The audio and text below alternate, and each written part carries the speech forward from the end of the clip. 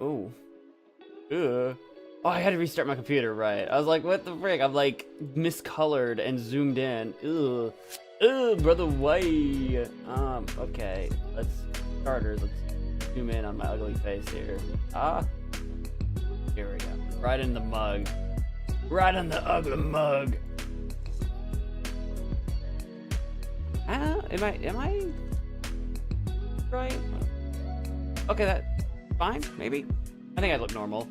Every time the color balance gets a little bit wonky, it's hard to know what real looks like anymore. Like, is this right? Do I look weird? Am I oversaturated a little bit? Maybe? Desaturate. That feels a little bit more natural. Okay, there we go. But anyway, that was my internet this time, for real. This time it was my internet. My internet was stinky poo-poo. We've had so many technical issues in the last week. When it started stuttering on this stream, I just desk flipped. Because like the issues that it was the last few days, I said was server side. And I'm not streaming to multiple servers today, so it's like desk flip. Like, what the frick is wrong? And I checked my internet and I was getting like not even a megabit per second upload speed. And if you guys aren't tech people, it's fine. But for a bare minimum, my stream needs 6 megabits per second. 6,000 bits, 6,000 kilobits per second, right? 6 megabits. 6 megabits upload is the bare minimum I need. That's what I stream at. Usually I get 30. Like, I can get up to Freddy. Don't you come through that door? I left the door open. Don't you do it? I'm watching you. Yeah, you better turn around. Anyway, so normally I get like between 20 and 30. So obviously 6 is not a problem. I wasn't even getting 1. I was getting like 0.7, 0.5, and I'm like, that's not streamable. That's not going to work. And so I did the troubleshoot on my internet service provider's app. I did the troubleshoot, and they're like, it seems you're not getting the speeds that you are paying for. And I'm like, I know. And they're like, you should restart your router. And I'm like, okay. And then they were like, this might take 12 minutes. And I'm like, why 12? Not 10, not 15, 12. Okay. All right, see you on the other side. I don't think it took quite 12 minutes, but we're back. I don't know. Why you look saturated? I don't know. Do I still look saturated? I can't even tell now. I don't even know what normal looks like anymore. I don't even know. Do I still look oversaturated? I can undersaturate myself. Let me know. I can just be black and white. Past tense, yeah. I was just checking. I didn't know how far back you said that, so I was like, I could still be oversaturated. I might not be. I don't know. I could just be black and white. You can see the green screen now. Actually, that's a good point. You shouldn't be able to see the green. Or shouldn't be able to. I think I have these. I need to put. Oopsie. I need to put these in a different order. You guys don't need to know what I'm talking about, but oh, that boogered everything up. You know what? Never mind. I'll play with that. I'll play with those settings later. Don't break what's not broken. Never mind. Don't fix what's not broken. Actually, is what the saying is. I say between the tech issues, my internet, my dead monitor. I have a dead monitor. It's dead. I mean, it receives power, but the screen is dead. That's so sad. Guys, I'm falling apart at the seams. Anyway, but we're back, baby. We're gonna be playing some Ace Attorney today. Don't touch what ain't broke, or it will be broke, right? That's something like that. That's it. Over to horror. Let me move those over to horror. And let me get the game pulled up. I don't even have the game pulled up because of all that nonsense. I've been walking back and forth from my computer to my router. Just pacing angrily. Phoenix Wright, Ace Attorney. I might be able to finish the whole case this stream. I don't know. I'm already starting this stream late, and I can't run until 10 p.m. today. I have to hop off by 8-ish. What do you guys think? You think I can blast through, what time is it? Do math. In 6.5, you guys think I can beat this case in 6.5 hours? I don't know. I don't know. Maybe. Maybe I can. Maybe I can't. I don't know. You think I can do it? This no. Not in a tiny, yeah.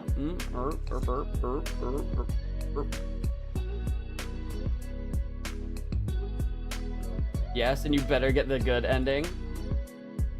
We'll see. We'll see. What happened to my?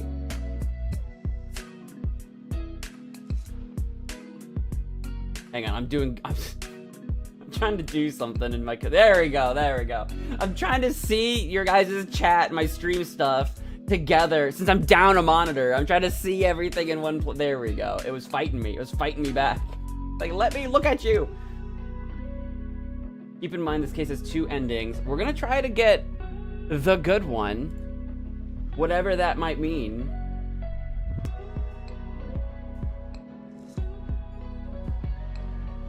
Hey, look. Fuzzy. I'll be fine. I'll survive. Do I want to try to get both? I want the good ending.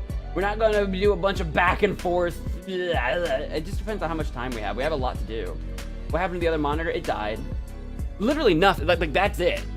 Nothing happened to it. It just literally died on stream yesterday.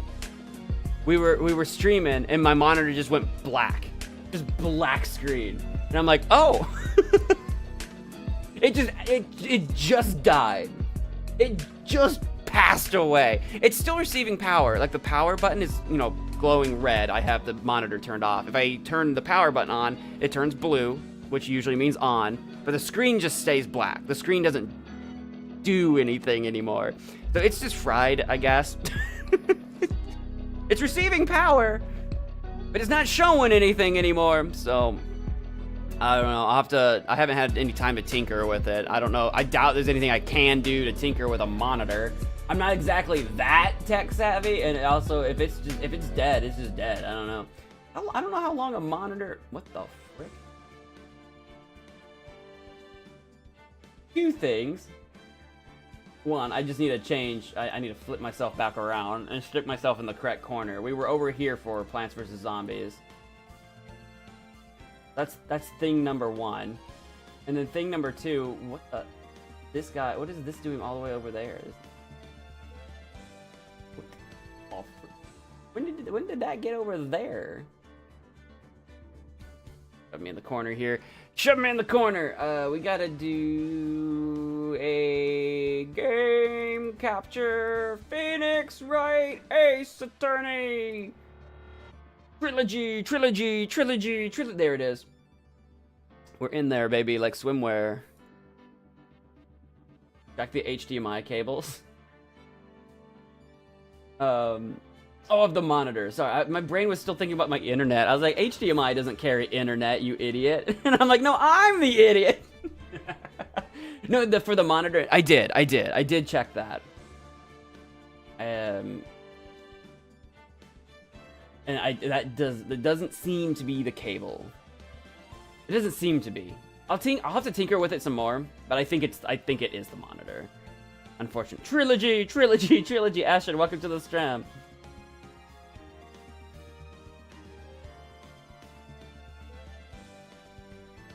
All right, before we actually jump into this, because of our internet being stupid, I do need to go refill my coffee. I will go ahead and open that load. Yes, I do need to go refill my coffee real quick, and then we'll pick up on March 22nd, 5:24 p.m. Wright and Cola. Let me go refill my coffee.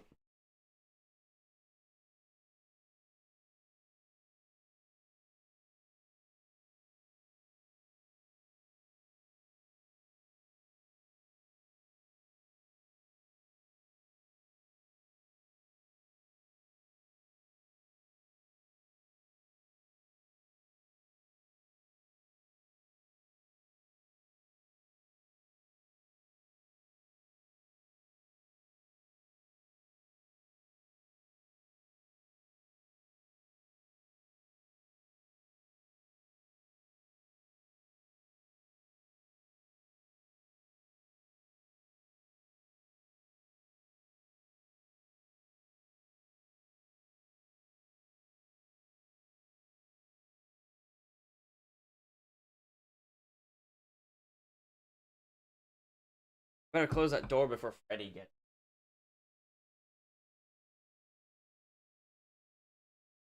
Freddy's gonna come knocking on my door like, hoo, hoo, hoo, hoo, hoo, hoo, hoo, hoo. That's what he sounds like in the game. Hoo, hoo, hoo, hoo.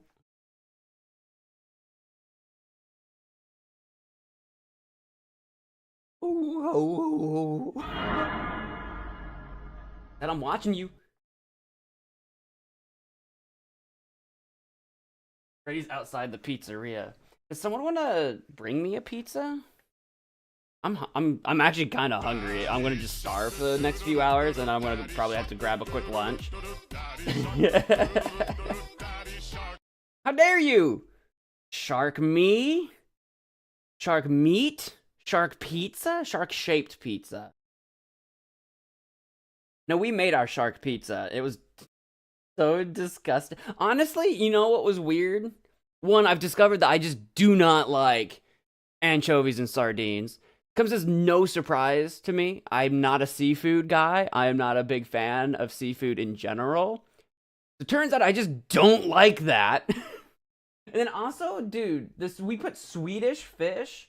We couldn't find the gummy sharks. The store that was supposed to have them didn't.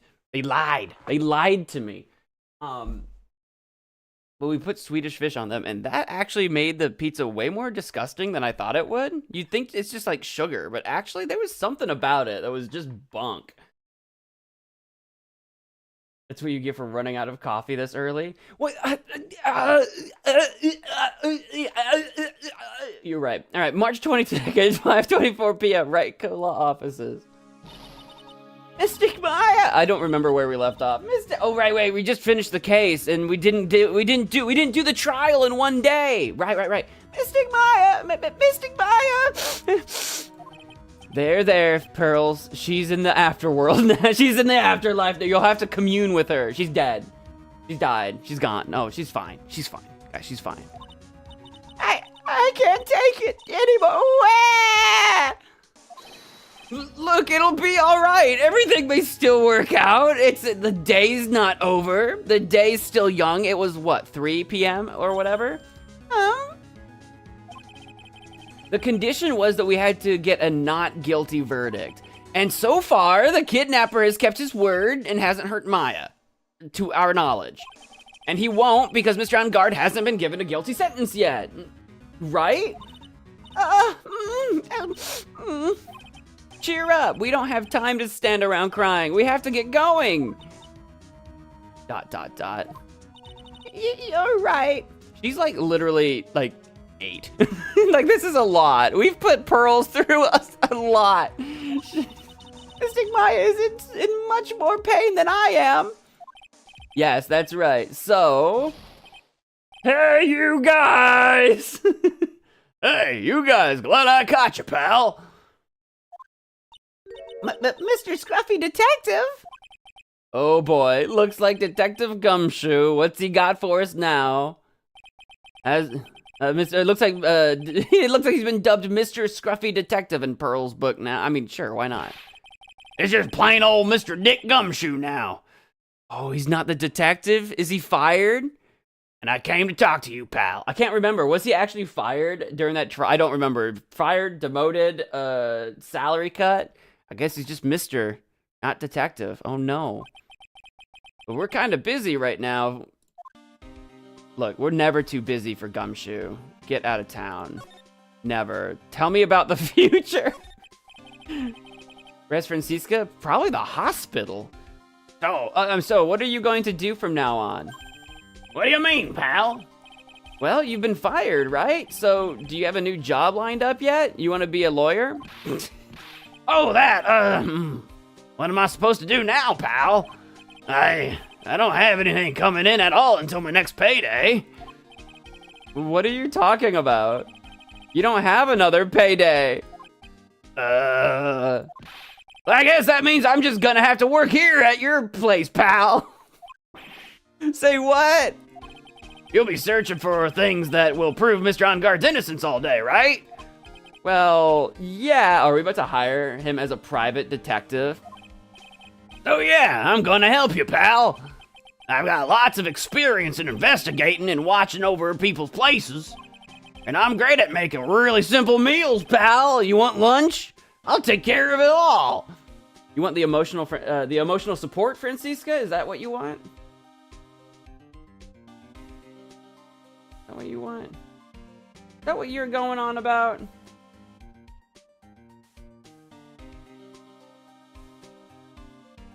There she is.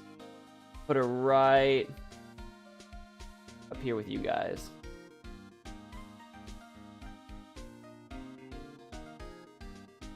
There, she's up there with you guys. We got our emotional support, Francisca. She's always on hand. Yippee! Come on, Mr. Nick. Let's let Mr. Scruffy Detective take care of things. Okay. By the way, what's your best dish? What do you make? Do you make a mean linguine? Instant noodles, pal. Why am I surrounded by people who only eat cheap, unhealthy foods? Come on, don't knock it. Don't knock an instant noodle, Phoenix. Don't knock it. We were all college kids once. That was the first... I say that as if I wouldn't absolutely down a cup right now. That was the first time I've ever seen Mr. Edgeworth act like that. Never thought he'd say something like he didn't care. Something like he didn't care if Mrs. Andrews killed herself. Why is that comma there? Why is that comma that... Sorry, that bugs me. What is that? What is that? What is that random comma doing there? Something like he didn't care if Mrs. Andrews killed herself. He said that? That's horrible. He did. He did say that. It was cold, stoned. But because of him doing that, we got the truth finally. Truth.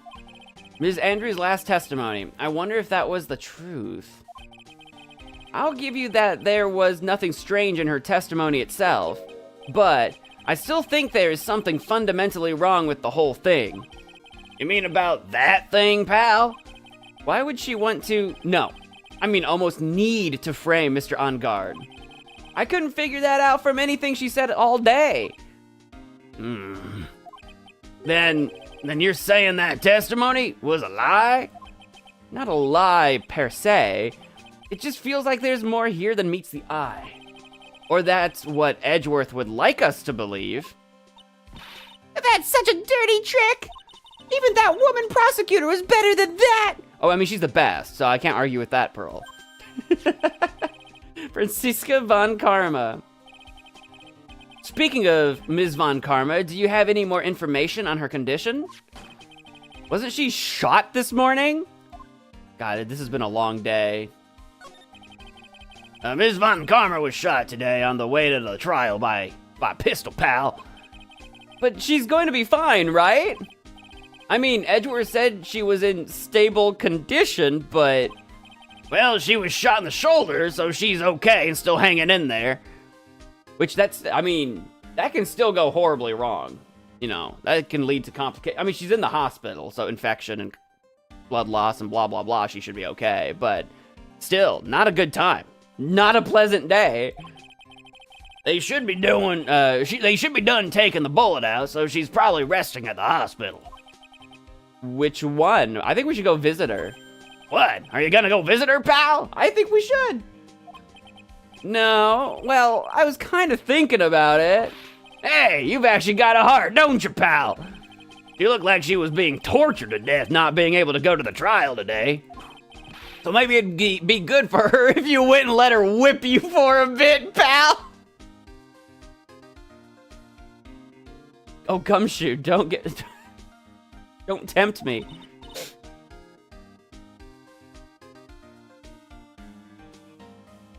Let's go let her whip us, Mr. Nick! Not you too, Pearls, what the F? Now, I'm definitely not going. Let's see, the name of the hospital, oh yeah, the Hottie Clinic. The Hottie Clinic. That's not the same one with the creeper in it, right? Don't do this to me.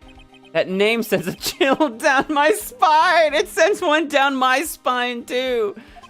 Well, I guess it can't hurt to stop by and say hi. It can. I don't think I want to go. Getting shot in the shoulder runs through the Von Karma family. Has Edgeworth been shot in the shoulder yet? I shot your shoulder. Oh my god. Is there anything in my office worth examining? Hey, it's wilting a little. I'll give it some delicious water, pal. It's okay. I already did that. The watering can. Where are you, Mr. Watering Can? Did he just call the watering can Mr.? Actually, this is worth doing just to get dialogue out of Gumshoe. This is the, Nickel Samurai, right? Yeah, that's right. Mr. Nick! Please take care of Mystic Maya and be her Nickel Samurai, alright? I'll be her knight in shining armor, absolutely. I'll save the day and Maya. Difficult-looking legal books stand in a formidable row. They mock me. They call me names. Oh, do you need to look something up in one of these law books, Mr. Nick? Well, which book is it? Which book do you need? I was just looking. I can't read those hard books, and I can't reach them either. But I can read, and I'm tall, pal. Please stop competing with an 8-year-old. It's disturbing. Look, he's just trying to secure his job here. My desk. Since I don't have time to sit, it's unusually clean. Oh, I cleaned it up even more for you last night. But I can get it even more cleaner, pal. Oh, that's for the toilet. What's he using? The toilet brush? What a mess, literally. Gross. Note to self, bleach desk. There's a giant building just outside the window. It's the Gatewater Hotel, a high-class luxury hotel. Actually, the crime happened at the recently completed hotel in the center of town, the Gatewater Imperial Hotel. Just how far are they going to expand their empire? And I think that's all I got. Cool. Let's move. Wait, did I show you my stuff? What do you think of my attorney's badge? Look, it's my attorney's badge. I got that fanny in my system. Oh, it's a little tarnished, don't you think, pal? Don't worry, I'll make it all sparkly shiny again. I'm really touched. What do you think about my Magatama? Could you please take a look at this? I can't think of anything to say about this, pal. Why don't I make us some instant noodles instead? That's okay, really. No, go for it. Oops. I didn't present that, I just looked at it. Let's see if he's got any stuff on anything. You know anything about anything? Besides instant noodles, of course. I don't have any pasta in my house at all. Oh! Have you heard anything from the kidnapper? No, not yet. I'm sure once he hears what happened to the trial today, he'll call, pal. But remember, you can't provoke him when you get to talk to him. Can't provoke him. Alright, I'll try not to. Or I will. I'll call him names. I'll call him a dirty son of a gun. I'll call him a hoe.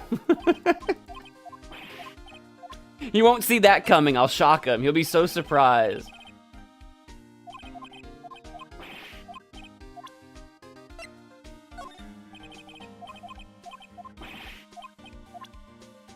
You want a drink? You want a drink from this wine glass I've been keeping just in my pocket? Just this fully loaded wine glass. What about this button? You want to clean the button? When I saw that button, I thought to myself, this is gonna prove Mr. Onguard's guilty. But it looks like there was a lot more to it than I thought, huh, pal? You're a pro. You should know better than to say something like that. Well, I'm not a cop anymore. Just a regular helper around the office now, so basically I'm a maid. I wonder if he misses working down at the precinct. Well, he's only been fired for not even a day. You can't miss something that he doesn't feel like he's truly left yet. He still thought he was getting a paycheck.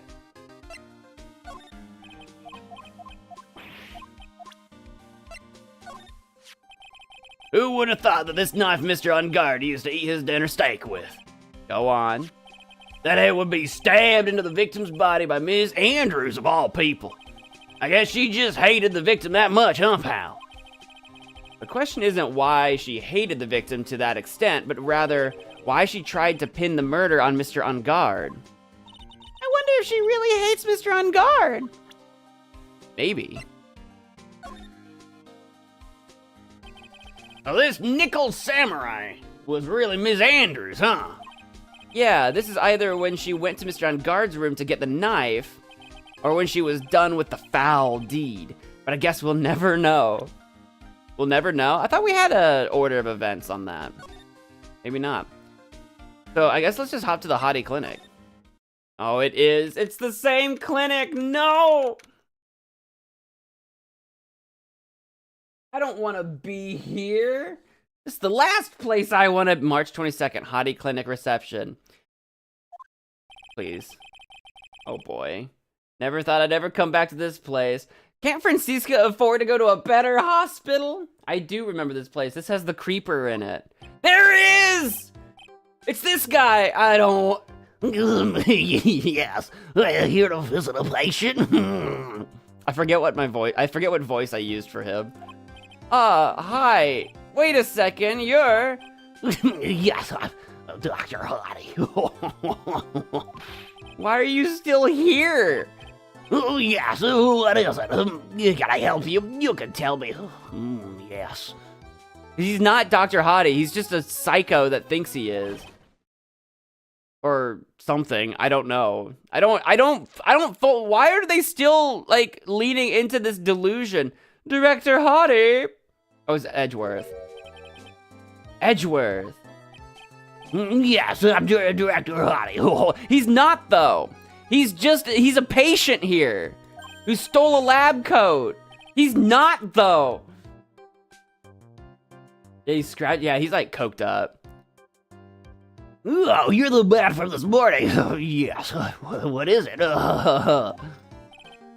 Director, Francisca, how is Francisca von Karma? Why are we talking to this man? Talk to the reception. You don't need to worry. Yes, she's in good hands. Because you see, I'm personally taking good care of her. Yes. I don't like that at all. Do we have a court record on this man? Like, am I misremembering? I'm not we don't have a court record on it. Am I misremembering? He's not a doctor. Yes, that surgery, it went well. You have my gratitude. No, he does not. It looks like Edgeworth doesn't know about this director and his secret. Okay, thank goodness. I was gonna say, I'm drinking crazy sauce if Edgeworth thinks he's the actual director. He's not. Did I present all the profiles? Oh, I didn't do the profiles, I just did the items. She looks so pitiful. Absolutely terrified. Yes. But I understand. Yes, her opponent was a gun after all. And when I snuck up on her real secret, like, she would scream really loud. Yes. I hate him. I see. Can we put a bullet in that man's shoulder? I bet she's really cute, too. When I do that, she'd whip me with her whip.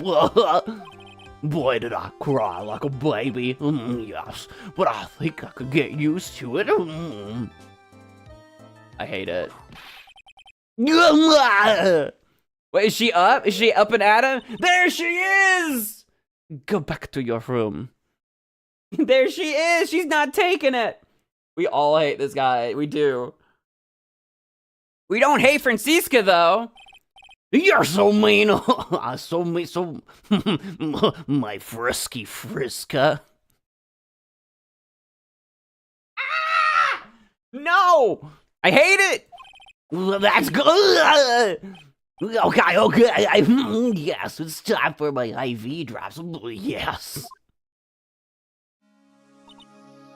The fact that she, like, never come to this clinic again. She might not have had a choice. I don't know if she was like shot and like passed out and she was brought here, Because this could not have been her first pick of clinic, surely. And what are those tulips doing in your hands, Mr. Phoenix Wright? Do I have tulips? Do I have anything in my room that even vaguely resembles a flower? No. No tulips. I got a deck of cards. Oh, I knew I shouldn't have come here. Did Phoenix bring Francisca flowers? That's sweet. How very kind. I don't know if she's the flower type. She's more like whips. I feel like weapons. Whips, knives. Do we show her the stuff? All of our stuff, or just... Oh, we'll just talk first, and then we'll go through our things, maybe. I was shot in front of the courthouse, in my right shoulder. But it's no big deal. This sort of thing happens all the time. I don't even remember how to do her voice, dude. I've lost it. Is that it? Am I doing it right? I even had the full intentions of running the trial this morning. But that would have been too much for you. There's no need to act tough in front of us, you know. Regardless, I was dragged here by that man over there. Was it by Hottie? Did Hottie bring... Oh my... Why was he on the street? He was so unyielding. One has to wonder if he was simply interesting. Oh no, Edgeworth, interested in stealing my case. Edgeworth dragged her here. That's so much better. I was terrified that Hottie was out and dragging people to the clinic. I was terrified. It was the only logical course of action given the bullet was still lodged in your shoulder. But by taking over the case, I found myself having to clean up after you and that irresponsible deal you made. I think I know what deal he's referring to. Indeed. Tell us about it. Ms. Von Karma, you made a deal with Ms. Andrews yesterday, didn't you? I don't know what you mean. In order to make sure you got your guilty verdict on Mr. On Guard, you told Ms. Andrews to not testify in court today. I don't know what you're talking about. Do you have any proof that I made such a deal? Well, she said you did. And I believe it. You're denying it? It looks like you were lucky, Mr. Phoenix Wright. If I had been in court today, this trial would already be over. All while hiding Ms. Andrews' own crime? That isn't my problem. Whether she had tampered with the evidence or not, I have only one objective: to find On Guard guilty of murder. The end justifies the means, Mr. Phoenix Wright. The end justifies the means. Ms. Von Karma, Adrian Andrews believed you when you said, if you don't tell the truth of what really happened, then On Guard will be found guilty. And what does that have to do with me? Because of that, she is now in danger of being found guilty herself! All because she believed in your words until the very end. That still has nothing to do with me. She's just a weak person, a foolish fool, who foolishly believed my foolish words, fool. That's all. But you had to know she was... Ow! I think visiting hours here are about over. So if you'll excuse me... Oh no, I wanted to show you my badge! What's wrong? Why did she suddenly cut you off? Probably because she thinks I had the advantage in that argument. Edgeworth. He's looking at me menacingly. About today's trial. What happened today at the trial, Edgeworth? That was not like you at all. Don't act like you know me. I mean, I know you knew about Ms. Andrews' condition. You could have made her testify as many times as you wanted, but to go that far? But she wouldn't testify about that until I said something. Listen, Wright, the courtroom is a garden of judgment. Okay, Mr. Poet, relax. Garden of judgment, all right. I am putting myself on the line when I stand in there. And that's why I made the witness do the same. It's only natural. Well, what do we know about Adrian's card? You kind of lost your shiz when you saw it. By the way, Edgeworth, you were really angry in court today. That's rare for you. I know we've seen it a few times. We've seen that face a time or two before. Witness, that card! Give it to me! Hurry! Do you have any idea what you have stupidly yet inadvertently done? This I can't believe you hid this from me all this time.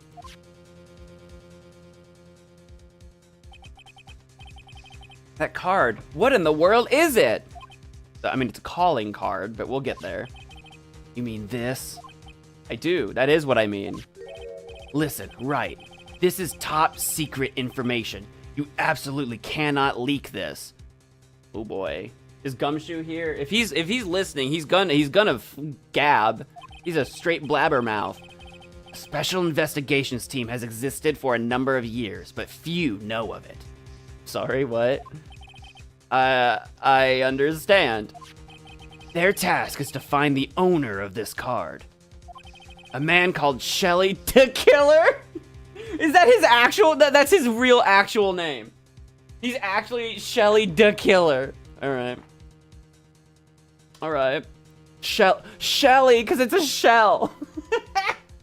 That's not a real name. That's absolutely a pseudonym. That is absolutely an alias. That is absolutely, I'm the guy with the shell card and I'm a killer. I'm Shelly the Killer.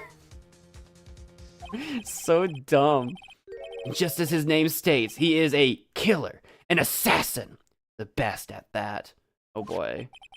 An assassin? Picture card added to the court record. Was placed next to the victim at the time of the murder. Ms. Andrews was carrying it. What if Ms. Andrews is Shelly the Killer?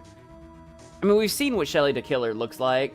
But he's got like that line down his face. So I didn't know if that's like, I don't know if that's like, I don't know if that's from like a surgery where he's changed his face or if he's literally wearing a mask. I don't actually know. Assassino. So who is this Shelly the Killer? The Killer is the name of a long-standing line of assassins. Is this like some like Assassin's Creed nonsense?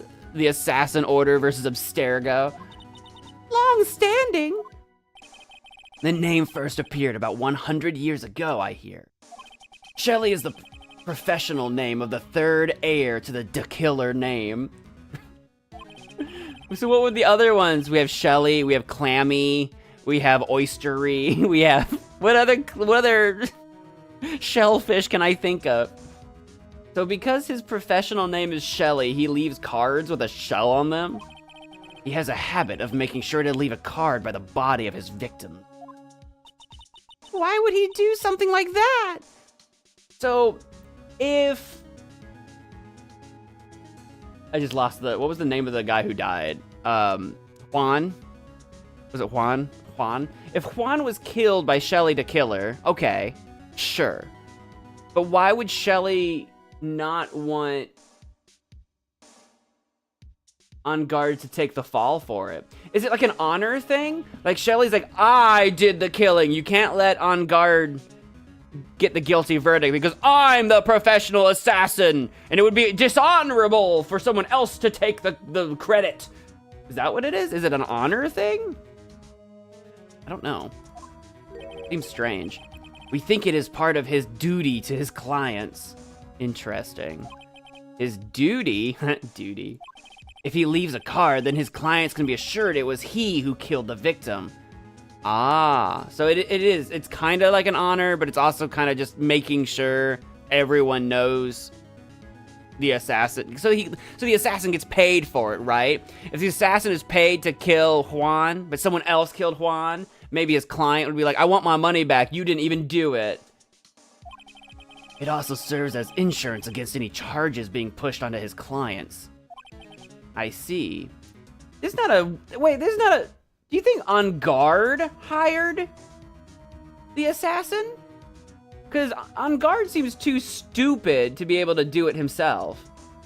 He just seems, and that's maybe I'm being too rough. Maybe I'm being too harsh. He seems too oblivious. He seems a little bit airheaded. But would he be smart enough to hire an assassin?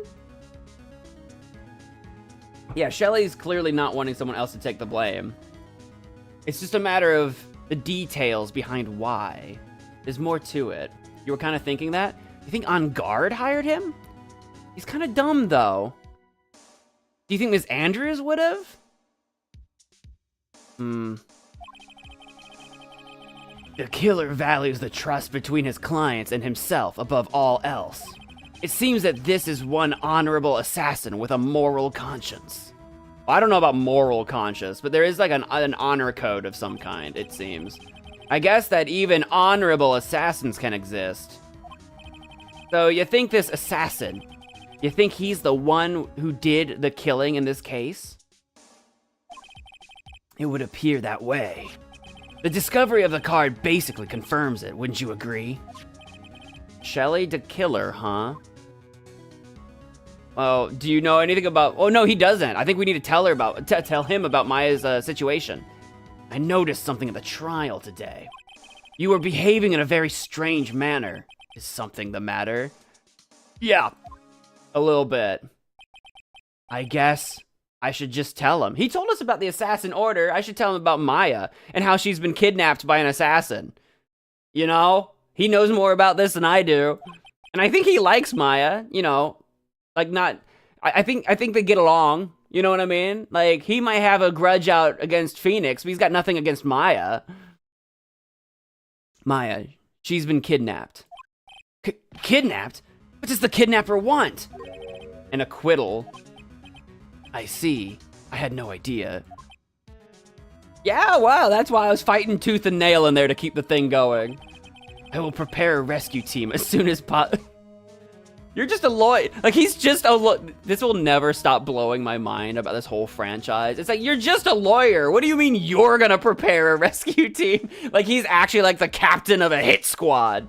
And and resolve this by tomorrow? That is some high optimism there.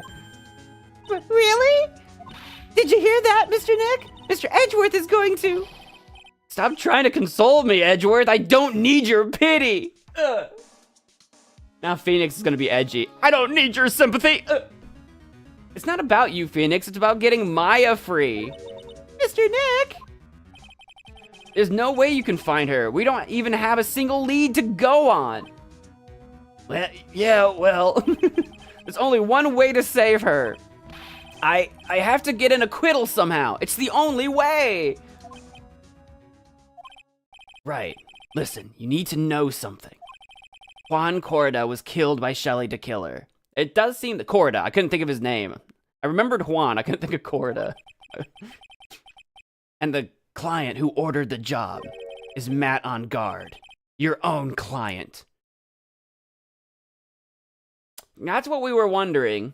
It doesn't... So far, it doesn't make... For what we know of Matt on guard so far, that makes no sense. But it could be true.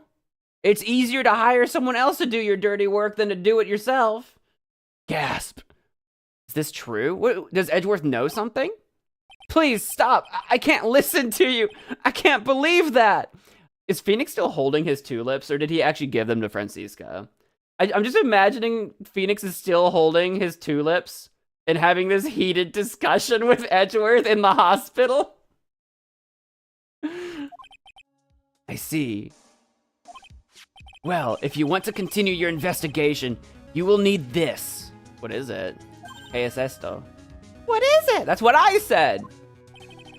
The hotel right now is restricted to police personnel only, as we are looking for any clues that might lead us to Shelly the Killer.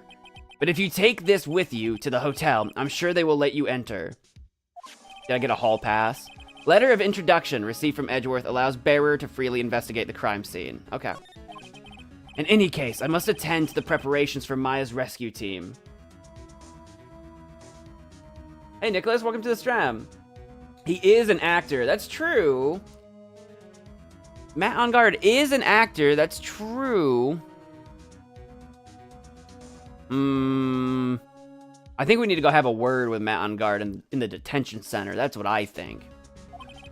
We'll meet again in another life. No, we'll meet again if anything should happen. Now, if you'll excuse me. Mr. Nick?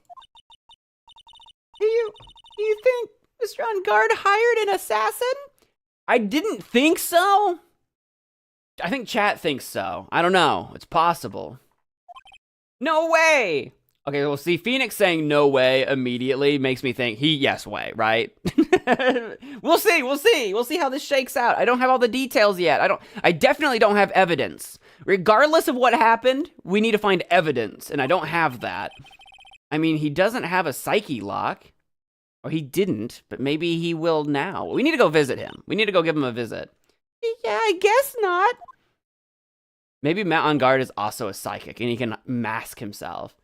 Maya. No, that's Pearls. Please. All I ask is you make it home safe and sound. Date. Time. Who knows? Location over there. I guess even kidnappers can get a little clumsy. Oh, she's still in the room. I think we found a key. I think we found a key at one point.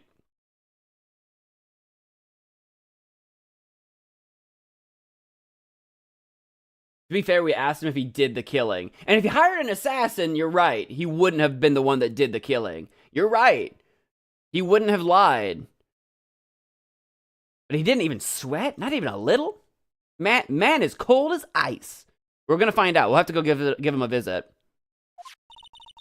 Clumsy enough to drop a card like this for me. Oh, maybe it wasn't a key. Maybe it was just the... I don't remember. I don't remember what we found in this room. I remember being in the room. I don't remember what we found.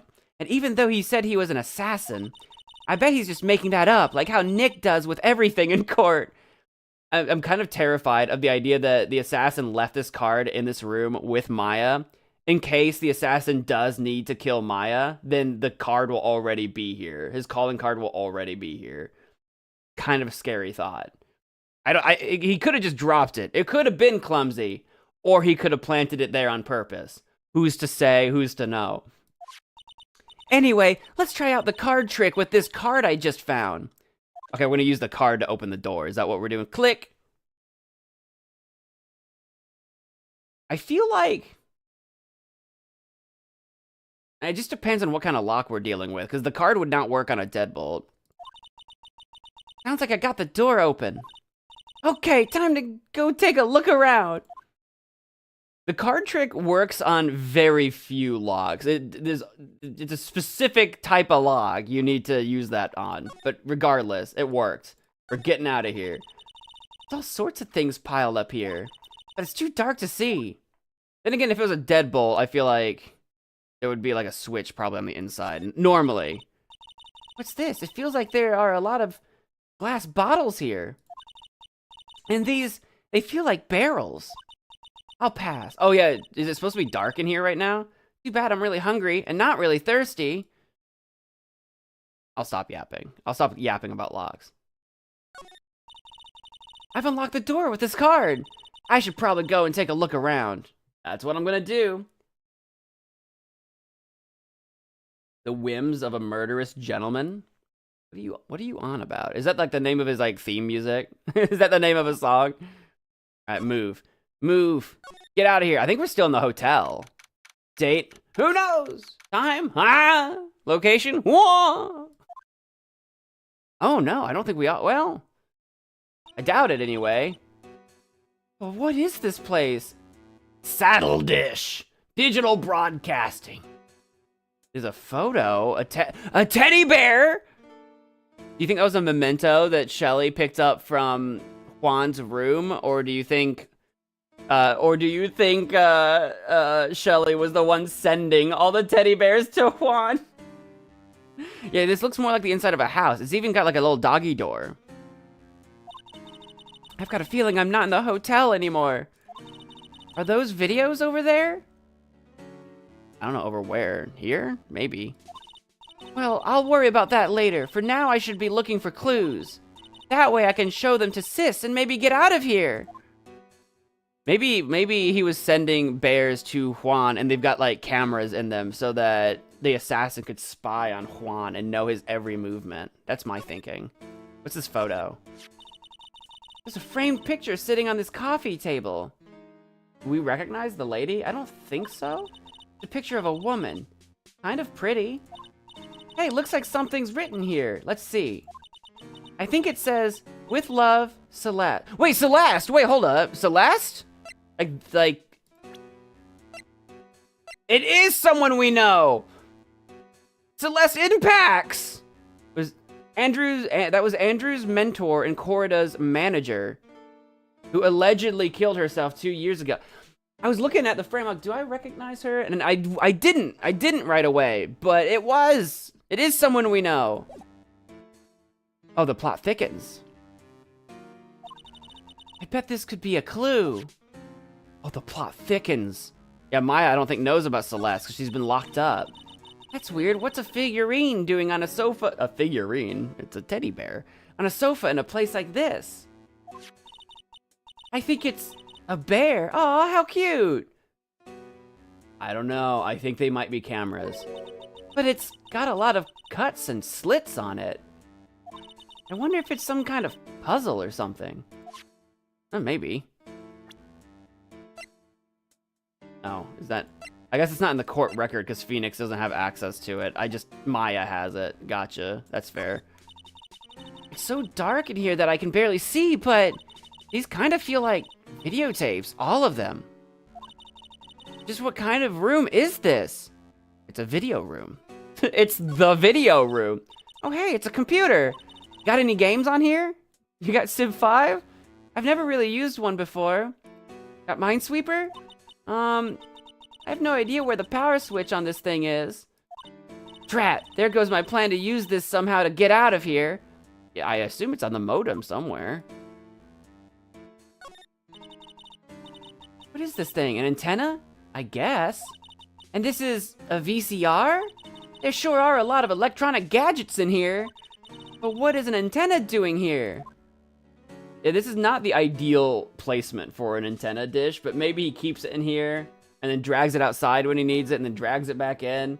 It's not gonna get great reception from inside, but I don't know, man. Wow, I've never seen a TV this big before. Now, where's the power button? Like, you found the power button on the TV, but not the computer? That's kind of sus. That's a weird computer. Ooey, it's busted. I would so die a Happy Samurai fan if I ever got to see the Nickel Samurai on a TV like this. Ah, I can't believe I just made a joke about dying, all things considered. You know, at least you're staying optimistic. The idea of you perishing in this place is so far from your mind that you hadn't even considered it. Ah, locked, of course. And it doesn't look like I can use the card to open this door, too. Got a different kind of lock. It doesn't look like a keyhole. It looks like just a button. You actually might be able to just force that handle. The buttons can be popped out. But normally the button isn't separate. It would be, I don't know what that is. Or maybe it's electronic, actually. Maybe you hold like a key card up to it if it's got like one of those magnetic readers. There's a little hole at the bottom of the door. If only I was a little skinnier, then maybe I'd be able to crawl through the... I was about to say, maybe you can squeeze through that. Too many burgers, Maya! Too many burgers. Oh. Oh, this simply will not do. I cannot have you wandering around at will. Yeah! It seems... One, how did you get in here? Two, why are you still red? This room is very blue lit. There's no red lighting in here. He's just glowing red. It seems that your Mr. Wright is truly concerned about you. See, this is what I was talking about. He's like, got this like staplage down his face. So I didn't know if it was a mask or if he's just had crazy face surgery. He's just red. He's red. Ba-da-dee, ba-da-doo, ba-da-da-ba-dee, ba-da-da-ba. Yeah, they look like stitches, but I didn't know if it was like stitches through a mask, like he's got a weird flesh mask. Listen, he could be Leatherface for all I know, okay? I didn't know. He is? For now, I would suggest you remain cooperative. If you cannot, there are ways in which I can help you. Ways? You mean? Dead men tell no tales is how the saying goes, correct? Dead? I'm almost certain I told you on our first meeting. I am an assassin. No way, you're lying. I mean, an assassin? Really? People are not always who they appear to be. Nee! Oh, I thought I was just gonna say knee. Nick! Knee! The knights who go knee. Me. I think someone stitched his face together. I think so. I'm starting to believe, after all this time, that is just his face. And he's either suffered an egregious wound, or his identity was discovered and he needed to have like face surgery and like to disguise himself. But it must not have been a great surgery because he very clearly still has stitches. Maybe he went to the Hottie clinic.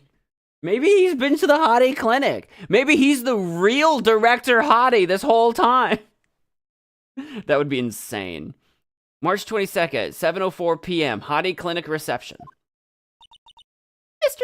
Nick? Oh yeah, Pearls? Got caught up in my thoughts about Maya's situation for a second there.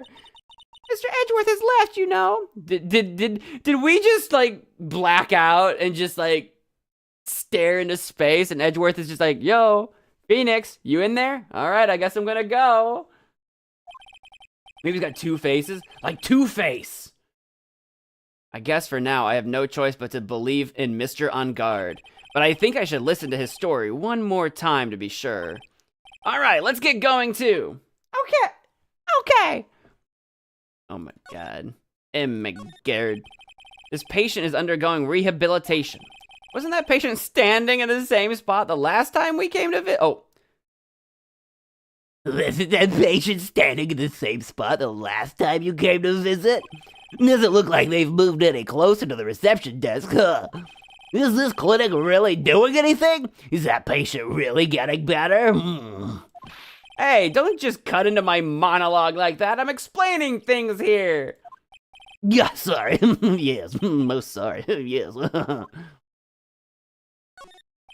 This is the clinic's reception desk, but it doesn't look like there's anyone at the counter.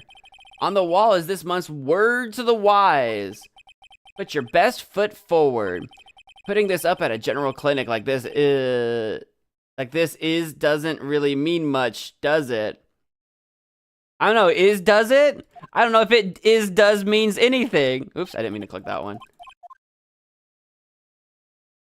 Does, doesn't, do. I wonder where that doorway down there leads to. Oh, that's the x-ray room. Yes. How did you know what I was thinking? Yes, well, it's because of that's the x-ray room. Yes. There's something very peculiar about this guy, because I know it's not me.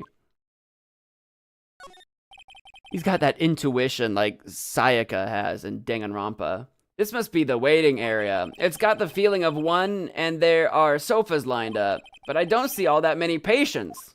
That's because this guy runs them off. Yes, well, visiting hours are over, that's why. It's time for nightly consultations to begin. Mine, that is. Isn't there anyone keeping an eye on this guy? Like, for real. Like, actually, that's a very good question. This is a very bad clinic. All right, I'm out of here, bro. Bye. Oh, I can't go to the detention center from here. I can show you my profiles that we didn't before. It'll be okay. You'll see her again, little missy. Yeah. It's really important that you don't give up. Okay. This face. What is this face? I guess a big voice really does give you a sense of presence. I won't give up, ever. Cheer up. You can't give in, missy. Yeah. Hey, I know. I'll show you something cool. How's this? It's a real genuine pistol. Your pearls play with my 9mm. On second thought, I don't have my pistol or my police badge anymore. Cheer up, you can't give in. They're taking turns cheering each other up. Great. Yeah. What are those two doing? He really is just a big, goofy child himself, isn't he? People are jealous of my roguishly cool detective look, pal. Yeah, that's what it is. It's because of this look that I passed the detective's test, you know? Oh. But you know, people can't coast through life on their own, looks alone, pal. Yeah, you can't count on your looks alone. Wow, I learned something new today. Yep. What do you think about Francisca? Is she all right after being shot? I mean, well, we visited her, but Her wound isn't that bad. Well, the gunshot wound anyway. But the wound to her pride, now that's a different story, pal. the wound to her pride. Well, until now, she's always upheld the Von Karma Creed. But since she came... What are you objecting? How dare you? Objection overruled. Since she came here, well, you've given her pride quite a beating, pal. Oh. I mean, she may act all grown up, but she's really still just an 18-year-old. Quite frankly, I worry about her, pal. Isn't... How old's Phoenix? Did we... I think we've had this conversation before. He's like, what, 24 or something like that? They're not even all that far apart, realistically speaking. I think so. Some 5, maybe? 25? 25. Okay. I was trying to remember. I'm like, I don't remember. Because he's not in the court. I think he... I don't remember why I know that. Was he at a court record in the first game? Because we're not in the court record now. Quite frankly, I worry about her, pal. How old is Gumshoe? Oh, he's 31. Because, yeah, he's older. Edgeworth. Edgeworth's 25. Yeah, because Edgeworth's 25, and Phoenix was in the same class as him. Got it. That makes sense. Imagine having a sibling, even though I think they're like step siblings, because like Edgeworth was like adopted or whatever. But imagine having a sibling 7 years apart. I know some people do. I had a brother who's only like a bit over 2 years apart. Having a 7-year sibling gap. That's the first time I've seen that side of Mr. Edgeworth, pal. Forcing people to say what he wants them to do words are hard. Wants them to during testimony. I want to know what in the world happened to him all this time he's been gone. I knew someone who had a sister that was 14 years older than her. And it's like, God, that's like that's just such a wide gap. You end up having like very little in common until you're much older. Because like when you're like 5 and your sister's like 19, that's like crazy. That's insane. To me. Did you take a look at this photograph? Every time I do, it makes me laugh. You guys thought I wasn't gonna sneak that in there this stream, did ya? A photograph joke? At a time like this? I'm not a real fan of action shows or anything, but I know who Juan Corda and Matt on Guard are. Juan Corda, though, he was always desperately trying to be better than Matt on Guard. What do you think about Matt? I can't believe it. Maya getting kidnapped all because of this guy? I mean, what kind of person is the real murderer anyway? Maybe they're a big fan of Mr. On Guard. But the kidnapper's voice. He sounded like an old man to me. Oh, is he supposed to be old man voice? Okay.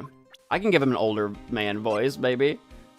Security lady, age unknown. Could you please take a look at this? What do you think? What do you know about Wendy Oldbag? My impression of, this is Adrian. My impression of her has totally changed, pal. So where is she right now? I'm sure she's being questioned down at the precinct. At the very least about messing with the body and obstructing the investigation. And she'll probably be staying over at the detention center. The detention center, huh? And do you know anything about Celeste? She was Adrian Andrews' mentor. Because of the suicide of the mentor she depended on, Adrian Andrews tried to follow her in an attempted suicide. Now the question is, who is Ms. Andrews relying on now? Interesting. Maybe it's Matt. I was under the assumption Matt was relying on Andrews, but maybe Andrews is relying on Matt. Or the assassin. Maybe she works for the assassin. I don't know if that makes any sense, but... Anyway, I think that was all that. Okay, let's go down to the detention center, I think. March 22nd, detention center, visitor's room. Well, I'm sorry, but visiting hours are over for today. Yuck. I'm gonna give the guard a goofy voice. Aww. I have too many questions I need to ask. I'm sorry, but I'm Phoenix Wright, a lawyer for one of the... You're Mr. Wright, you say? Oh yeah, there's a message here for you. A message? It's from Matt on guard. Here you are. What did he write? Is it something really important? I don't know. Well, let's see what it has to say. To Mr. Lawyer Dude. To Mr. Lawyer Dude, I've got something really important to tell you. Why do I feel uneasy all of a sudden? ...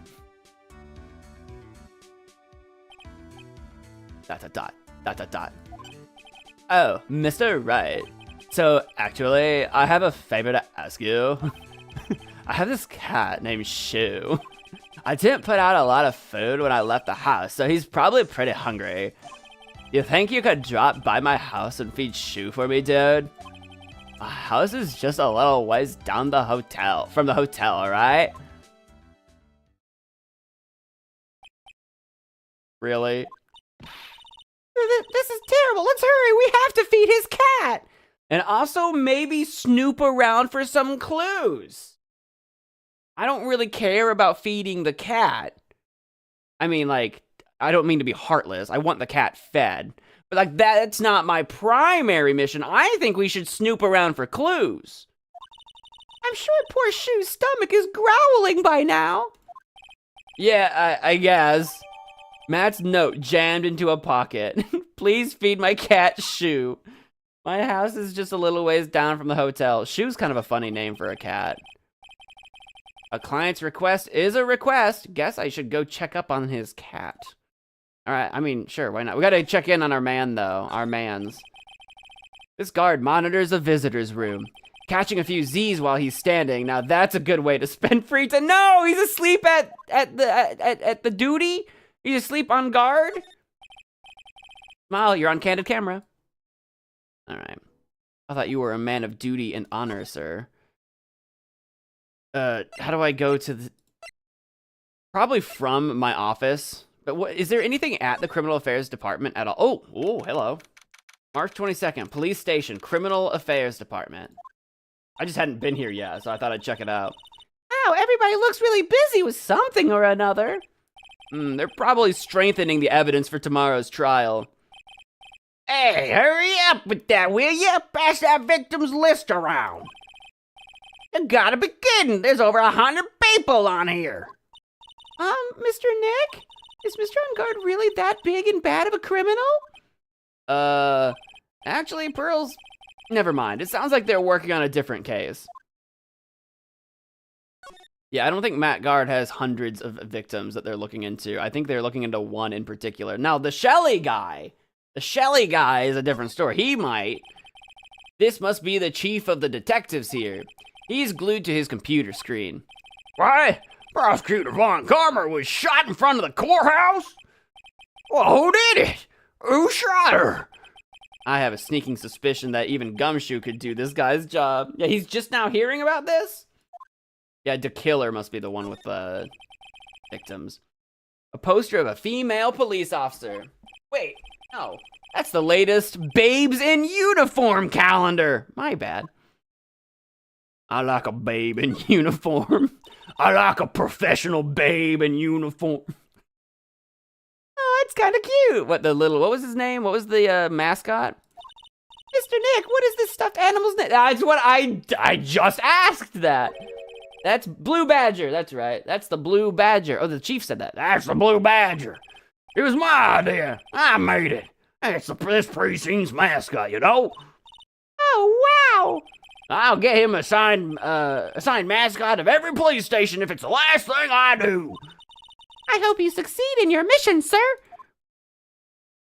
I hope you don't. I hope you fail. That must be one of the detectives. He's mumbling something to himself. Well, now why do you want to work for our company? Well, that would have to be because I feel I would like to help this company grow. He must be doing image training for corporate interviews. Sure. These are the detectives' desks.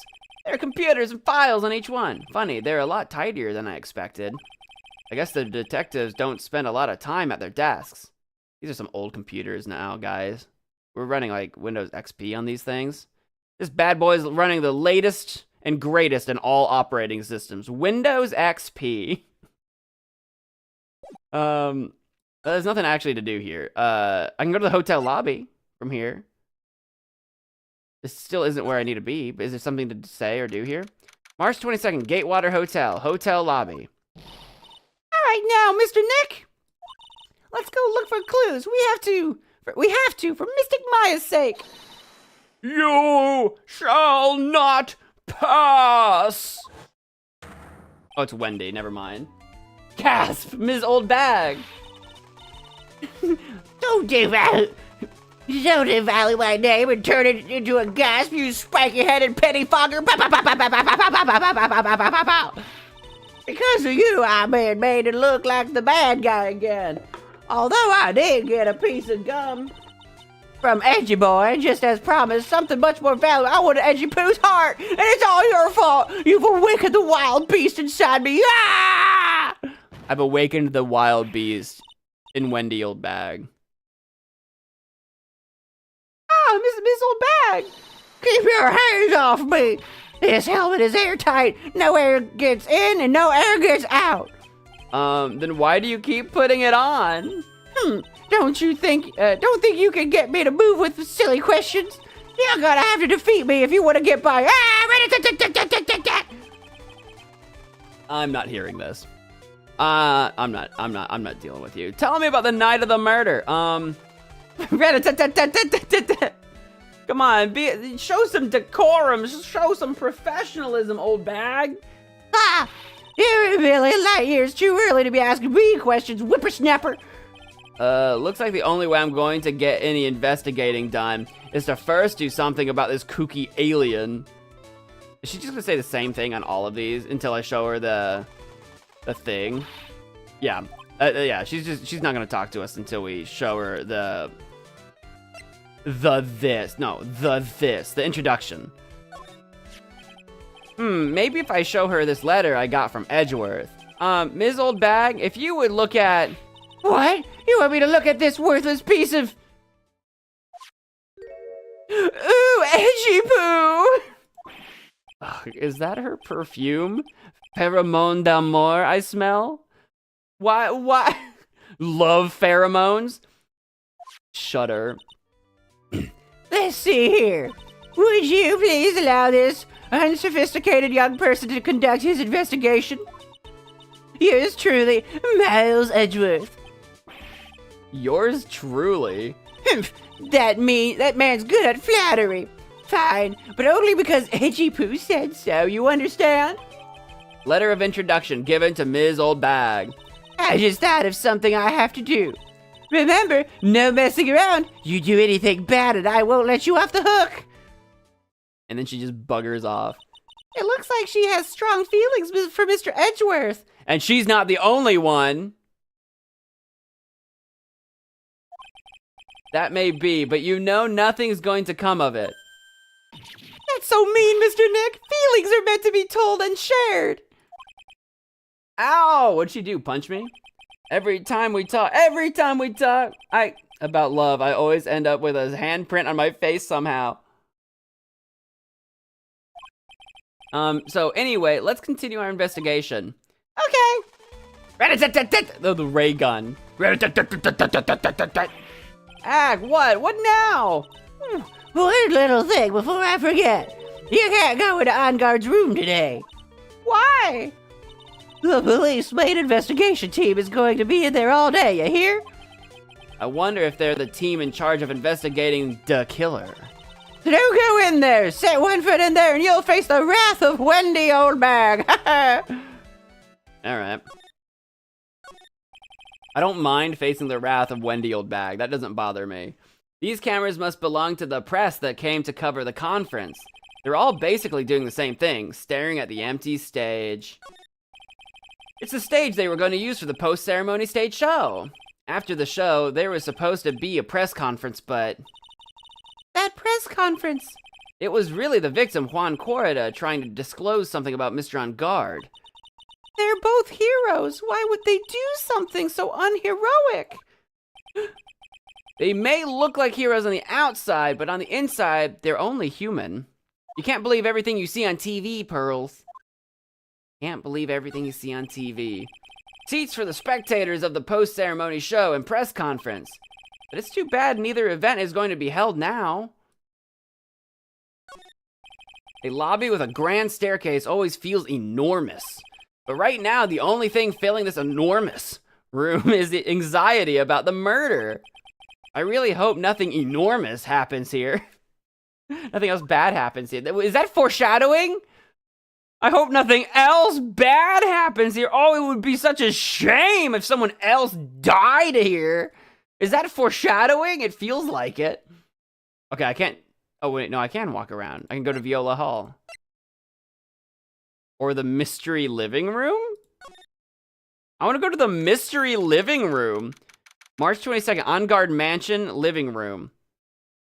Oh, is this where, yeah, this is the hotel where Matt's staying. I'm dumb. This is where Matt's staying. We gotta go feed Shu. Sure is dark. I'll go turn on a light. Oh, there's a motorcycle. Wow, so this is what a star's house looks like. Must be nice to be rich. No, I don't think he is staying at the hotel. He's staying near the hotel. That's why we had to go to the hotel to get to Matt on. I need a map. Where am I? I'm confused. Wait a second. Yeah, have we seen that motorcycle before? Should I know about that? We got masks of the different samurai, I guess. That door? The one with the butt. Bro. Bro, you right. I haven't had a chance to look around. I haven't had a chance to look around yet, bro. The little button underneath the handle and the doggy door. Wait, it's not a doggy door. It's a cat door. Wait.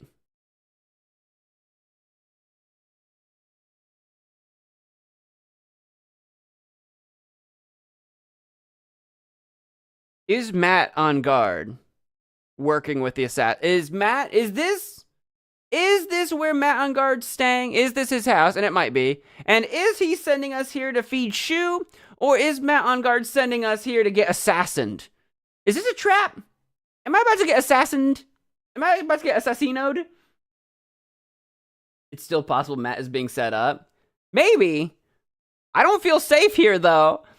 Wow, so this is what a star's house looks like. He must be rich. Come on, Mr. Nick. Let's find Shu, the kitty cat. Shu! I didn't have to meow. Also, I don't think Maya is still in there. Because I feel like she'd be able to hear us yelling. She might, then again, maybe she can't do anything. If she's locked back up in the cellar and, like, gagged, then maybe she can't alert us anyway. Aww. So I guess this is Shu. He doesn't look like a Shu. I feel like he should have more of a leather complexion. Oh, what a lovely cat. Hello, Shu. Meow, meow. Tee-hee. The cat seems to like pearls. Oh, is it?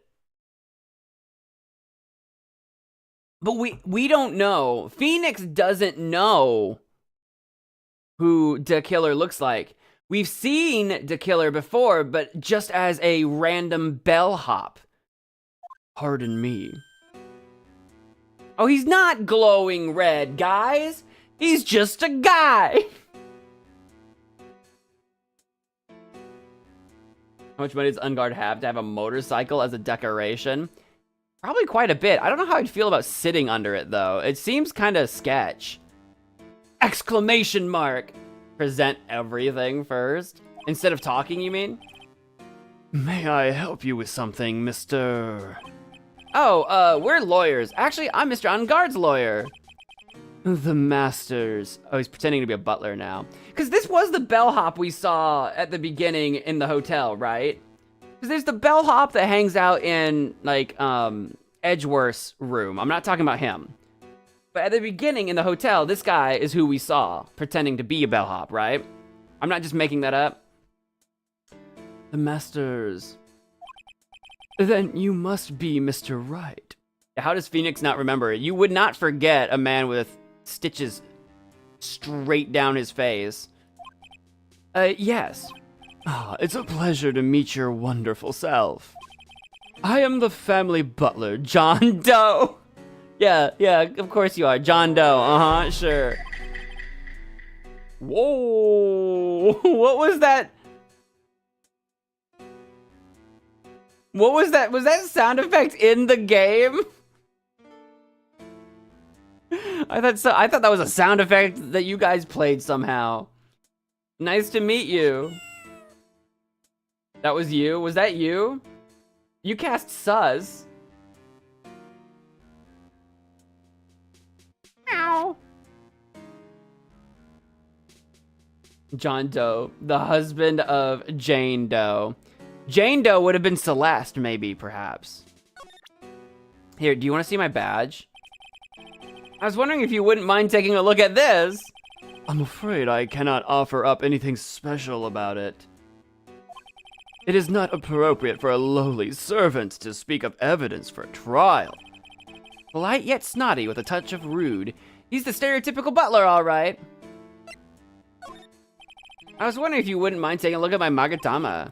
Alright, he doesn't care about that. What about the Nickel Samurai? He doesn't care about that. What about this ticket? He doesn't care about that.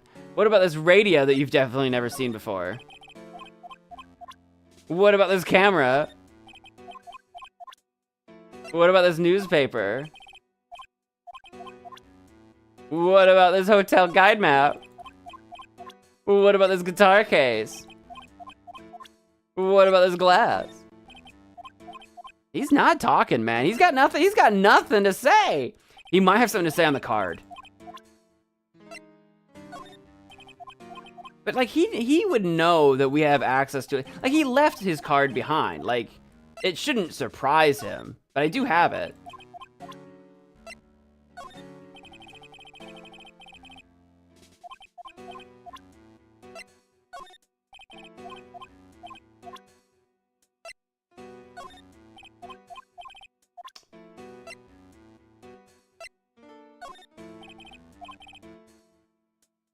Nope, he won't say anything about the card. He might about Matt's note, though.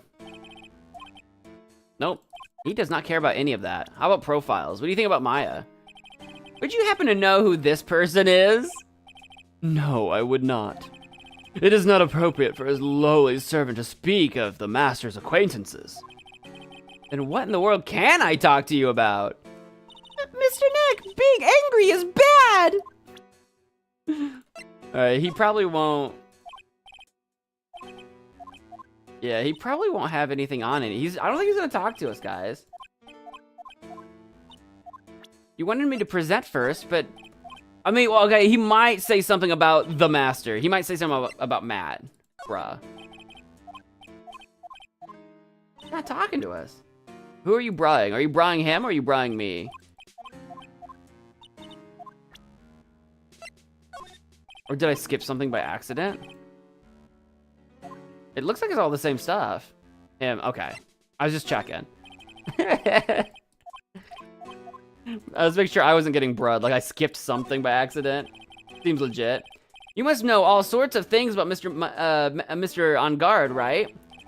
Honestly, sir, I don't believe my master is capable of such a foul deed as murder. ... He must be changing his voice or something, right? Does he, like, Phoenix doesn't even recognize his voice from, like, over the radio, right? And, anything else? No, not especially. It is not appropriate for a lowly servant to speak of the master or his affairs. How typically butler-like, as it were. I don't think we're good. I think he's tight-lipped. I think his lips are tight. They are pursed. Yeah, how does he not hear the voice? That's what I'm saying. Would you happen to know who this person is? No, I would not. All right. John Doe, age unknown, the butler of On Guard Mansion. But for some reason, I get the feeling we've met before. Okay, I'm not crazy. Yeah, he was the bellhop earlier. Phoenix is very oblivious. His brain is Swiss cheese like mine. A voice modulator on the radio? Maybe. I don't think I've seen any evidence of that, but could be, because we've never seen his face while talking to the radio, so could be. No, I would not. I don't know anything about me. I can't tell you anything about. Would you happen to know who this person is? No, I would not. Guys, that's him. John Doe. Do you know who you are? Nope. They should have had something for that, surely. You must know all sorts of things about Mr. On Guard, right? Oh, we've already done this, actually, when we presented his phase. Okay. What about yourself? Mr. Doe, how many licks does it take to get to the center of this case? I'm willing to lick my way through this case. Mr. Doe, how long have you served at this residence? Well, sir, I would have to say maybe about 1 year. Oh. And, anything else? No, not especially. It is not appropriate for a lowly servant to speak of himself and his affairs. You know, I would have thought Mr. On Guard would kind of have a maid over a butler. I know what you're saying, Phoenix. A little more eye candy action. That's a very cute cat you've got here. It is my duty to take care of him. The master rather fancies Shoe. Wait a minute. Can I read the note again? Please feed my cat Shoe. But the butler's here to feed Shoe. Phoenix, that's a contradiction! Phoenix! Put it together! Why would On Guard ask you to feed Shoe if his butler would be here? That's a contradiction. The master rather fancies Shoe. And, anything else? No, not especially. It is not appropriate for a lowly servant to speak of the family cat. Well then, I guess I don't need this piece of scrap paper anymore. Matt's note crumpled into a ball and thrown away? Well, I'm afraid I must take my leave of you now. Oh, we should probably get going ourselves. Ah, so young, and yet already so accomplished a master of law. But there is also a lot to be proud of in being a butler, in charge of the house and all. Thank you for the compliment, sir. People are not always who they appear to be. Now, if you'll excuse me, he told Maya that too. Meow. Why did we crumple up our paper? Is that going to come up later somehow, that we left evidence in Matt's house? Yeah, I don't think Matt knows about the butler because, you know, he doesn't have a butler. I don't know if Matt knows that the assassin is using his house as a headquarters. That's what I think. A giant bicycle is flying through the air! That bicycle, Pearls, is one where you don't have to pedal, and it moves on its own. Really? Wow! E-bikes weren't a thing yet, guys. So you had bicycles or you had motorcycles. Those were your options. But sorry to disappoint you, it can't fly. Oh, that's too bad. It's a very comfortable and spacious lounge set. I wonder if famous stars drop by and sit around and have a good time, smoking cigars and drinking bourbon. In any case, I don't really belong here, do I? What is it with me and feeling inferior today? Oh, what's going on with you, Phoenix? Do you want to talk about this? What's this inferiority complex?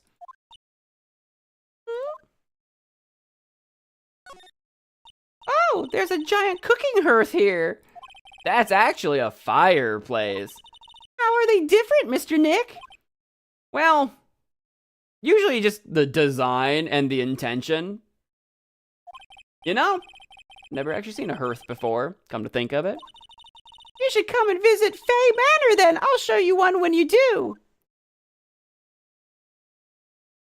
fireplaces are just they usually I'll word it this way. Hearths are usually designed to have stuff like put in, like besides cooking, like besides just firewood, cooking or whatever. They're usually a little bit more spacious. They're a little bit more open. They're a little bit more big, typically. Whereas a fireplace can take all kinds of designs. Fireplaces are usually for warmth and or decoration. But a hearth serves the same purpose as a fireplace. There's another door over there. You shouldn't go wandering off over there, Mr. Nick. Yeah, Pearls, whatever. Now I know how Maya feels when I tell her to stop playing around. Ah, there are masks here. Yeah, that one in the middle is the Steel Samurai. The ones next to that are the Pink Princess and the Evil Magistrate. Oh, is that? It's been too long since I've seen the Evil Magistrate. I don't remember the Pink Princess, but that might just be my brain failing. They fought many battles against the backdrop of Neo-Old Tokyo. Wow, you really know a lot about the Steel Samurai, Mr. Nick. Yeah, I got that from Maya. I don't know whether to laugh or cry that I know more about that show than a kid. It's only because of Maya. That's the only reason we know about the show. That's it. There's a small door at the bottom of this bigger door, Mr. Nick. I bet it's for Mr. On Guard's cat to use. Oh, I mean, I bet it's for Mr. On Guard's cat to use. Oh, you mean shoe? The door, it's locked tight. Well, I guess that's to keep nosy people like me from entering it. Stick your head in it. Stick your head in the door. I don't think we can. I think this is a dead end, friends. We didn't feed the cat. We didn't learn anything new. By golly, we didn't accomplish anything in here except talking to a man who wouldn't talk to us. Well, bye. What am I supposed to do now?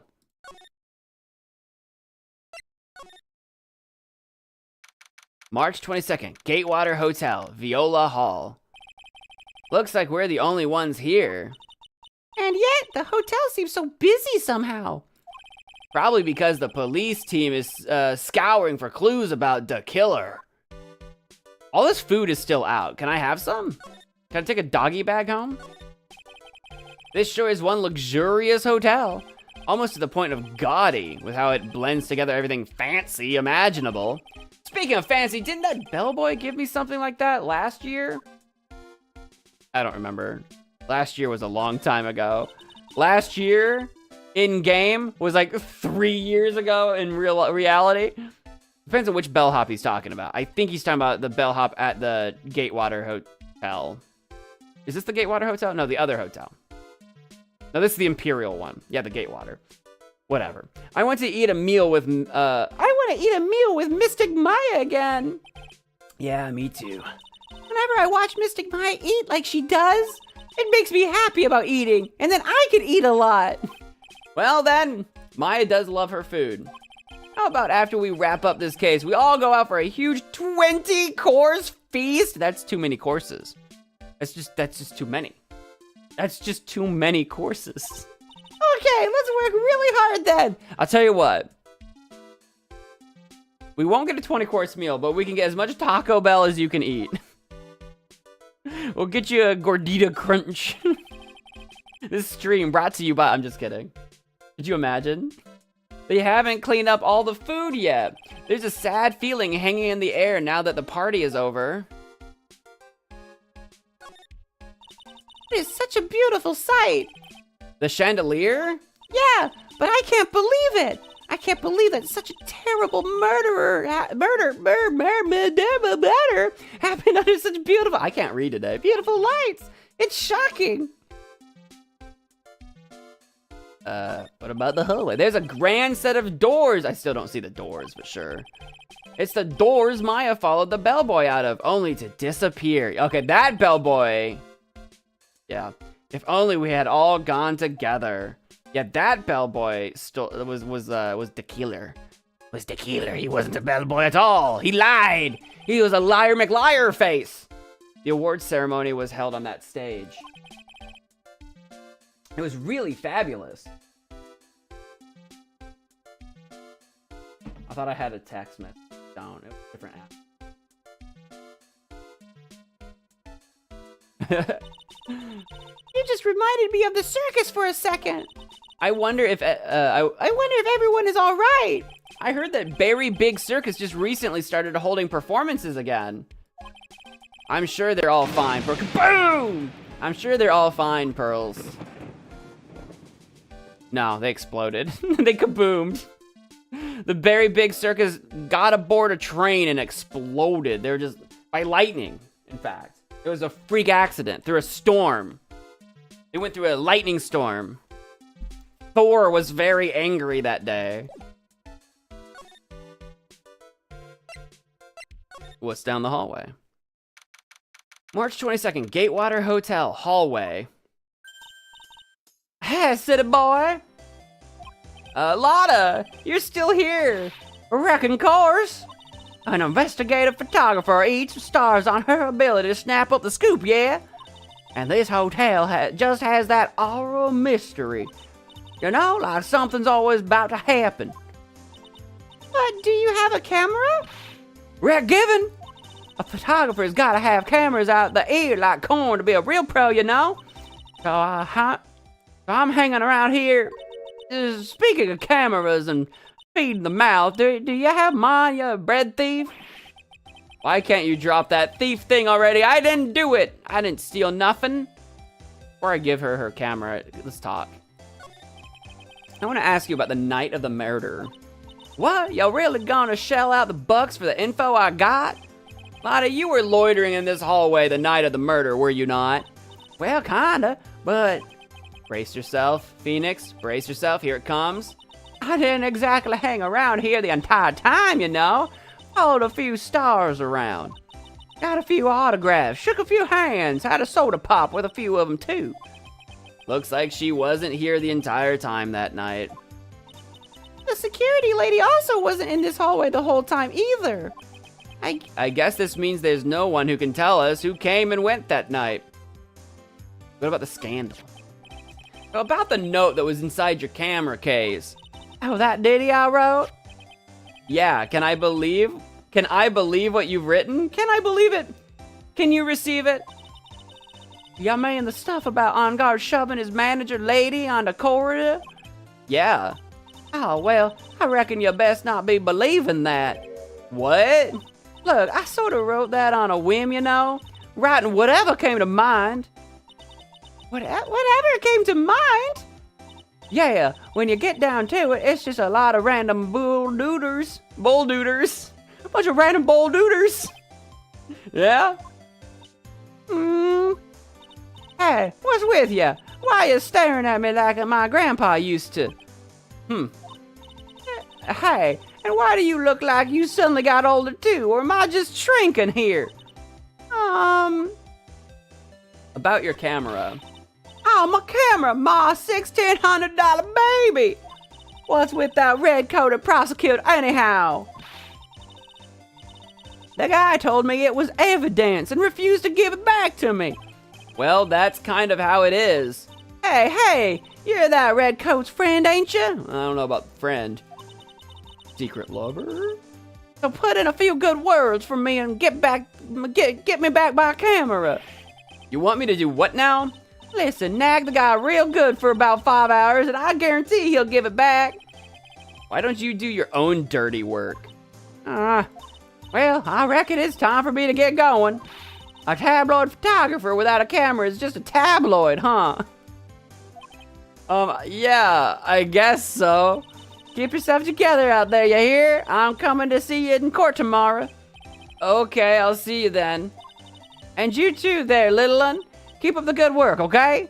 I didn't get to show you my badge. Everyone keeps talking to me and leaving. This is so unusual for me.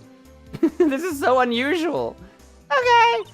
Don't be picky about your food now. Okay. And make sure you do all your homework, you hear? Okay. And if you happen to find yourself a camera, make sure you bring... Would you please just leave already? Actually, I was gonna show her my stuff. She probably didn't have anything new to say, though. Not really, right? There are toilets in each room in this hotel, but since all sorts of events are held here, there are bathrooms for people who aren't staying here to use as well. Perfect for people like me who can't afford to stay here in the first place. To Mr. On Guard from the Global Studios staff. It'd be nice if lawyers got flowers too. Something like tulips. To Mr. Wright from all your grateful clients. Right? There's a piece of paper taped to the door that says Matt On Guard's room. The old lady told us about this, didn't she? That we can't go in this room tonight? I wonder if an investigation briefing is going on right now inside. That Detective Gumshoe. Compared to the flowers on the other side of the hall, these are much more gorgeous. Let's see, record companies, fan clubs, company workers, family. Carrying all these flowers home would be hard, I think. I think Matt Guard was probably very jelly. Very jelly indeed.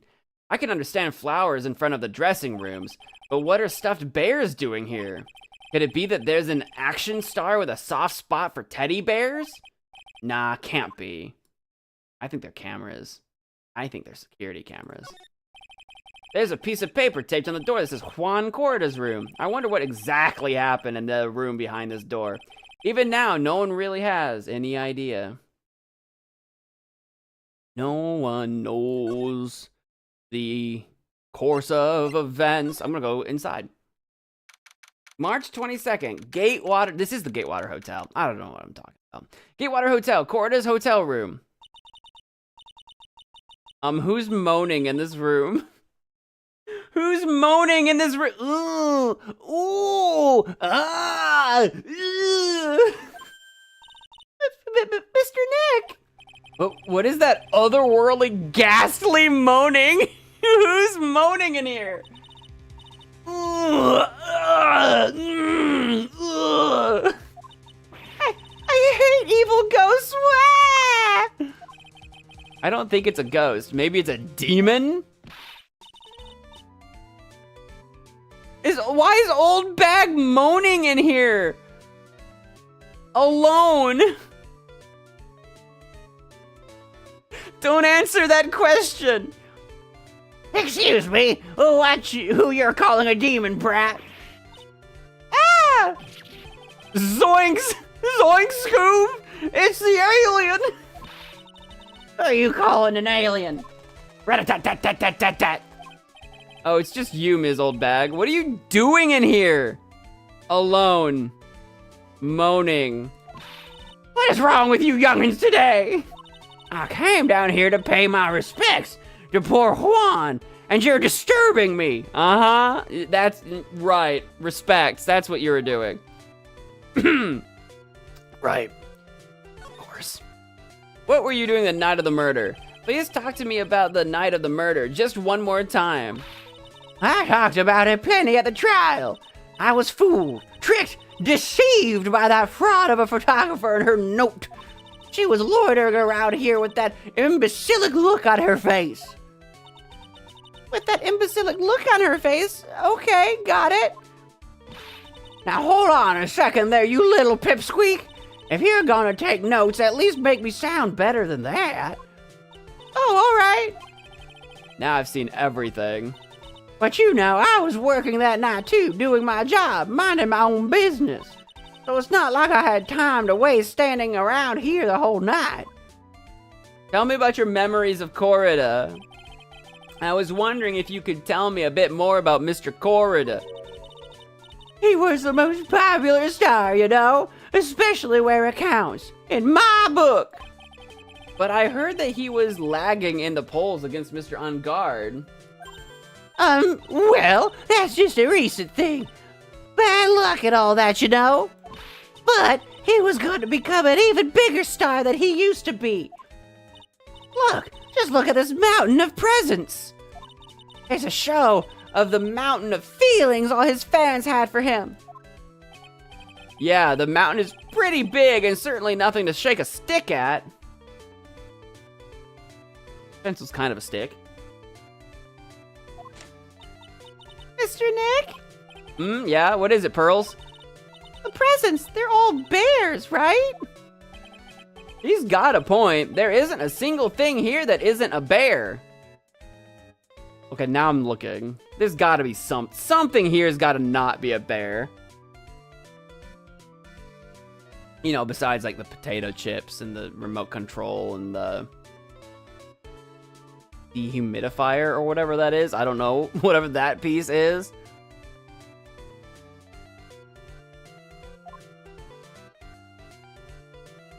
That's a big watch. That watch is the size of this remote. So I'm still looking at the screen. I'm still looking at it. That is a big watch. Anyway, about the presents. All of Mr. Corda's presents from his fans seem to be bears. That one over there is lying down pretty seductively, it has to be said. And this one's not happy about it. And that's because you can't think of Juan without thinking about bears. Bears? Why bears?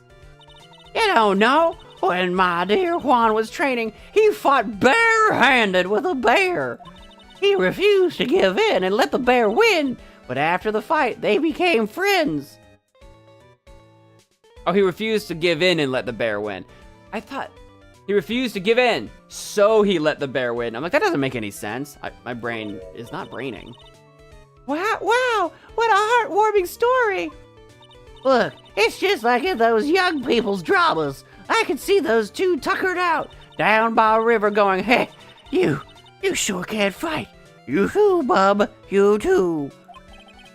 Did all that really happen? It's in his biography, bub. What a load of crock. So ever since then, fans have been giving him bears as presents. Yeah, nice. Bears. Roar! I'm Uncle Bear, and I say it's barely 8 o'clock. What is that infernal racket? It's one of the presents going off. Sounds like it's already 8 p.m. Way past your bedtime. Ma'am, I don't think I could go to bed at 8 to save my life. If I tried, I don't think I could. That is too early. Now, for pearls, maybe. Ugh, that startled me. I thought I was gonna die for a second. Wait, didn't we get out of... Wait, we got out of court at like 3:30. Has it been 4.5 hours? 8 p.m.? That's the time when the award ceremony ended that night, remember?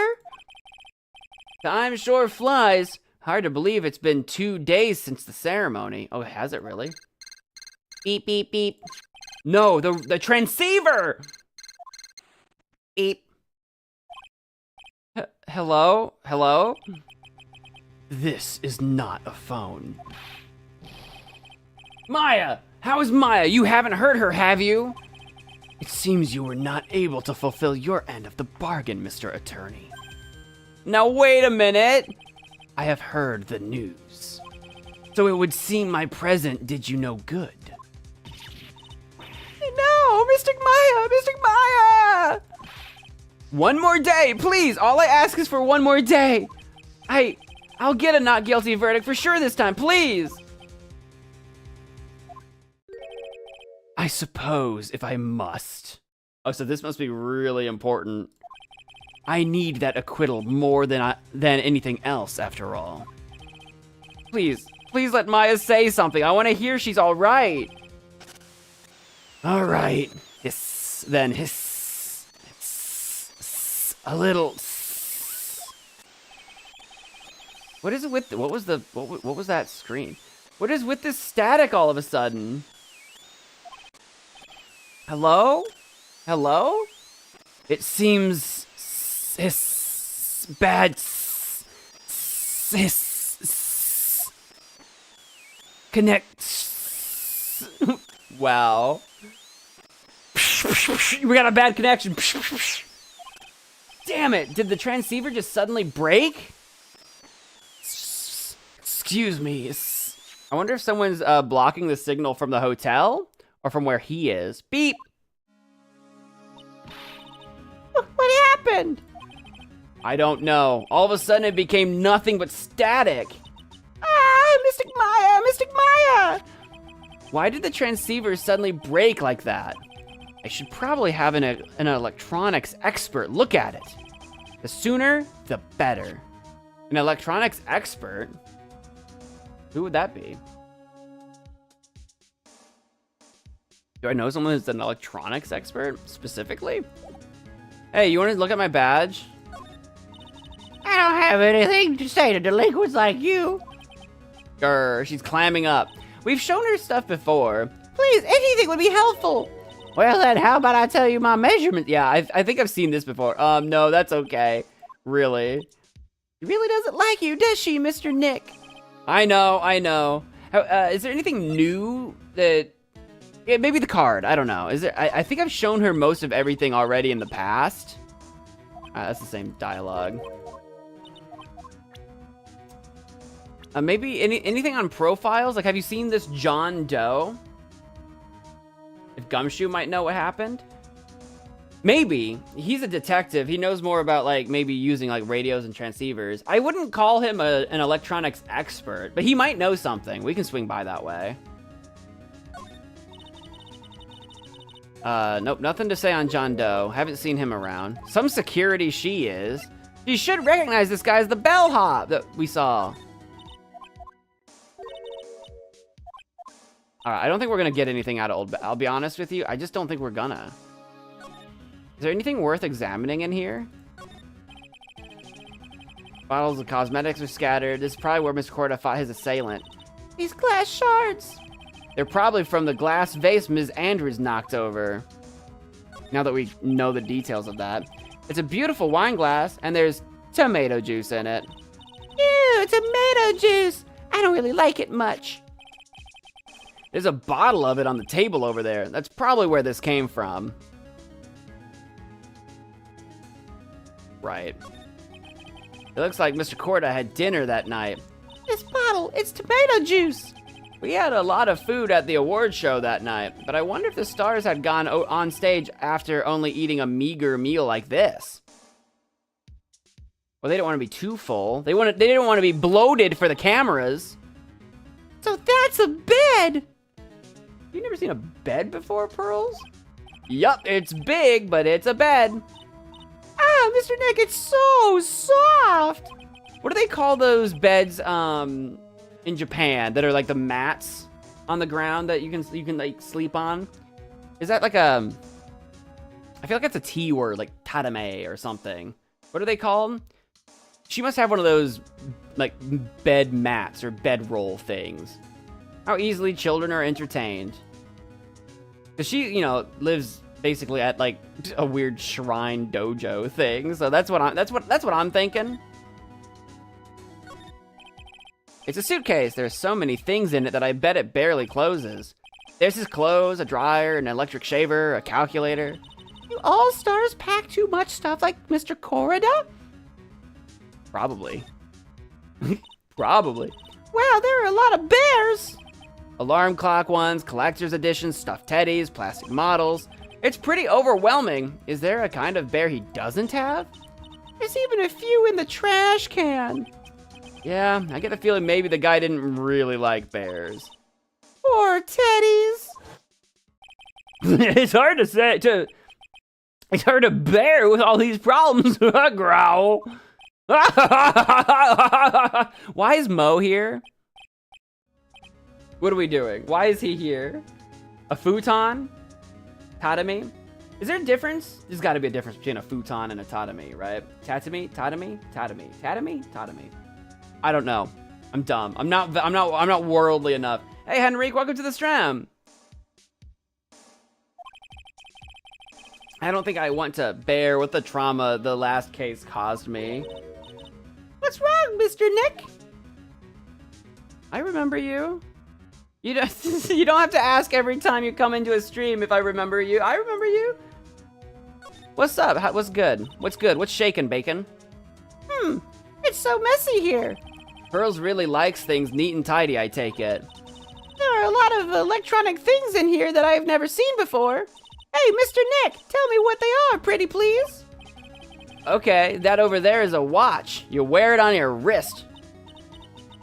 By the way, I didn't mean for that to sound rude if it did. If that sounded rude, I apologize. I know what a watch is.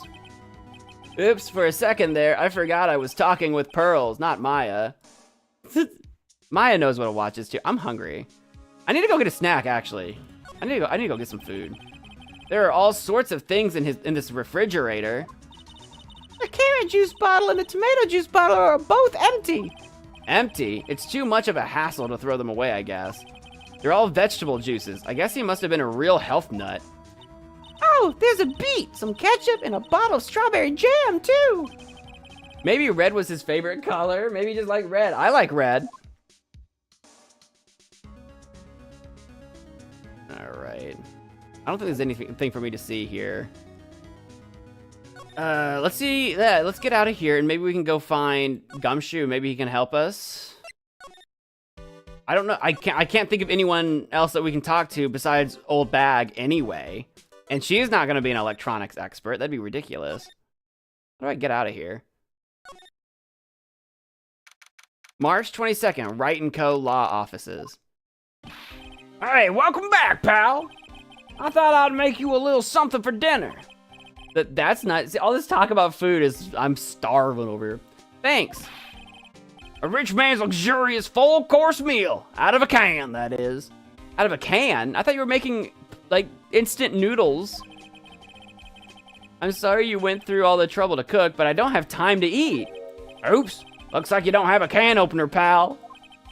You've got to be kidding. Wait, did he not actually cook? I'm confused. And here I thought he had already whipped something up. That's what I'm saying. He said he made dinner, but he hasn't even opened the can. Oh, I know. There's one way I know how to be helpful. Ask me about anything you want, pal. Go ahead. Well, since he's here and offering, I wonder what I should try asking him about. I know. I got an idea. Oh, wrong way. Transceiver's over here somewhere. There it is. The transceiver? Oh, Mr. Nick, you should ask Mr. Scruffy Detective about the thing. What thing? Oh, yeah, this thing just up and broke all of a sudden. It broke, pal? When I was talking to the kidnapper, it just suddenly broke into static. Look, it sounded like this. Beep. Huh? I don't hear any static, pal. Huh? Maybe it fixed itself? That's strange. I'm sure it was making a loud static noise. I think the hotel might be getting jammed. Maybe by that investigation team? Maybe. Maybe what? Maybe it was electromagnetic interference, pal. Or that. I mean, that's one way to jam it, I guess. That would be a way to jam. I like jam. Electromagnetic interference? Either from the investigation team that were up to something, or maybe from the teddy bears. I think it's the bears. Ah, bears. So what is electromagnetic interference? It's something that happens when a radio wave gets mixed up with another signal, pal. Oh, when you put it that way. I don't understand what you're talking about. Like, for example, when a cell phone goes off next to a computer screen, the stuff on the screen gets kind of fuzzy and starts acting funny, right? Huh? Computer? You know what a watch is, but not a computer. Gotcha. What year is it? Like, in-game, what year is it? It's like when you use the dryer next to the TV, and the screen starts looking weird. Oh, yes, the TV does do that. Oh, so that's what you're talking about. Sure. He seems amazingly happy at being able to understand this.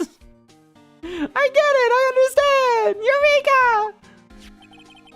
So the room you were in when that interference to the transceiver happened, there's gotta be something there that's sending out very strong radio waves, pal. Something like a listening device or something. I knew it. I knew it, what I tell you about those bears. Ah! Hey, speaking of that, where were you when it happened? We were in Mr. Corrida's room, the scene of the murder. What? That's it. I'm gonna sneak into the precinct and get a bug sweeper. I'll meet you at the crime scene later, pal. All right, pal? Wait, Gumshoe. Oh yeah, baby. It's investigating time. I'm on fire, pal. My fingers are itching to go. Yeah! Terrain is still in the 1800s. But they have a TV and a drying machine, apparently, because Pearls knew what those were. And those were not around in the 1800s. We should be going too, Mr. Nick. All right, let's go. I'm on the way. I'll meet him at the hotel, right? Or was I supposed to go to the criminal affairs department? Maybe I was supposed to go to the criminal affairs department. I don't know. We'll find out shortly.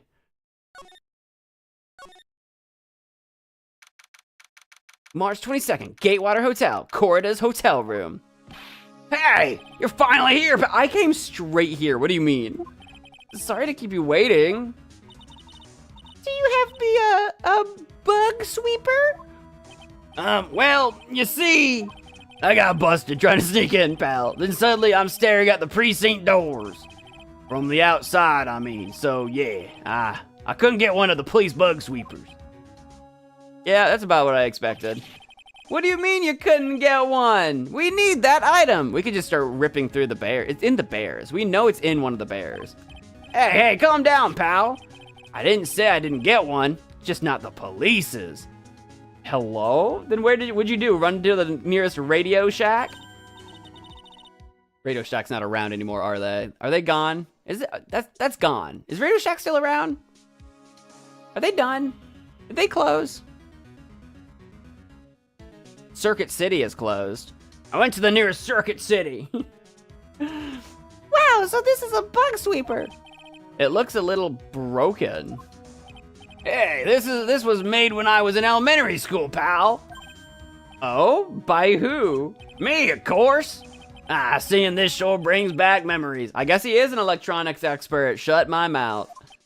Hey, don't look down on it, pal. Sure, it looks a little beat up. Does it? It looks fine. But I put my heart and soul into building this puppy here. Your heart and soul? Not literally, Pearls. It'll work, trust me, pal. It'll do the job, but you can't set the sensitivity. So it's going to beep at anything that gives off electromagnetic waves. But isn't it better that way? Oh, well, anyway, since I brought it all this way, might as well give it a whirl, right, pal?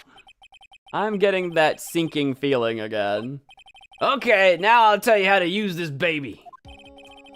There's a listening device or some other sort of bug hidden in this room, pal. Oh, we're going to find it, right? Could you imagine if an old bag is just still in here, just chilling while we're doing this? Right. Now, first, let's turn the sweeper on. Next, move the sweeper around to give the room a real thorough looky-see, pal. The sweeper will let you know how strong of a signal it's picking up, so keep an eye on it, okay? Once you find something that's giving off a lot of radio waves, press enter to lock on to it. There's a lot of things here that's going to give off radio waves. So let's take a good look at anything and everything that seems suspicious, okay, pal? Alright, I'm gonna go stand outside and keep an eye out. Just lock the door.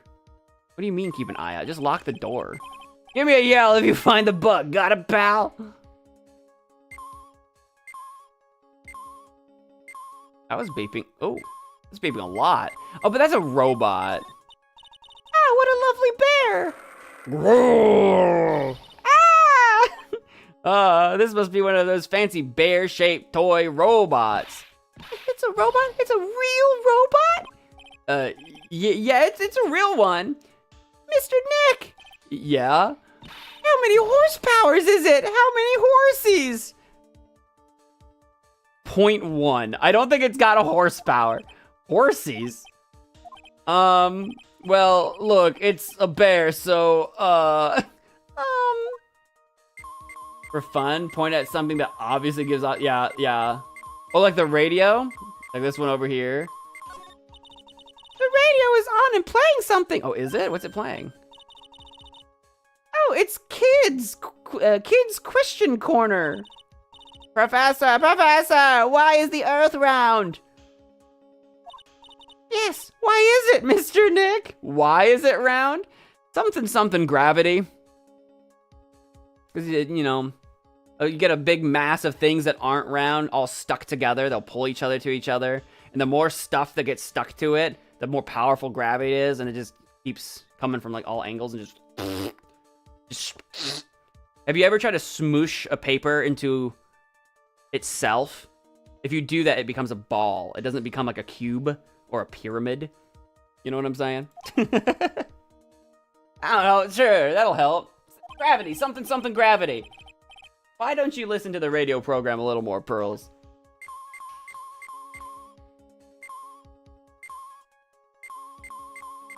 That's a phone. A cell phone. Nope, no bugs in here. A cell phone? What? Don't tell me you don't know what a cell phone is. I'm sorry, I've never seen one before. But she's seen TV, right? Or maybe she learned about TV in a different stream and I forgot about it. Now that she mentions it, my cell phone couldn't get any reception while I was staying in Kurain Village. And Pearls has never lived outside of that village, so, well, I guess I can't say it's impossible to live without one. But if she's seen TV, and maybe she hasn't, and I'm misremembering, if she's seen TV, surely someone on an episode of a program she was watching would have a cell phone. Lamp, check. Listening device? Nope. There are a lot of lamps in this room, aren't there, Mr. Nick? Yeah. And they're all on. You shouldn't do that, Mr. Nick. Don't you know that's wasteful? Ah, yeah, I'll be more conscientious of that from now on. Sorry, I'm not the one that turned these on. Nothing in that lamp. I'm sure this lamp does the same thing, yeah. TV. I don't really think the listening device is in the TV of all places. Looks like the TV was left on and is now showing an old samurai movie. Yeah, this channel plays all sorts of international movies, as well as domestic ones. You know, every time I watch one of these old movies, I always think, wow, these Japanese stars are really good at English. Yeah. When I grew up, I went to study Japanese. I should probably keep my mouth shut here and not destroy her dream. Wait, what? Wait, what? Oh, is it because she just thinks they're real? Not actors? Yeah, I gotta slide over. I was just looking around for anything else. I kind of figured the bug wouldn't literally be in the first room they showed us, but I'm clicking on all the things. Well, the listening device isn't in the air conditioner. Oh, yuck! This air filter's covered in dust and dirt. Yeah. Come on, Mr. Dick, let's wash it. That's not our job. I wonder if being a neat freak makes even the tiniest dust bunny look colossal. What? Oh, nothing. Oh, nothing. Don't worry about it. What about the computer? This is a computer. It's a laptop. There's no listening device in the notebook computer, huh? What's a notebook computer? Oh boy. Do you know what a notebook is? Yes, it's a small book with paper that you can write on. So? Well, that thing is like a notebook in a way. It's basically a small laptop. Mr. Nick, what's a laptop? We're gonna be here all day. It's in the chips. I'll take this chip and eat it. It's the TV's remote control, but it doesn't look like the listening device is in here. So I was thinking, I wonder if a TV remote works on other things, like, could I make you change your expressions like TV channels? Zap! Hey! But if I could, oh, the people I would give the old mute button to. Well, I don't think it's going to work on me. Why don't we try it on Maya tomorrow, okay? Bad joke, too soon? Okay! All right, there it is. How about that? The blow dryer shouldn't be giving off an electromagnetic signal without being plugged in. Unless it's a battery-powered one, maybe. I don't know. And here we have a dryer. Nothing unusual here, I think. A dryer? Oh, if you use it next to a TV, it'll make the screen look all weird, right? Yeah.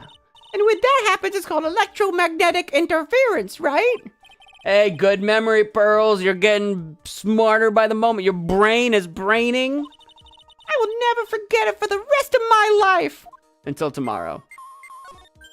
Wow, there's a really delicious loaf of bread in here. What? Is that a bread maker? Looks like it's been on keep warm all this time since the murder. Oh. Well, Mr. Scruffy Detective always says, gotta keep the trail and crime scene warm.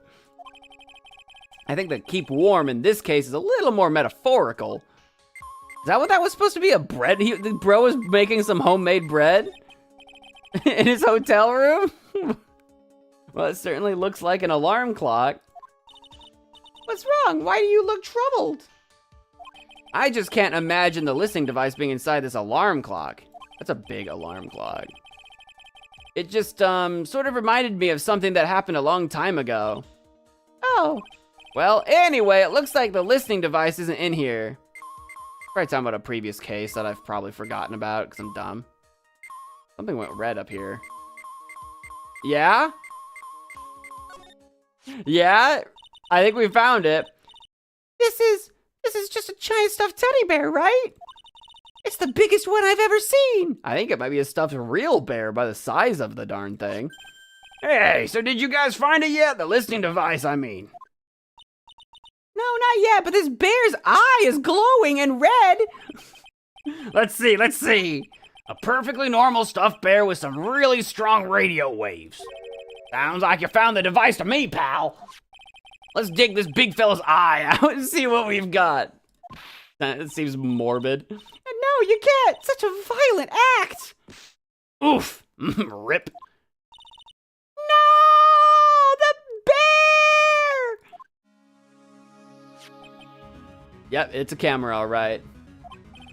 It's a miniature camera, and it looks like there's more. There's a transmitter and a timer. What a minute? A transmitter, pal. Oh, is this more of that high-tech stuff? Not really these days, to be honest, but maybe when this game came out, yeah, it would have been a little more high-tech.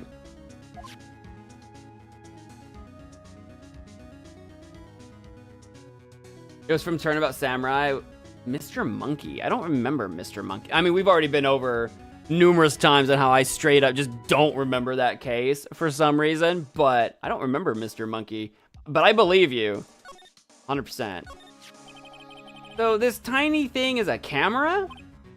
Yep, it's a pinhole CCD camera, pal. It's a small, high-grade video camera mostly used in security systems. So it's a video camera. It runs on a battery, which comes with it in a set.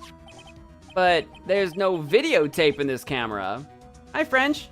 The Fry. Welcome to the strap. This is only the camera part here, pal. The tape recorder with the tape inside it is somewhere else. See, they were still using tape. This isn't even digital. Somewhere else? The footage is changed into radio waves, and then it's sent to that recorder. So it's sort of like a TV broadcast, isn't it? Hey, you know, you're right. Spy camera added to the court record. Set to record the victim's room from 8 p.m. for 1 hour. Was running at time of murder. Oh, interesting. So even, yeah, the timing of everything was set up. Transmitter. So what is a transmitter? It's a device that sends the footage the camera took to a specific destination. You know, kind of like how we have a transceiver? A transmitter sends stuff, but does not receive stuff. A receiver receives stuff, but doesn't transmit stuff.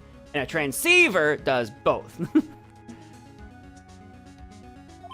It's like a video version of a listening device, pal. It looks like it's attached to a small clock-like thing. Oh, that's a timer, pal. You can set it to turn the camera on and record at a certain time with it. You can set it for a certain time? Yup. Let's see, this looks like it was set to start at 8 p.m. and go for 1 hour. 8 p.m., that was the time the award ceremony ended. There's no date set, so it's been recording every night, I guess. But Mr. Detective, how long has this bear been here? Maybe a while. But also maybe not a while, because I don't know how long they've actually been staying at this hotel for this ceremony. I'm pretty sure it's been here since the night of the murder. There's at least been here for a couple days, at least. Then maybe... Maybe this camera caught the murder on tape. It just might. Depending on where it took place in this room, because if it was like over here, no, right? Because the bear's facing the wrong way, but... What? And if you think about the angle the bear is at, it's bound to have had a clear shot of the whole crime, pal. Okay, you know what? That's what I was worried about, is it not being able to do that, but if it can, it would, then that would be great. Transmitter added to the court record. Changes the footage taken by the spy camera into radio waves and transmits the data, probably to OnGuard's mansion in that side room with all the videotapes and such.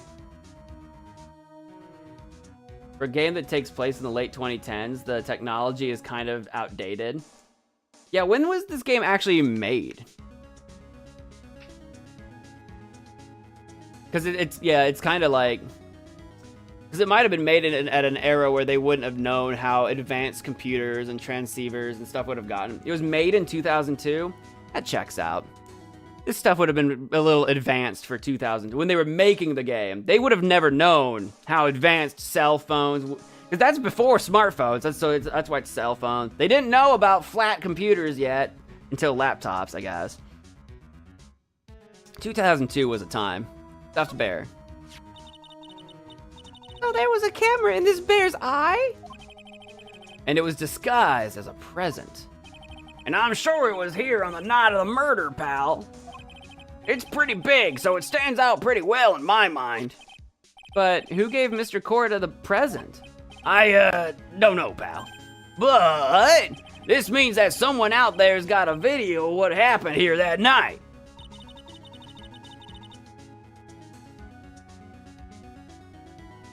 The analogy, right. Isn't there any way we can find out who that person is? It's impossible, pal. Radio waves can be sent almost anywhere, so there's no real way to find out. Oh, sniff. Is there really no way to find out? Not that I can think of. Radio usually isn't directed. It's not a directed signal. It usually goes out everywhere, so it's gonna go out like in a sphere. So it's really being sent out to everywhere at the same time. And then at a frequency that wherever the receiver is, it would pick up on that frequency and decode the transmission.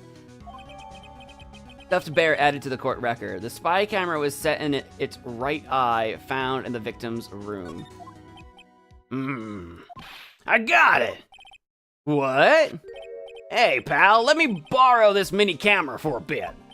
What are you going to do? I'm going to go around to the electronics shops and see if I can find out who bought this. But that's impossible. I mean, it's already 9 p.m. Leave it to me. Even if I have to search all night, I'll find your man, pal.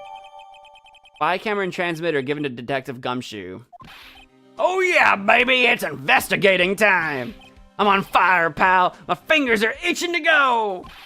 Yeah! I've never seen him so fired up before. He's gone. Yeah! But Mr. Scruffy Detective sure is a nice man. He's pushing himself so hard, all for Mystic Maya's sake.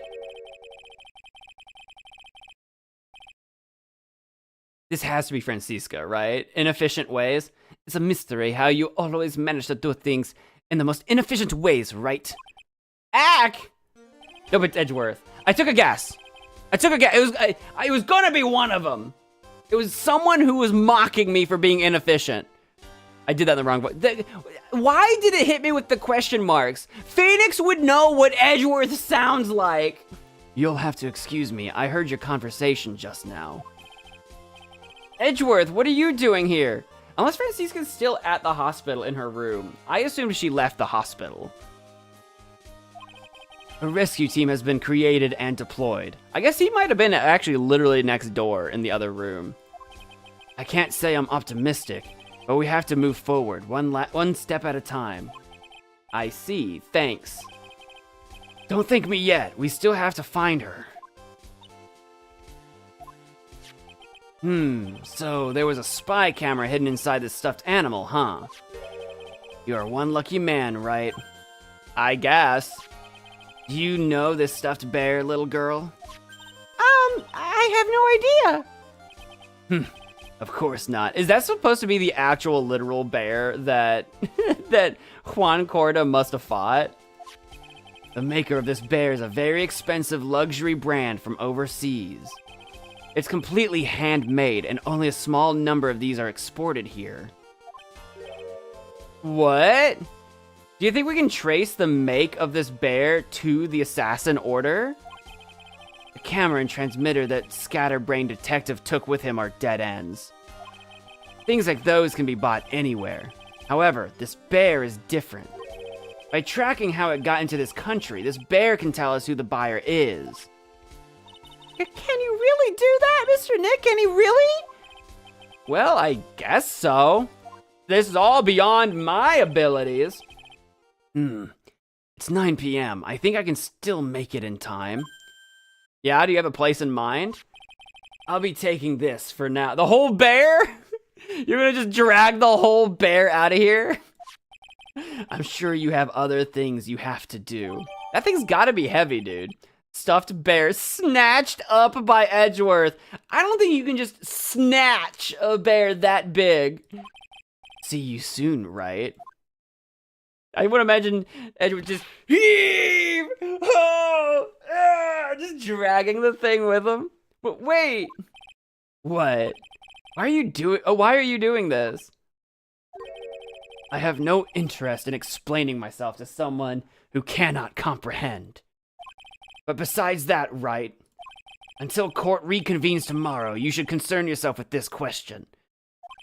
Who was the person that murdered Juan Corrida? The real killer? Do you really still think it was Adrian Andrews? To be honest, I don't know anymore. You still have a little time left. Find the truth, Wright. Everything begins with the truth.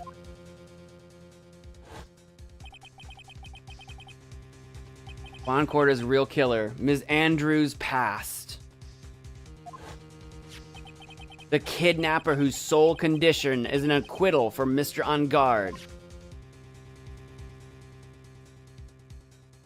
And this card, Shelly the Killer.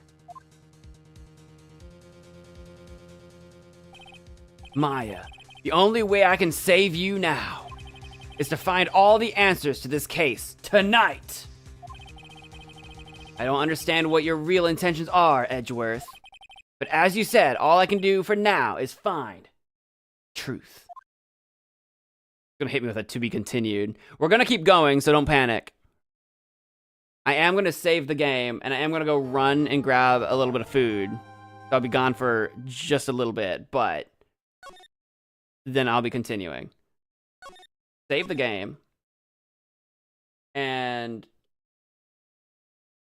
I'll swap over to here for a minute because I'm gonna go get some food. So I'm gonna be gone for a little longer than usual. I'll throw up like a text, like I'll be right back or something like that.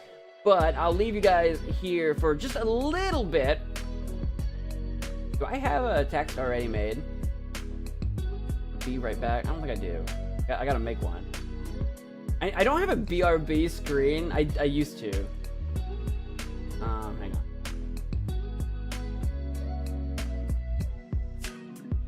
BRB.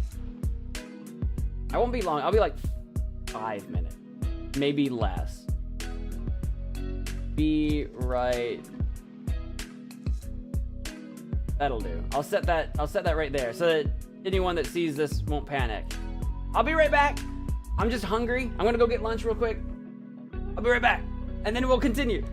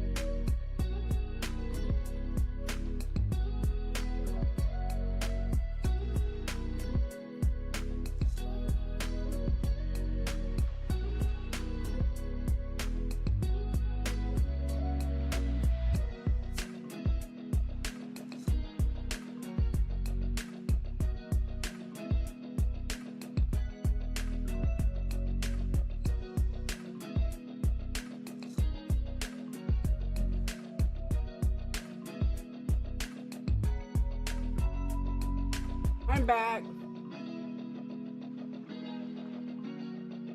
Guess who's back? Back again. Guess who's back? Guess who's back? Guess who's back? Hello, friend.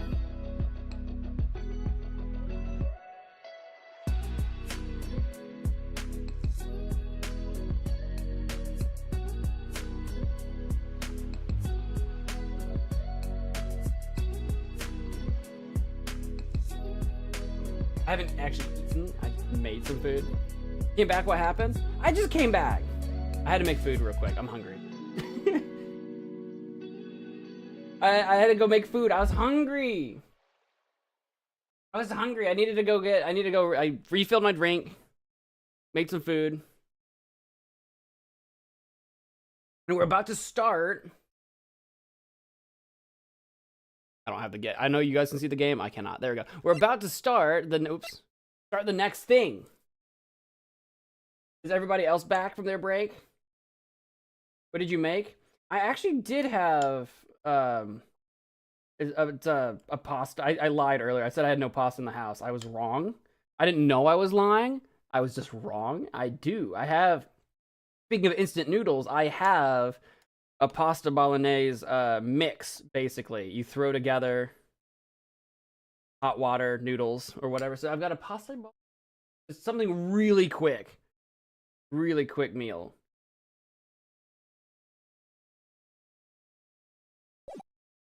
So nothing fancy. It's just a mix. It doesn't look like much. It's very. It's still cooling off. It looks like a bowl of of orange. It's not much. It's not much to look at, but it'll eat just fine. Really quick. I'm gonna let that cool some more though. I'll probably make something more elaborate for dinner. March 22nd, 9:14 p.m. Gatewater Hotel Quarters hotel room. It's past 9 p.m. already, isn't it? It sure is, Pearl. I wonder if Mr. Edgeworth has already found a Mystic Maya. Probably not. We just talked to the man, Pearl. I think he would have mentioned that. These things take time. I'd say probably not. We just talked to him. It's been not even 15 minutes. We know he hasn't found her yet because he's definitely still trying to drag that giant bear out the freaking front door. It said that he snatched the bear. It's still here and on screen. But Edgeworth said that they took him. Welcome back. Welcome back. You haven't missed much. I just started again. The police are professionals, Pearls. They'll find her, so don't you worry. You didn't miss anything. We just started. Pearls is like, oh, I wonder if Edgeworth has found Mystic Maya yet. And we're like, no. And that's it. That's all you've missed. And if we can win a not guilty verdict tomorrow, then everything will be okay. You're right. ... She said, you're right, all happy, and then immediately got so sad. Here, I know what'll cheer you up. Here, look at my badge. I believe in your lawyer powers, Mr. Nick. I know you can bring us a miracle. I'm guessing by miracle she means a not guilty verdict. And she wouldn't be wrong either. It will take a miracle to pull this one off. My lawyer powers. Believe in the powers. The real person who killed Mr. Corrido was... that assassin, Mr. Shelley the Killer, right? And the card Mrs. Andrews found at the crime scene seems to be proof of that. But if that's the case, then a new question comes to mind. Who was the one that hired the killer to begin with? Who is his client? You mean who asked for the murder? That person didn't want to dirty their own hands in blood. But whoever this client is, they're still a killer. The assassin's client. Who? Who could have hired the assassin? Do you think it was Miss Andrews? I wonder. But if she was the client, then why go through the effort to stab the knife into the corpse herself? That's true. That would be a pretty foolish thing to do. But if Ms. Andrews wasn't the client, then no, it can't be. Matt on guard himself? Or a new character that we've not yet even discovered? It was Mo the Clown! On the way out of town! The perfect crime. Was it Matt? If Mr. Ungard really did hire the assassin, Then he is not innocent at all. Far from it, he would be guilty of the crime. but it can't be Mr. Ungard, right? I mean, when we first talked with him. Mr. On Guard, I'd like to ask you one more question. Did you kill Mr. Juan Corrida? Alright, just so we're clear, dude. I didn't kill anyone, and that includes Juan Corrida, okay? I didn't see any psyche locks at that time. Actually, that reminds me. Did you remember something, Mr. Nick? Yeah, something Ms. Andrews said at the trial today. She said something interesting. Something interesting? So what is this interesting thing? Oh, that's right. You didn't hear it, did you, Pearls? You were summoning Mia at the time, so you didn't hear anything. What voice did I give her? Juan had bet everything on the Jammin' Ninja this year.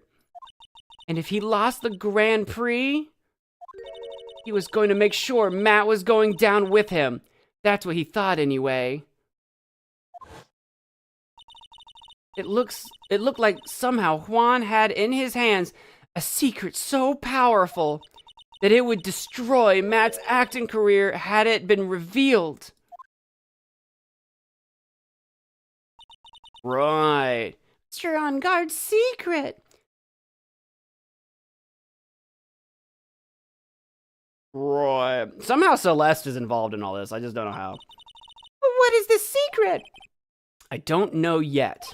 But for now, let's think about it this way. Mr. Corrida was going to reveal this secret. That means Mr. On Guard had plenty of motive to have Mr. Corrida silenced.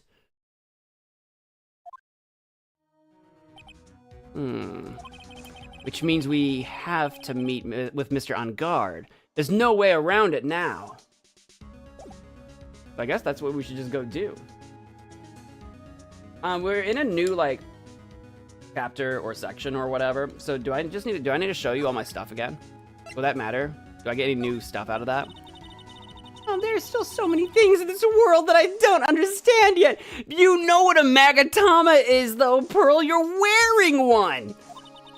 Honestly, I still don't have enough training. Oh, no, it's okay. I don't have any ideas myself. I'm sorry. I'm really sorry. You should be. You know it. So you absolutely know what Maya's Magatama looks like, knucklehead. He's probably not going to have it. Do I have any new profiles? Hey, what'd you think about John Doe? No, nothing. All right. I don't think I'm going to get anything new out of you. So I think we just go. Honestly. Correct me if I'm wrong, but I think we just go. March 22, Gatewater Hotel, hallway. Well, it's really getting late, isn't it, Mr. Nick? Yup, and it's only getting later the longer we talk about it. Yeah, it's past 9 p.m. already, well past your bedtime. But we still have some things to prepare for tomorrow's trial.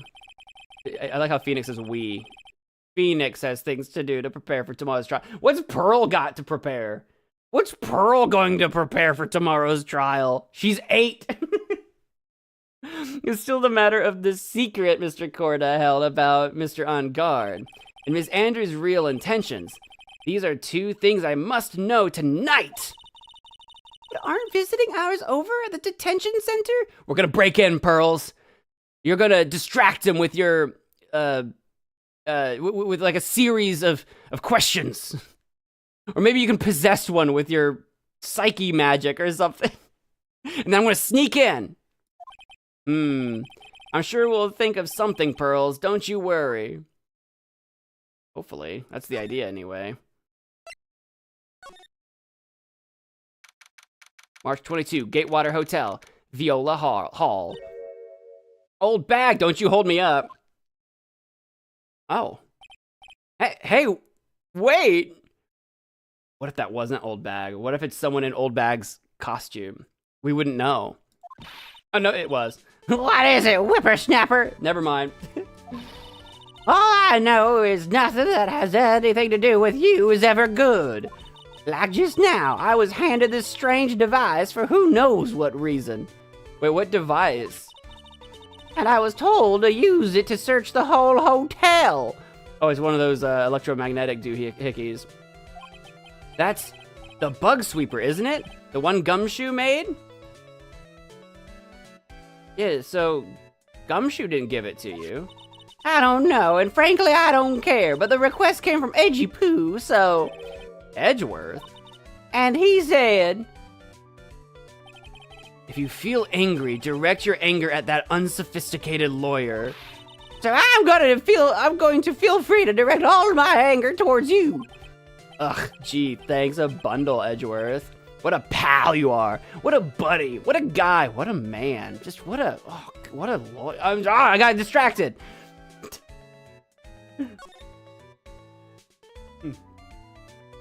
But that's actually Gumshoes, not like a different one? This is absolutely top secret, so you had better keep it to yourselves. I heard they found a spy camera hidden in one of the prisons. Very interesting. I'm sure it was, it was to catch poor Juan in the middle of a scandalous meeting. Scandalous? What's that? It means, well, that gossip that's been going around about my dear Juan. Oh, you mean that thing about Ms. Andrews. But I'm sure she must have had some reason for getting close to Mr. Corrida. I'll let you know on another secret, young'un. I know who planted that spy camera. It was that obnoxious puffy-haired photographer girl. The nerve of some people. Spying on people by herself as if I wouldn't want to see it for myself, too. Wow, the alien actually admitted her true intentions for a change. I don't know what you're thinking exactly, but I can bet it's nothing good. I didn't say anything. I mean, Lotta would definitely have a reason to have cameras around for her tabloid stuff. I don't think she was using that camera. I don't think she planted that one. About Juan and Adrian. So you want to know about Juan and that manager, right? Actually, as I hear it, they were something of a refreshing pair, those two. Oh? I tell you, Juan really welcomed that manager with open arms, I heard. That manager? Who are you talking about? You don't know? That manager woman Juan had. Celeste. It's a shame she killed herself, though. Oh, you're talking about Ms. Celeste Impacts. Ms. Andrews' mentor, right? Yes, that's the one. That Celeste girl. She was supposed to get married, you know. Interesting. Married? You mean to Mr. Corrida? Really, you young kids today don't know anything, do you? That girl Celeste killed herself 3 days after their marriage announcement. After Juan's marriage announcement?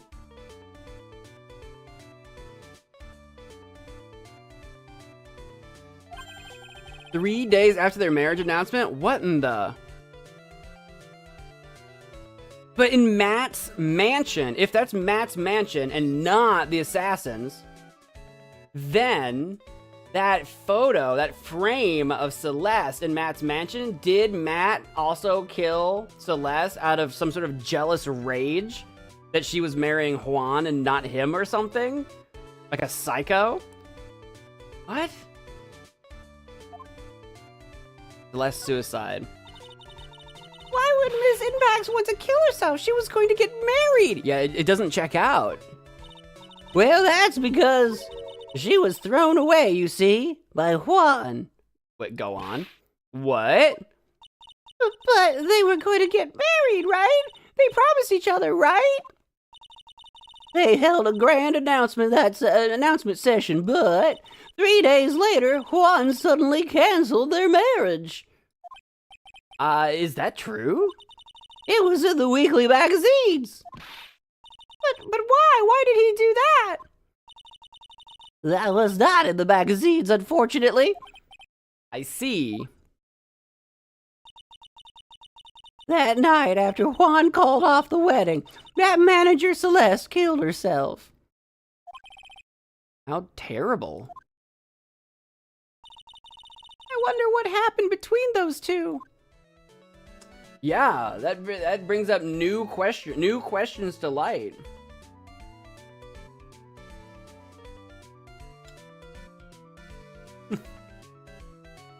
Don't mind me. Speaking about death makes me hungry. I don't have anything new to show you, do I? I don't think so. You still don't think you've seen this man before? Nope. Same stuff.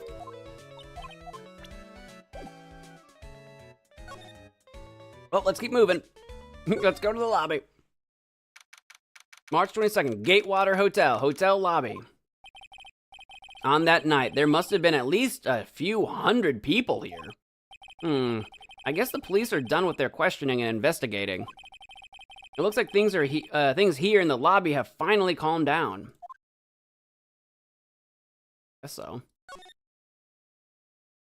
Where was I going? Oh, I was going to try to go to the detention center. How am I going to pull that off?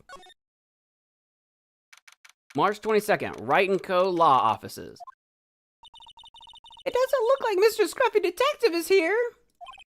Well, he's out there with that camera asking around at Fanta in my system. He's out there enjoying a fresh, fantastic Fanta right now. Asking around at all the electronic stores. Then I'll make some salad for him for dinner. It looks like Pearls really appreciates what Gumshoe is doing for us. Mr. Nick? Yeah? Where's the lettuce? Well, you see, we're at my office, not my home. I assume... Is there a house attached to this office that I live in? I don't think I've ever bought lettuce before. Like, ever, Phoenix? Like, for never, ever? I guess I have to give up on making a salad then. Guess the lack of lettuce is kind of a problem. That's you don't have to use lettuce in a salad. There's lots of salads that don't use lettuce. But if you're gonna make like a Caesar or something, it is kind of a classic ingredient. Is it possible that Celeste was in a bad relationship with Matt before? That is possible. Possibly. There's some kind of connection there. For sure. But we're here, but this is not actually where I want to be. I actually want to try to get to the detention center. March 22nd, detention center, visitor's room. Visiting hours ended a few hours ago. Looks like we're not going to get a chance to talk with Mr. On Guard tonight. But isn't what we have to ask very important? Yeah, but I don't think that matters to the guard. Well, shucks, then what am I supposed to do? What is that? Visiting hours ended hours ago, so what's he watching over now? Maybe he did something bad and he's standing there as punishment. Somehow, I don't think that's it. He could never do something bad. That's our man. Visiting hours ended hours ago, so what's the camera watching over now? An empty room. Maybe he's watching the Mr. Policeman who's standing over there. Somehow, I don't think that's it. Well, shucks, there actually is nothing to do here. All right, that's fine. We'll go to the Criminal Affairs Department. I don't know, maybe there's something there. March 22nd, Police Station, Criminal Affairs Department. It feels sort of tense in here, doesn't it, Mr. Nick? Yeah, it does. I wonder if something happened. You're Mr. On Guard's lawyer, right? Who do I think planted the camera at the crime scene? I assumed a killer. Ah, yes, sir. Well, we finally found just the person we've been looking for. A real decisive witness. A decisive witness? You mean for the On Guard case? We're taking the witness's statement right now. Gotta hand it to Mr. Edgeworth. What's Edgeworth up to now? Who is this witness? I think you know this person quite well, Mr. Lawyer. I'm sorry? Mr. Nick? I don't know. Is it Larry Butts? I will lose my mind if it's Larry Butts. Between the kidnapper's demand and now this, I can't see any way to win here. Oh yeah, Mr. Edgeworth wanted me to tell you something. He did? Even though visiting hours are long over at the detention center, he wanted me to grant you special permission, so there you go. What? I've already called them, so they know. Go on, go talk to your heart's content. Thank you very much. This is such good news, Mr. Nick. Go talk to your heart's content? It sounds like the police are pretty sure they have tomorrow's trial in the bag. All right. Thanks, Chief. I'm out of here. That's all I needed.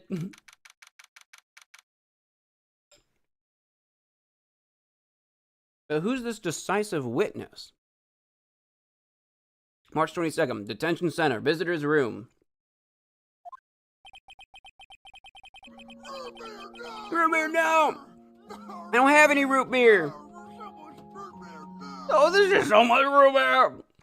Root beer and Fanta combined? Root beer and Fanta together? I'm sure they must have transferred Ms. Andrews here by now. That means that both Mr. Ungar and Ms. Andrews are in this detention center. Now then, whose story do I want to hear? And I probably want to hear both of them eventually. Is this an either or? I'm sure I can listen to both. We should probably start with Matt.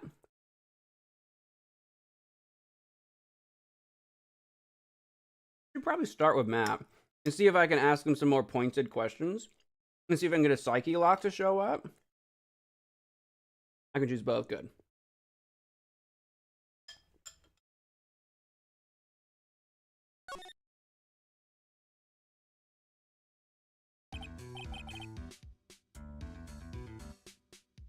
Dude, it's Mr. Wright.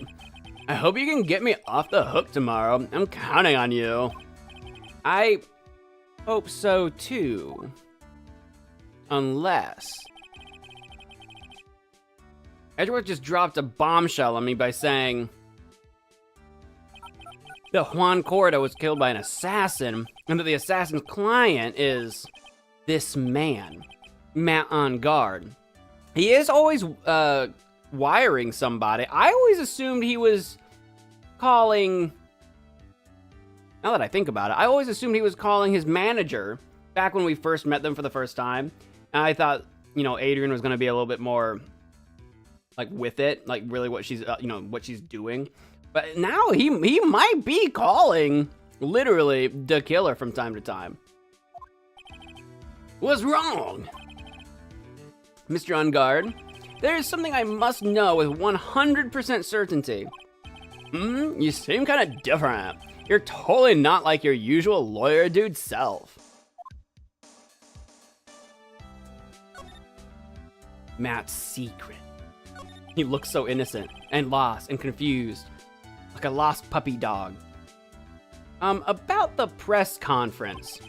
You mean the one where Juan was gonna dress up as the Nickel Samurai? Yeah, I heard a little more about it from Ms. Andrews. It looked like somehow Juan had in his hands a secret so powerful that it would destroy Matt's acting career had it been revealed. Could you please fill me in on what this secret is? Please? There's the lock. Oh my god, that's a lot of locks! I knew this was coming. Mr. Nick, don't tell me. Psyche locks. You said a secret, right? But I don't have any idea what it is. Do you, dude? Do you, dude? Do you, dude? I dude. Do you, dude? Do we, dude? How about Juan and Adrian? Did you know about Mr. Corda and Ms. Andrews' relationship? Well, it's all over the tabloids, dude. But I don't know any of the details, if that's what you mean. Look, how many times do I have to tell you? I don't care what Juan did with his life. Ms. Andrews, she had a purpose in mind when she started seeing Mr. Corda. Her mentor was Mr. Corda's manager, and Miss Andrews was going to get Ms. Celeste Impact's suicide note from him. Celeste. Does that jog any memories? Hang on, I gotta call someone real quick. Dude, I suddenly just got totally hungry. You up for a pizza? My treat. I would be up for a pizza, but I'd be a little worried that it would show up poisoned or something. Mr. Nick, what's a pizza? Is it a kind of pea, like a green peas? No, it is so much better. Let's go eat one later, okay? Ugh, I got cut off by the pizza dude at the shop. That's too bad. Well, how about we get our minds off of this topic and talk about something else, okay? Mr. On Guard, are you connected to Ms. Impact's suicide in some way? I think so. You either murdered her, set her up, I don't know.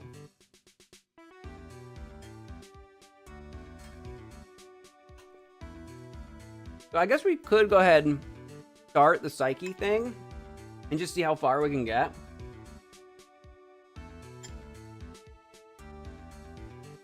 We can try it.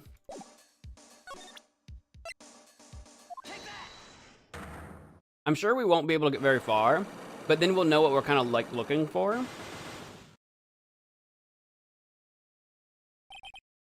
Matt's secret. Now, let's hear what this secret of yours is. What if Mr. Corda had been successful in his plan? What would he have discovered? I told you before, dude, I don't know. I don't know anything about Juan, okay? Look, Mr. Wright, I can keep on saying it until I'm blue in the face, but I totally didn't pay Juan any attention the whole time that night. I mean, come on, I was in the middle of a nap. Don't lie to me. Huh? I know you paid close attention to Mr. Corda, especially on that night. Okay, so we need proof that he was paying attention.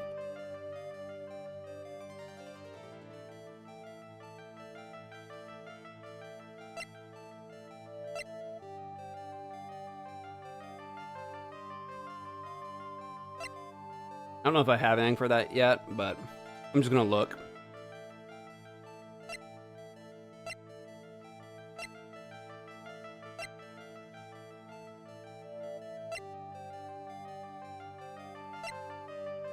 Yeah, I think I'm immediately stumped. I can't think of anything that is proof.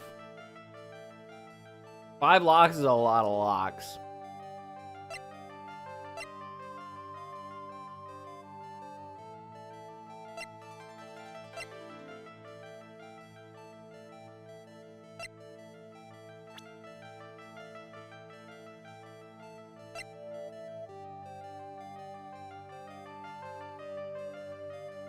Yeah, I don't think I have anything I can present.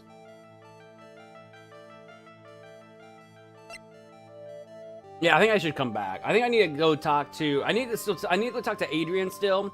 Then I might need to go wander around. There might be some more clues we haven't even discovered at all yet, and then come back. Yeah, I'm gonna need like everything for this. So I think I'm gonna leave him alone. But now we know that we need something to get started. We need something that proves that he was invested in Juan Corda that night.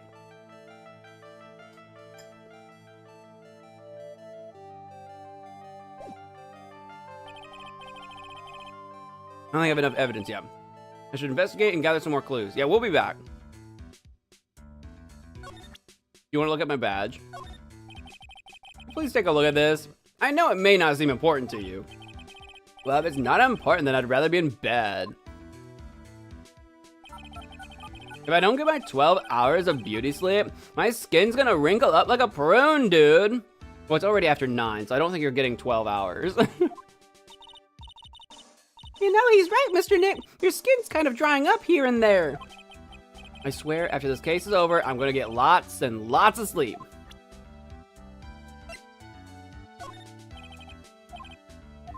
Yeah, I don't think he's gonna talk. Oh. Anything that I want to show him? He's not gonna open up about anything. I'm kind of scared to show him this card. What's wrong, dude? Oh, so about this picture card. Have you ever seen this before? Nope, never saw it before in my life, dude. I don't think he's lying. Or is he? And again, he looked like he gasped just now. Maybe I'm seeing things.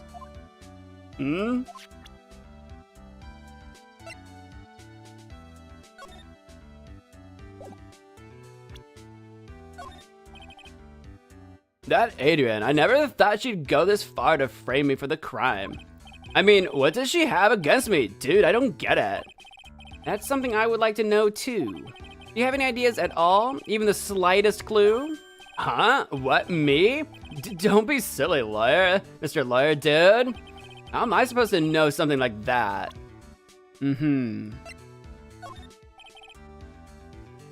That Adrian, I never thought she'd go this far to frame me for the crime. Alright, that's the same convo.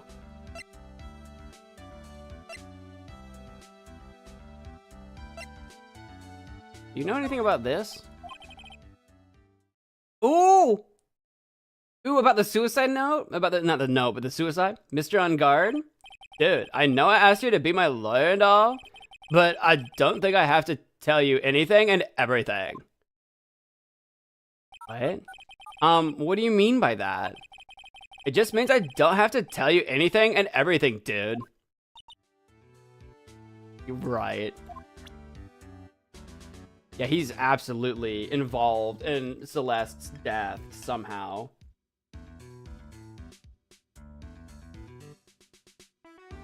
Did he say anything different with this one? About this.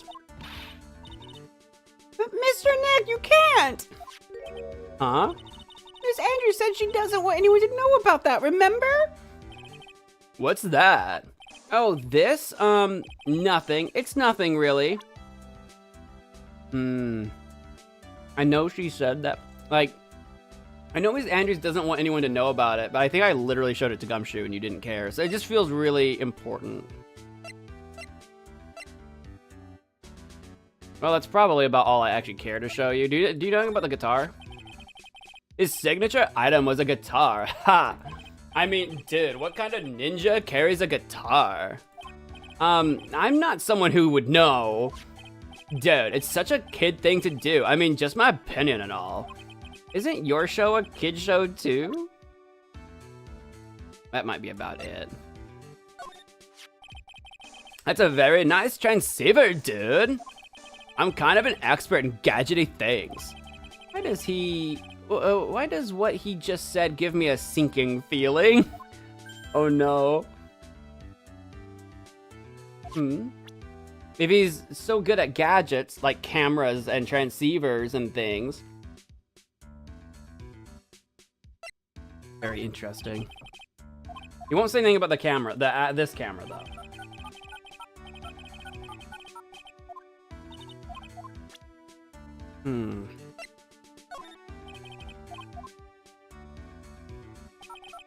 Oh, you know what I can ask him about? What about your butler that you don't have? About this person. He is your butler. No, don't finish his sentence. He's your butler, Mr. Doe, right? We met him at your mansion.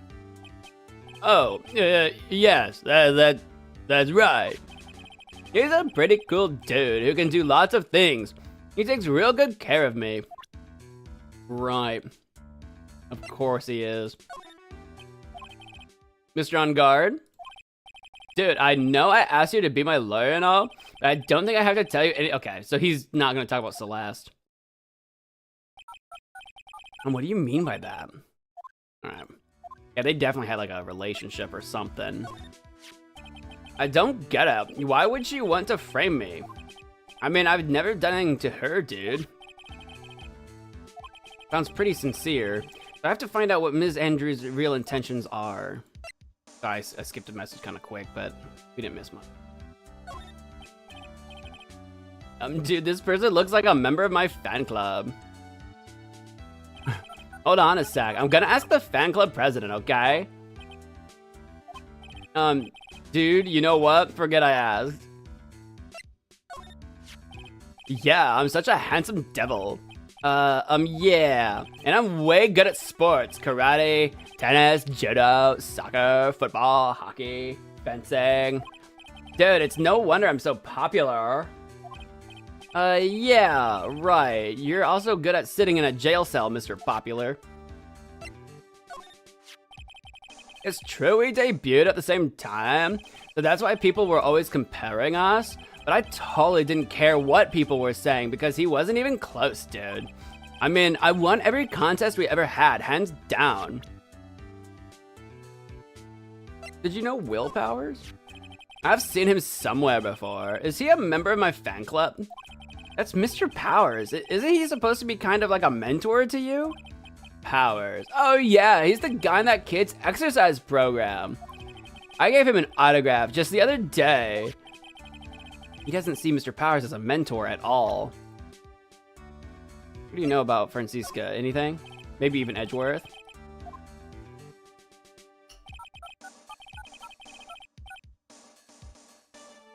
No. Nothing. Edgeworth? Have you seen these guys yet? Nope.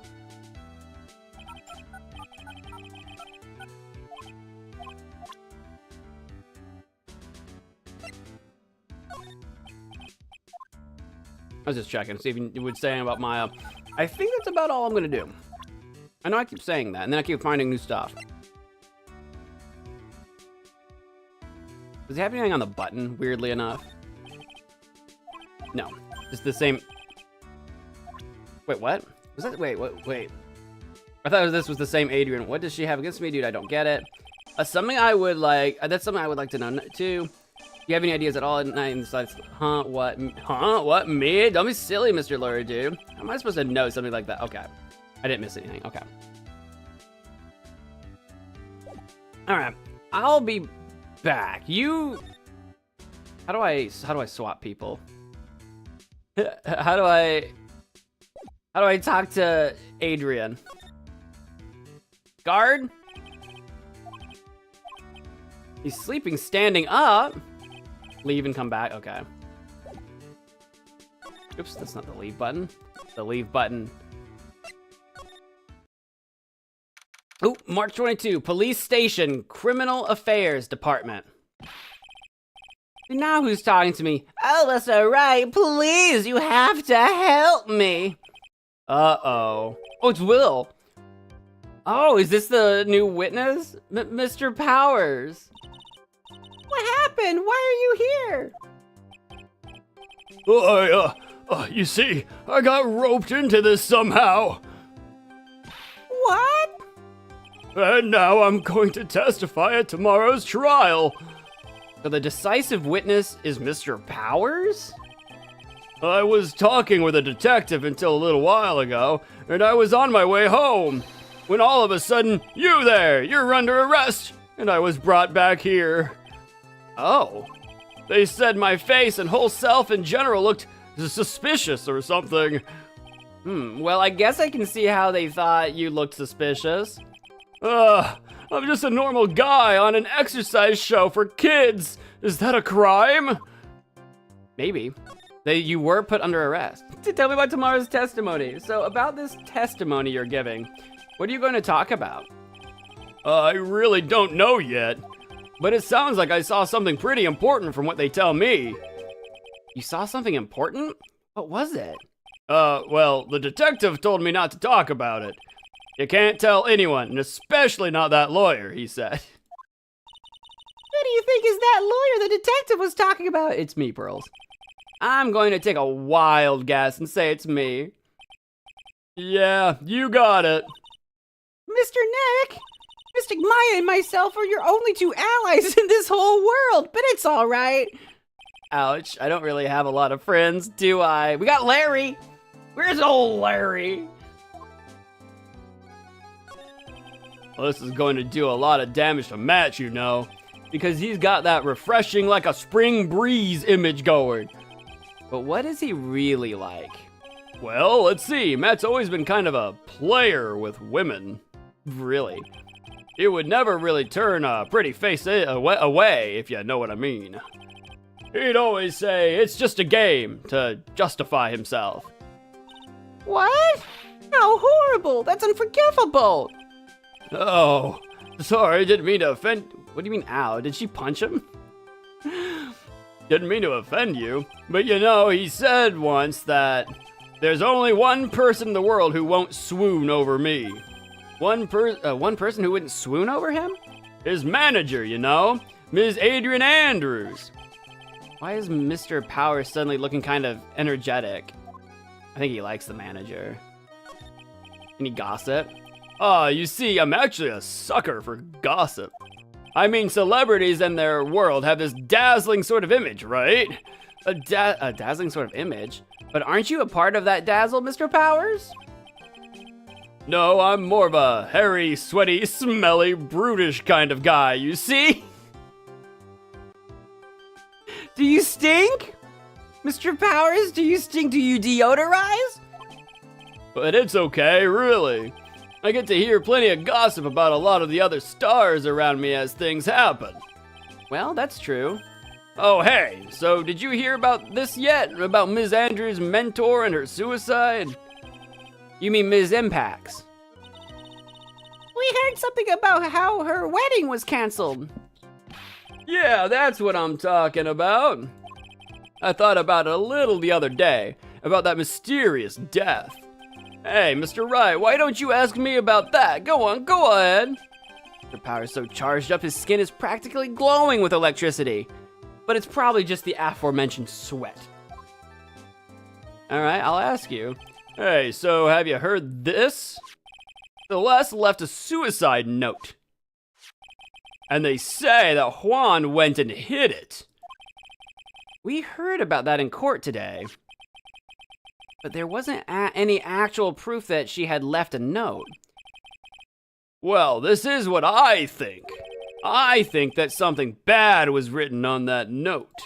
Something bad for Juan, that is. Something bad for Mr. Corrida? Why do you figure so? Well, before she died, Celeste talked with a few of her friends. And she said, it looks like I got caught up with a truly insidious man. A truly insidious man? Did she mean Mr. Corrida by that? Well, there's no one else that fits the bill, right? Or is there? I think she got caught up with Matt. And that would be reason enough for him to hide the suicide note. You don't think...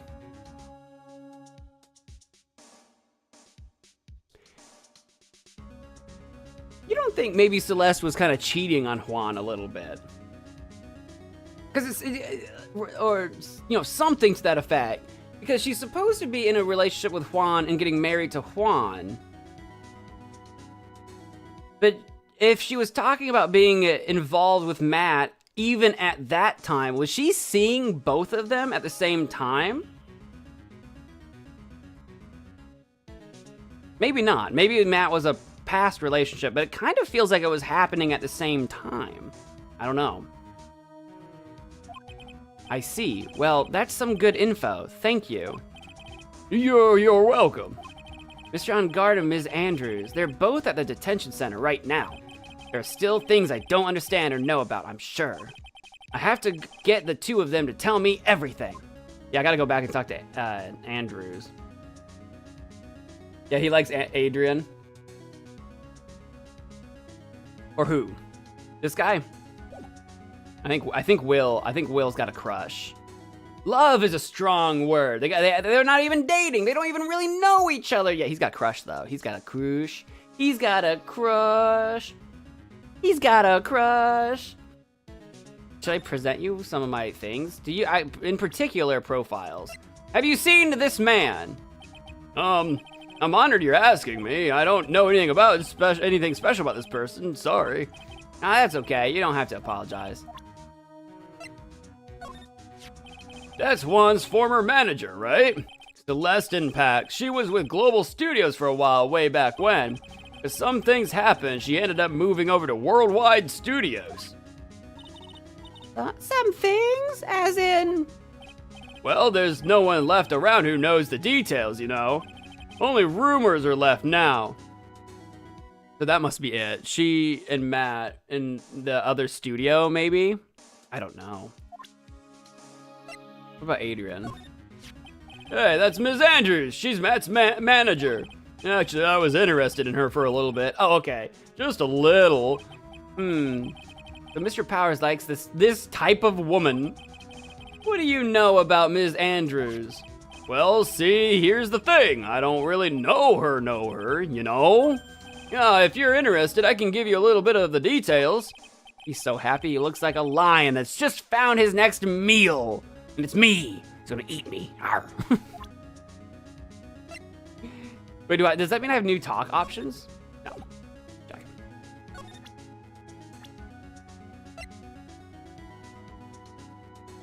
Do I think Gumshoe's back yet? I don't know. Maybe. I never would have thought I'd see her here of all places. The last time we saw each other was during that really bad incident, you know. I mean, when I look back now, I think of the good things, so it's not so bad, I guess. Yeah, I would love to go back in time and relive a few of those good things. Chuckle. Hey, that's not funny. Yeah, I guess not. I don't remember. Matt's younger than me, but you can practically see his star potential. His star potential? I got his autograph the other day. Oh, he actually mentioned that, yeah. Feels kind of wrong now, doesn't it? I don't care what people say. Matt didn't kill Juan. I know he didn't. Poor guy. I think he did. He debuted around the same time as Matt and everything, you know? Really?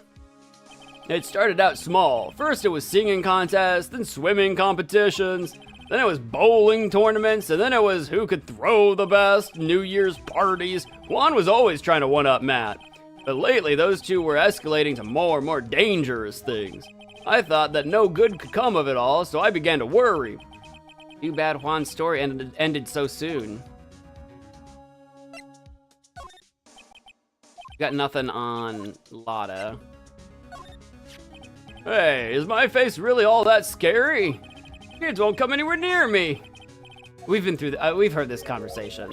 We've heard the kids that we've done. Okay, I think I'm done with Will. Will, I think you're. Unless I've got an item. Do I have an item? Have you seen this card before? No. Okay. I think we're good here. Let's move. I want to go back to the detention center real quick and check in with Adrian, and then we can go looking for Gumshoe. I don't think Adrian's gonna have any like psyche locks or whatever. So I'll finish this up. We'll look for Gumshoe. And then hopefully, maybe get some more evidence, and then I can come back to doing Matt. Oh, it's you. I'm sorry to be visiting at such a late hour, but there are a few questions I absolutely have to ask you tonight. Me? I thought your client was Matt. I'm sure Ms. Andrews knows something. You can't be clueless about the secret Mr. Corda had on Mr. On Guard. Let's start from the top. Tell me about Matt on Guard. I'd like to ask you about Matt on Guard, if you don't mind. Mr. Wright, you still don't know, do you? The real him, I mean. Go on. Do tell. Tell me about the real Matt on Guard. You seem to bear a lot of resentment towards Mr. On Guard. If that's the case, then why did you become his manager? And why would you become intimate with his rival? That has nothing to do with this case. Nothing. I think it might. I don't believe you, madam. About Ms. Celeste Impacts. I had finally put her death behind me. And now, thanks to you, it's all come back to the surface. I'm sorry. Yes, I was shocked by her suicide. And it's true that when I heard the rumor that Juan was the one who had hidden her suicide note, I began to draw close to him. Right. I wanted to get her suicide note back and to burn it. You wanted to burn it? But why? I didn't want it to spread like just another piece of gossip. But I never held any murderous intent towards Juan. I would never do something so stupid, but you did stab his corpse with a knife, which is a pretty unhinged thing to do. I know you gave your reasons, that's still pretty unhinged. The suicide note, huh? I wonder what it said. Why frame him? Why did you try to frame Mr. On Guard? That's simple, because he's the killer, that's why. Isn't it the duty of every good citizen to inform the police? Yeah, but you kind of went above and beyond that, huh? But there had to be another way. The police are excellent at doing their job, so they'd figure it out, right? Yes, they're so good that they couldn't figure out the real truth behind Celeste's death. Miss Andrews. Well, I know you're not the type of person to do something without a reason, but please, tell me why you would do what you did. Revenge. Huh? Did you say something just now? Yeah, open your ears, Pearl. Get those squeaked out. Oh, she's got psyche locks. One. She's got one psyche lock. A psych lock, huh? Don't you understand yet? You're not my lawyer. To be honest, you're more like my enemy. What? I'm sure I just heard Ms. Andrews say revenge. She did say that. She did! Before I get to attempting the lock, have you seen this man? I'd like to ask you about this. I told you I hate trifling matters. It's a waste of time to show me things that are of no relevance to me. Wow, this is the first time I've been shut down this badly. Celeste was my mentor. She was a strong woman. She wouldn't kill herself over any old trifling matter. So, you have some ideas of why she killed herself? Yes, I suppose. I guess is what she's hiding. That was a very ... I hate talking about myself. It's a trifling matter, that's why. Sorry. She really likes the word trifling.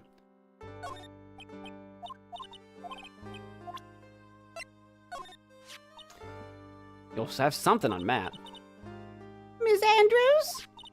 That things have come to this. I have nothing left to say about that man. Not one word. Okay? Not a single word. Not even revenge! He's a very prideful man, or rather was, Juan. He absolutely had to compete with Matt in everything, no matter what it was. He really was such an idiot.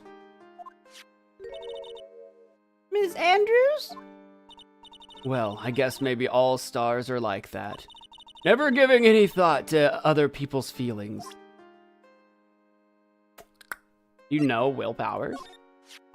That's Mr. Will Powers. He's an actor contracted with Global Studios.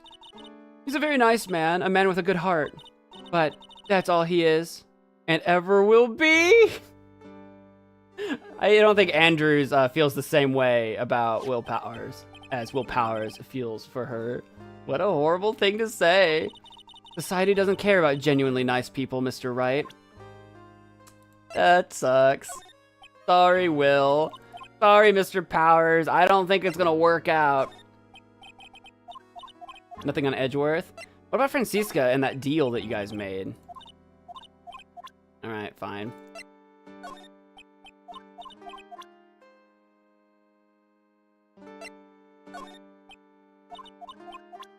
I've already gone through so many people, I might as well check. Evidence-wise, is there anything I want to show? Have you seen this card? Oh, yeah, she was the one holding the card, duh. It was near Juan's dead body. I noticed it when I went to fill the glass. And then when I realized that Juan was dead, I completely panicked. That's when I must have unconsciously picked this card up and put it into my pocket. As for why, I simply don't know. That's so like, I just don't believe, that's just crazy. You know, there was only one thought running through my head at that time. With this, I can finally expose Matt's true nature to the world. His true nature. I wonder why she's saying that, but not telling me what his true nature is. If it were me, I think I'd be happy to finally get that kind of thing off my chest. Right? Being so coy with us.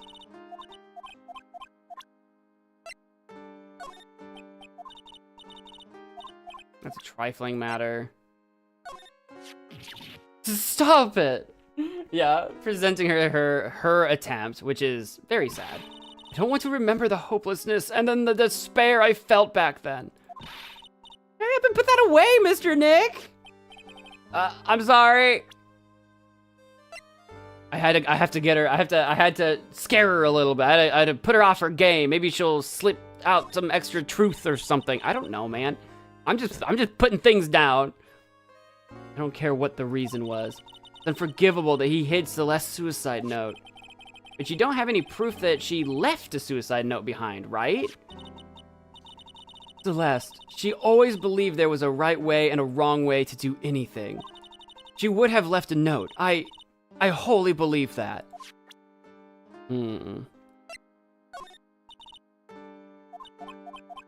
Okay. That might be... Oh, about this photo. This person who stabbed the body and opened the guitar case was me. And that was so you could get the Nickel Samurai's costume out so you could wear it? I thought I had executed that part quite well, but you showed me differently. You are a formidable lawyer, Mr. Wright. When I was pouring that glass of juice, I honestly had no idea that Juan was dead. I see. I really am a terrible woman, aren't I? One moment I'm thinking of looking after him, and the next I'm stabbing him in the chest with a knife. I mean, yeah, that is a significant 180. So there was a Nickel Samurai costume inside of this case, correct? Yes, there was. I even personally carried it there from the studio. I always thought it was such a childish thing to dress up and wear a costume like that. But I never thought that I would wind up using it myself that night.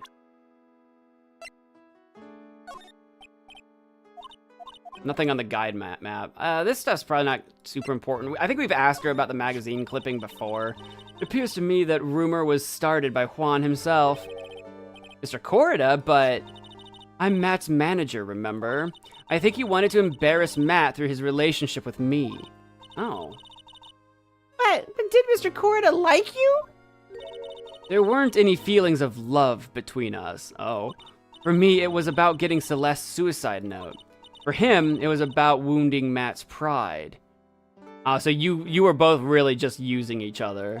That is such a sad existence. That's just grimy. That's all it was. That's I know, Pearl, it's grimy. Poor Pearls is in shock. She sees just how cruel the world can really be. Well, better you learn now when it's someone else's problem than later when it's your problem. I guess, I don't know. Nothing on that. I'm gonna hit you with this Magatama. Let's see what her lock is all about. Let's see if we can solve that lock here and now, or if I need to come back. Why do I deserve to be shark? I object. Shark overruled. Your sharkinating is overruled. Why frame him?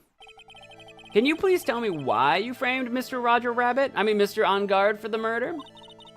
I've already told you countless times. It's because I thought Matt was the killer. No, that's not it. Ready? Close that door. No, don't walk away from it. Close the close. Yeah, that's right. No, that's not it. I know you have a personal reason to dislike Mr. On Guard. Hey, Towering, welcome to the stream. Ms. Andrews, you may think I didn't hear it, but I know you said something earlier. You said revenge. So you're saying I was taking my revenge out on Matt, and that's why? What an absurd idea. I don't have anything I want to take revenge for. Ms. Andrews, a woman who lives by being dependent on other people. There's something or someone in her past that would make her take revenge. Well, obviously it'd be Celeste. Am I under... Oh, when did I hurt myself? I'm already missing two points. When did I do that? That sucks. But it's gotta be Celeste. Am I underthinking this?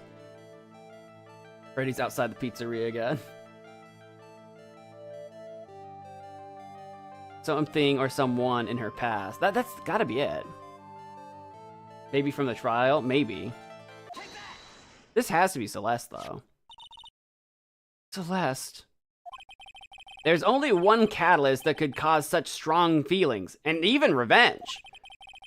And that is Ms. Impact's suicide. What are you trying to say? Celeste was Juan's manager. Yeah, but also your mentor. On top of that, the one who hid her suicide note was also Juan. What does all this have to do with Matt? You're right. You haven't mentioned him. Yet. But for you to hate Mr. On Guard, it would mean that he must have had some relation to Ms. Impacts and her suicide. Can you explain to me this relation between Celeste and Matt?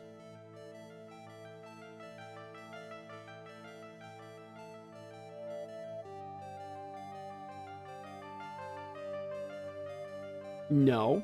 I mean, I don't think I can with an evidence. I think they were seeing each other or had seen each other at some point in time. But do I actually have that piece of evidence right now? Abort? Yeah, I don't think I have this piece. And it's 3 points of damage. Brother. Alright, we'll leave. I don't think I have enough evidence yet. I should investigate and gather some more clues before I try again. Okay. That's fine. I've kind of presented everything to you I want to. We've talked all that we can. I shall leave. Let's go to my office. March 22nd, Wright & Co. Law Offices.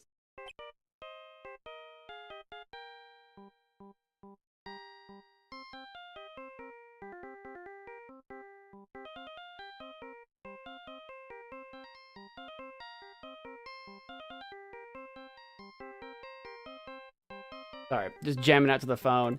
Mr. Nick, your phone! It's not even a flip phone, dude. It's not even a flipping one. I don't like the sound of this ringtone right now. What do you mean? I was jamming to it. It sounds kind of ominous. Oh no. Can't be dancing. Maya's dying of hunger or something. She'll live. She won't die of hunger. The assassin is probably feeding her. Probably. You'll die of thirst before you die of hunger, and thirst will take you a couple days. I gotta sneeze. Maybe. Oh, there it is. I'm sorry. I guess I should have walked away or muted the microphone. Sounds kind of ominous. It's probably just your imagination. You should really pick it up, Mr. Nick. It could be someone asking about your car's extended warranty. Beep. Hello? We've got a big problem, pal. What's wrong? I'm on my way to your office right now. Okay. Hey, wait a sec. Why is he coming here? It's terrible. I don't know what to say, pal. It's the end. I said I'm going to... Oh, I got here faster than I thought. Yeah, like you didn't even need to call. You're already, hey. Beep. No time to relax now, pal. I'm confused as anything here. Well, what happened? We got him. We know who bought that spy camera. Eh? This quickly? And this bear's what gave them away, pal. The bear. I figured it out, pal. I figured that we should have been looking into the bear instead of the camera. So did Edgeworth, actually. But wasn't it Mr. Edgeworth that figured? Shh, Pearls. He wasn't there for that. And go on, detective. There's only one person who bought one of those bears who's related to this crime. Who is it? Who would be so rude as to spy on another person in their room? Matt on guard. Okay. Huh? Matt on guard, your client, that's who, pal.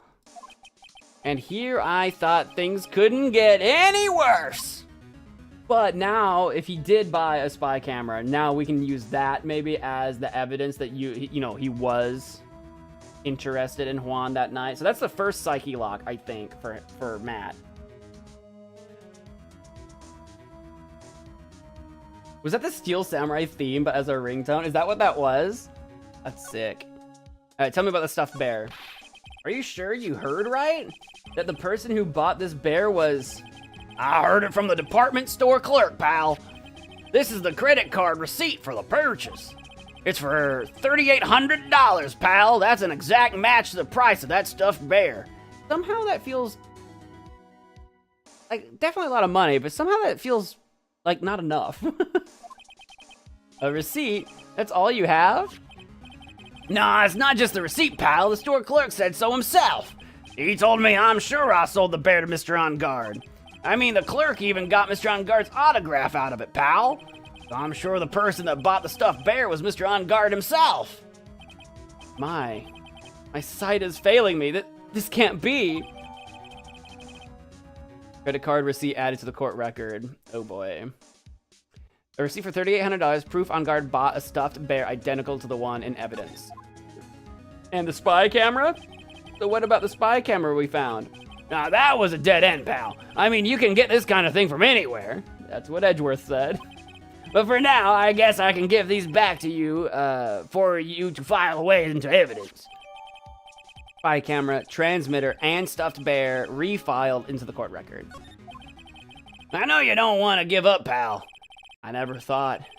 I didn't think it was possible. The person who put the spy camera in Juan Corda's room was Matt On Guard. Why would Mr. On Guard do something like this? I bet it was to catch Ms. Andrews and Mr. Corda in one of their rendezvous. I bet is not good enough for me. I have to know the absolute truth behind this camera. Are you gonna see him? Mr. On Guard, I mean. Yes. I'm scared, Mr. Nick. I wonder what we will find out next. I'm scared myself, but I have to put on a good face for Pearls. Matt On Guard, what in the world have you done? Okay, bye. Is there anything else I need to show you while we're here? I mean, I'm sure I can do these things and just get more info. The spy camera was set to the right eye, found victim's room. Matt On Guard, what was he thinking? You mean setting the spy camera up in the victim's room? Yeah, and it was recording at the time of the murder too, pal. Don't you find that just a tad suspicious? It doesn't sound like a coincidence to me. It certainly isn't. Ah, I mean, don't mind me, I didn't mean it that way, pal. Then what way did you mean it? Stuffed bear. That On Guard, what was he? Okay, same thing. Fair enough. I think we just need to head on over. Head on over, head on over. That's fine. You find anything out about this guy?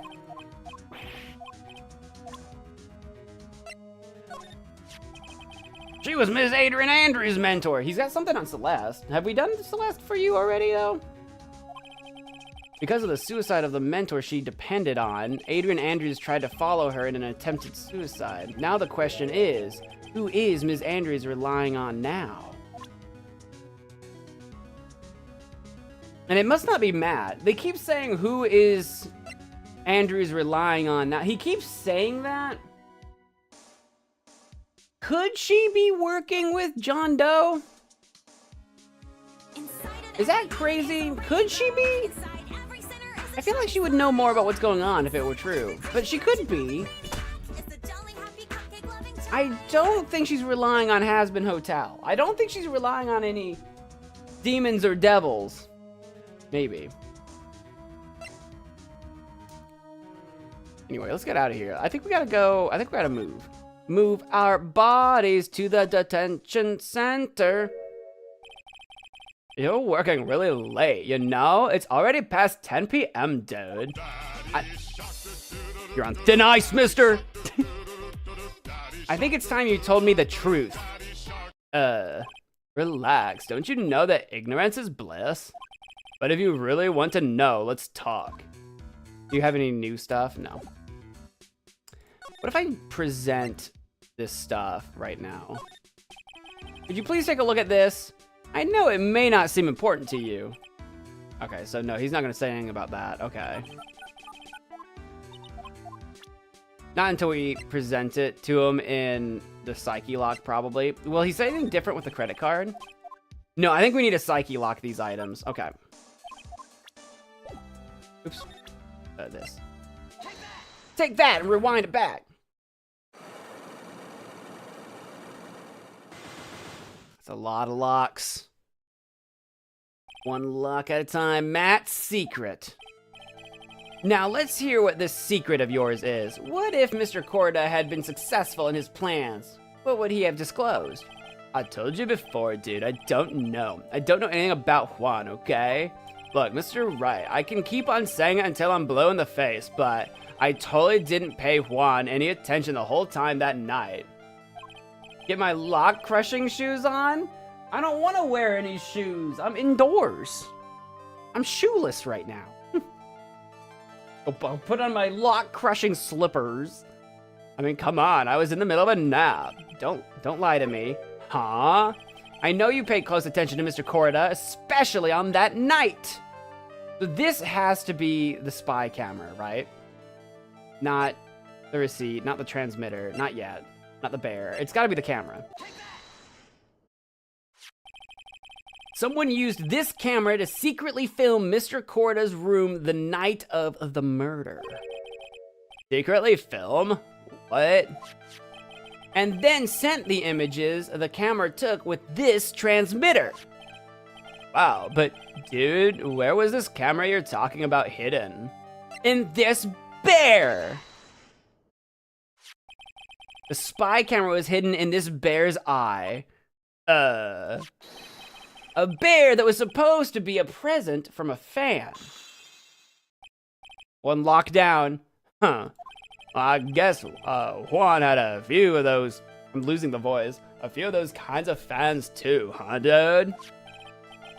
Actually, I wouldn't say this bear was a present from a fan. Huh? You sure, dude? Who else could it be from? The person who gave this bear to Mr. Corda was...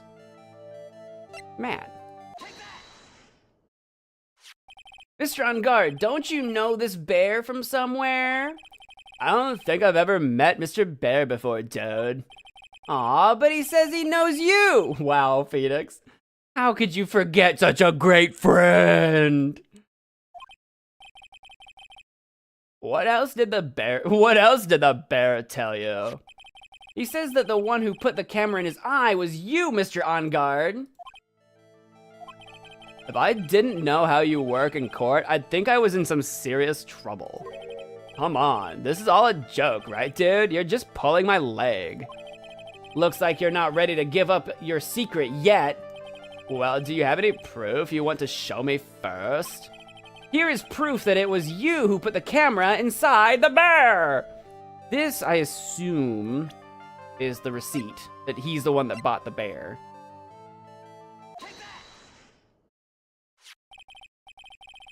I have here one credit card receipt, Mr. On Guard. It's from when you bought that stuffed bear. Dude, all you can tell from this is that I spent $3,800.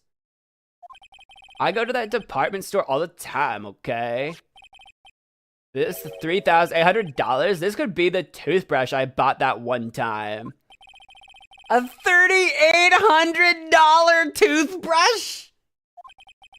It's ivory, and it's got elephant hair for bristles. That would be an expensive toothbrush. Ew, elephant hair? Is that what rich people use nowadays?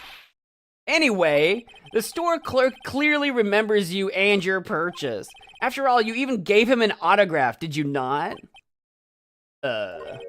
Dude, you should have said that earlier.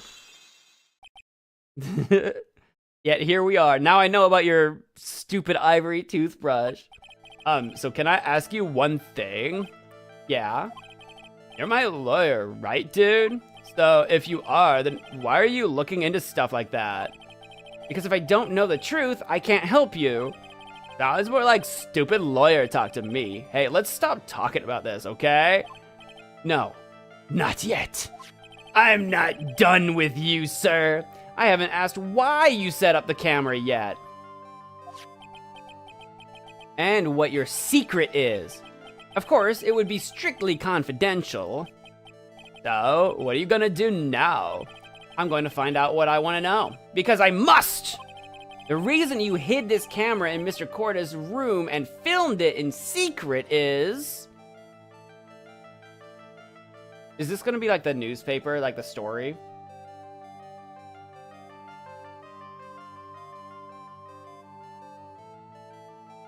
Worst case scenario. Yeah, I think you wanted to catch Adrian, so would the appropriate evidence for this be the newspaper? The Gossip Land one? Where it's Juan and AA? I think it'd be the newspaper.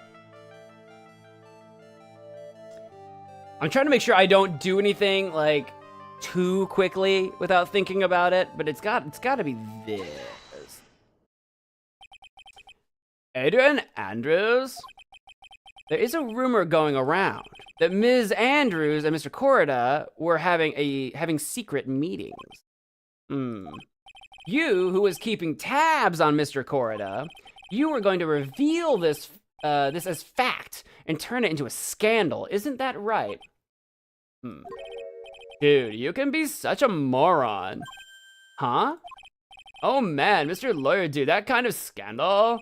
That's the good stuff. That's what we in the industry call juicy. The good stuff? Juicy? Look, we can get publicity without spending a penny with that kind of stuff. I mean, if people stop paying attention to us, then it'd be the end, dude. Too bad that wasn't your intention. What are you talking about? I wish your reason for spying was something so innocent, but it wasn't. You didn't spy on Mr. Corda because of Ms. Andrews. Then there's only one reason I can think of for you to do such a thing. The real reason you set up that camera in Mr. Corda's room was...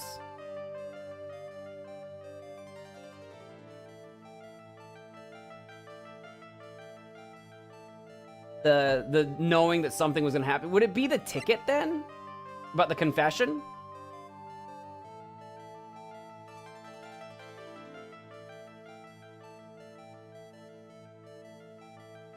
Matt knew something was about to happen to Juan. What if he knew Juan was going to die? But what's the evidence for that?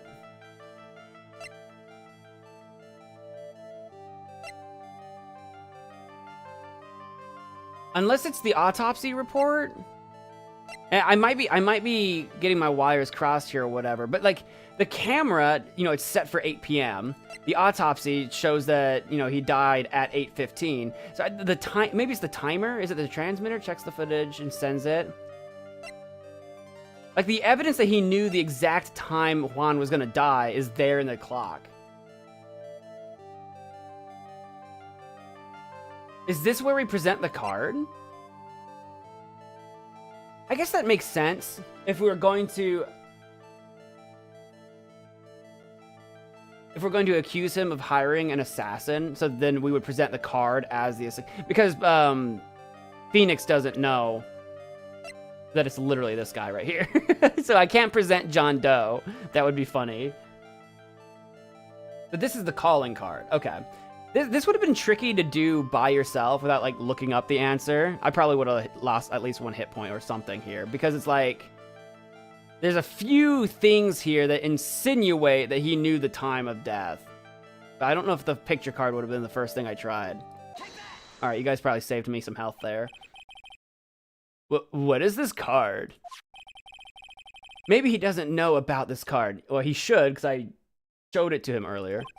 This is a certain man's calling card. The man's name is Shelly the Killer. And I'm sure you know of him, don't you?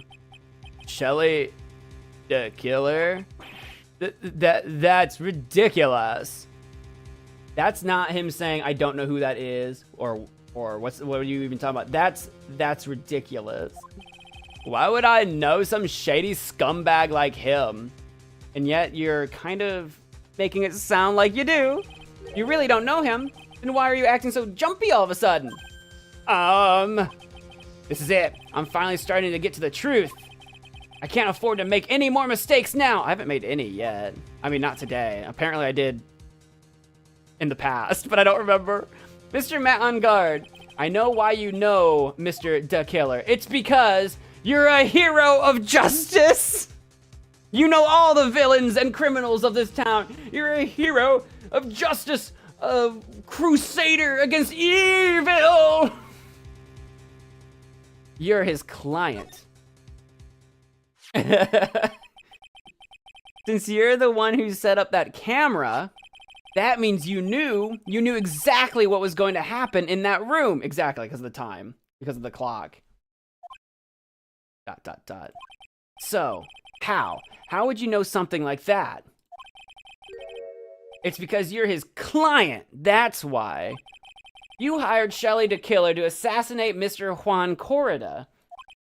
The real mastermind behind this whole murder is you, Matt on guard. I still have 3 locks? This might be breaking one. This could break all of them, maybe. I don't know. And here I was, trying to be a good boy for you, dude. What? I thought if you didn't know, you'd be able to do your job without feeling bad. Well, that's what I thought anyway. Mr. On guard, you really did hire? Hold on a sec. I'm gonna consult myself, okay? Consult yourself? What? What? What are you doing? What do you mean? Consult myself? Right? What do you mean? What does that mean? Well, I guess it's probably about time anyway. About time for what? What does consult myself mean? I think it's time for you to meet him now, Mr. Lawyer, dude. Meet him? Oh, it is gonna be all 3 at once. Meet him?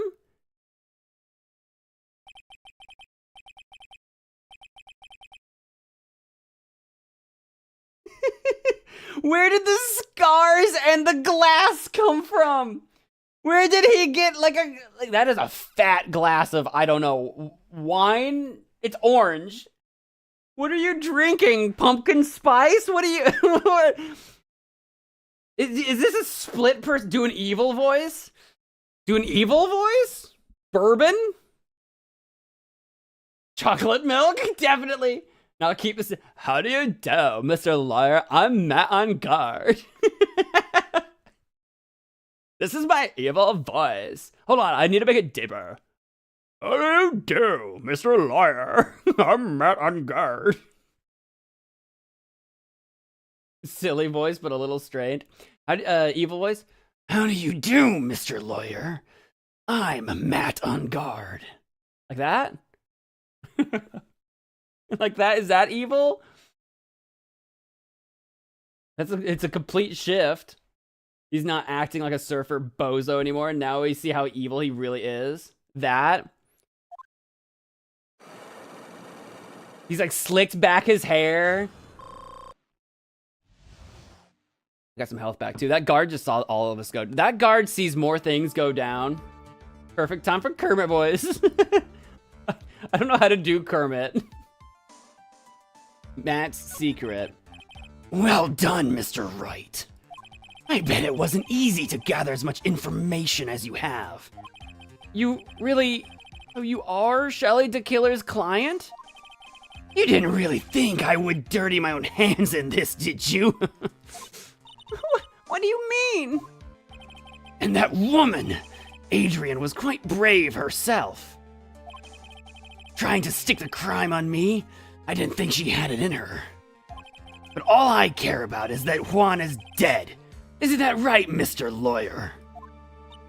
But that's... You're lying. What a terrible... It's way past your bedtime, little girl. Go on, and let us grown-ups talk about more adult things. He's slowly becoming Solid Snake. Colonel! Go to bed. Me and the Colonel have things to talk about. But why? Why did you hide the video camera and... A weakling soon believes the words of others, just like that pathetic Adrian. He knew about Ms. Andrews' secret? But I'm no weakling. I don't believe anyone, least of all assassins. What? Oh, come on now, Mr. Wright. Assassins aren't above blackmail. They turn their clients into cash cows by holding the sinful deed over their heads.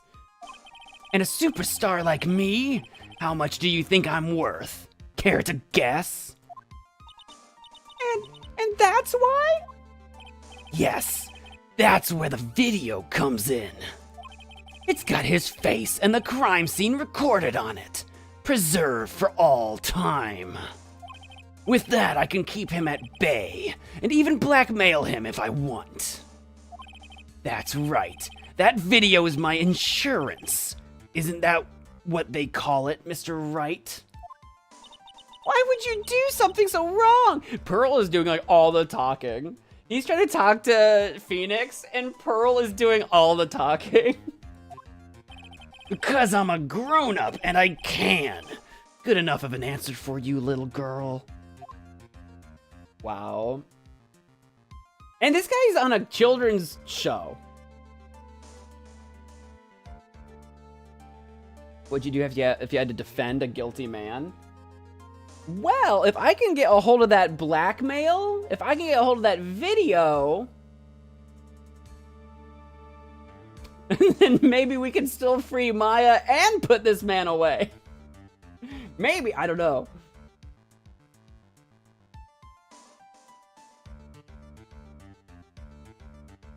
Motive for murder. Why would you kill Mr. Corrida? Because he was about to sling so much dung onto my beautiful public image. Scandals are a little annoying, aren't they? This is all because of that press conference, isn't it? If Mr. Corrida had been able to give it, then Mr. On Guard's secret would have... Ah, well, that's what we call taking advantage of the situation, you know? I had no interest in doing it, really. But bit by bit, it crept up on me. And then the situation just presented itself perfectly. How beautiful, I thought. And that's how Mr. Corrida ended up dead. Let me tell you something. I'm not like Adrian. I don't depend on anyone. People are simply things to be used. Used and thrown away. Put on a sweet, innocent face, and people will swallow anything you feed them. Adrian fell for it. The assassin, too. Oh, and how can I forget? Even you fell for it, Mr. Lawyer. Everyone, all working their butts off for me. Matt on guard. Ah, did that leave you speechless? What a shame. It kind of did leave Phoenix speechless. He hasn't said like a word. Remember that dish you saw at Maya and Saw asthma. I can't read. Saw asthma at Matt's house. The satellite dish? Yes. And that must be explaining his, like, who he's always calling all the time, I guess. I still think that would get really bad reception. I'm just saying. What's wrong, Mr. Lawyer? You've grown awfully quiet. How could I have been so deceived by you all this time? When we first met, I asked if you had killed Juan Corrida. And you answered very clearly that you hadn't killed anyone. That took the image and recorded it to the VCR. Yeah, no, that's definitely, I do think that's where the problem we're at right now is that Phoenix doesn't know about that room or satellite. Only Maya does. I'm with you guys. I'm with you, because that's Matt's mansion, and that's where it would have gone. I'm with you with this, but Phoenix doesn't know that yet.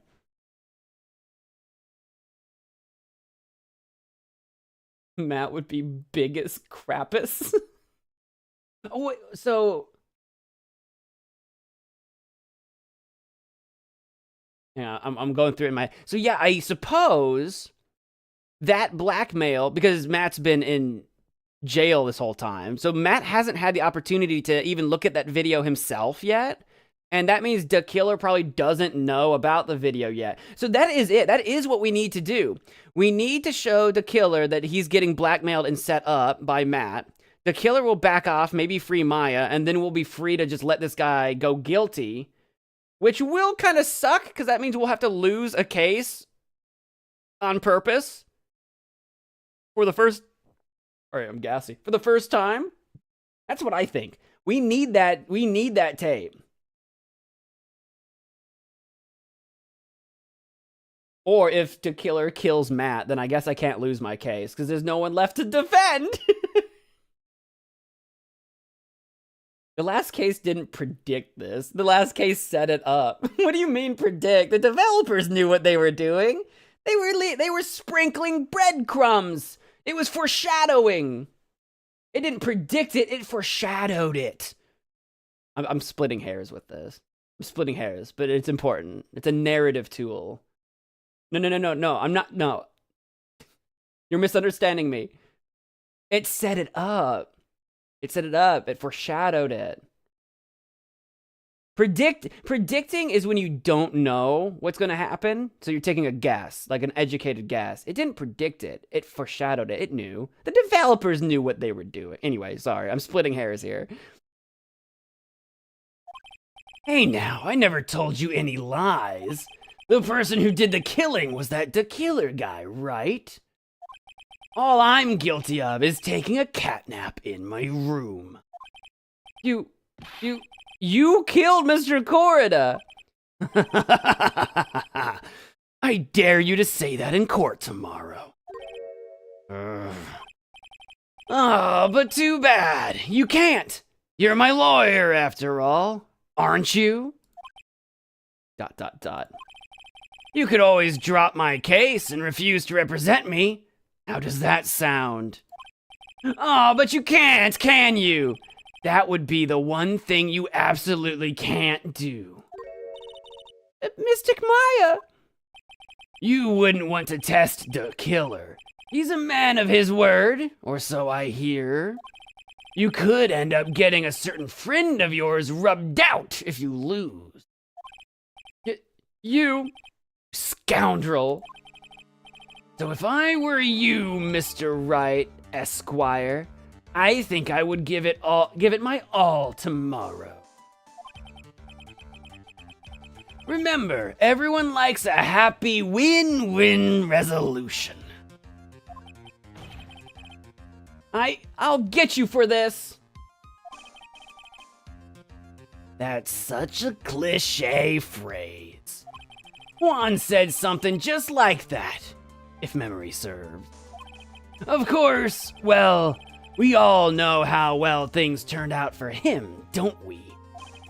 Good night, Mr. Lawyer. Maya, what am I supposed to do?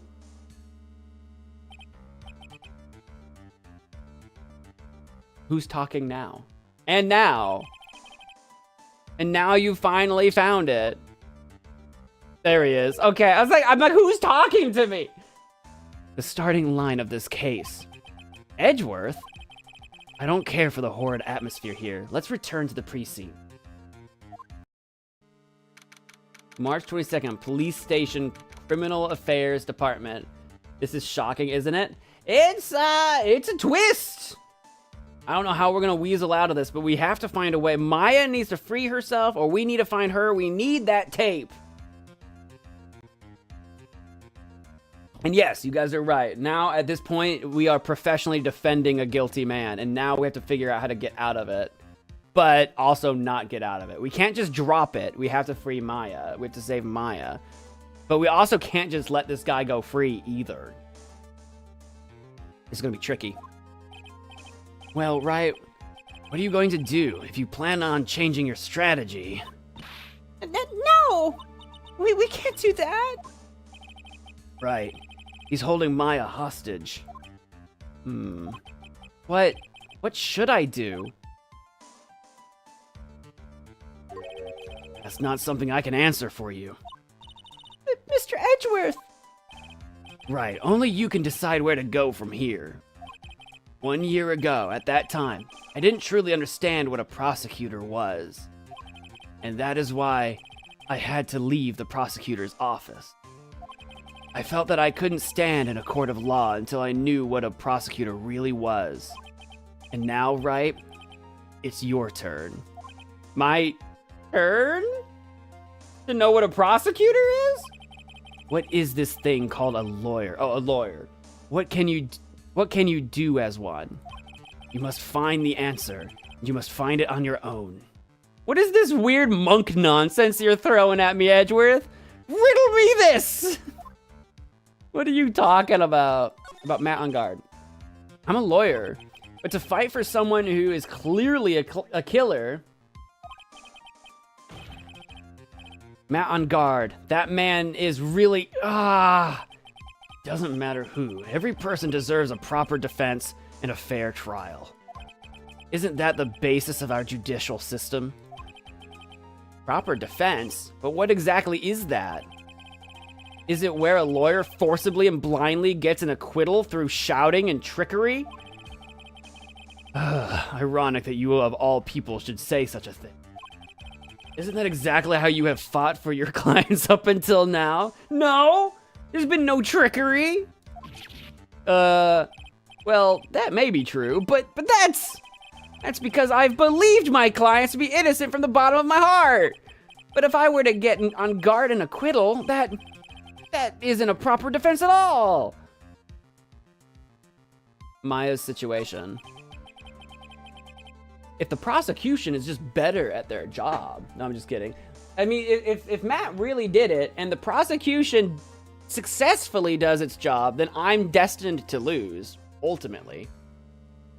I became a lawyer because I thought I could save people who were suffering and in pain.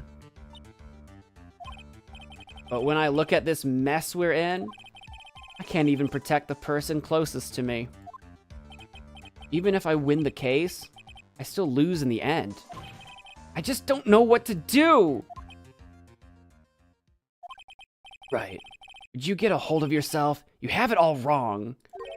Huh? We aren't some sort of heroes. We're only human, you and I. You want to save someone? That's something easier said than done, wouldn't you say? That's... You're a defense attorney. You can't run away from that. You can only fight. That's all you can do. Fight? With punching gloves? Where Phoenix's arrogance gets him. I mean...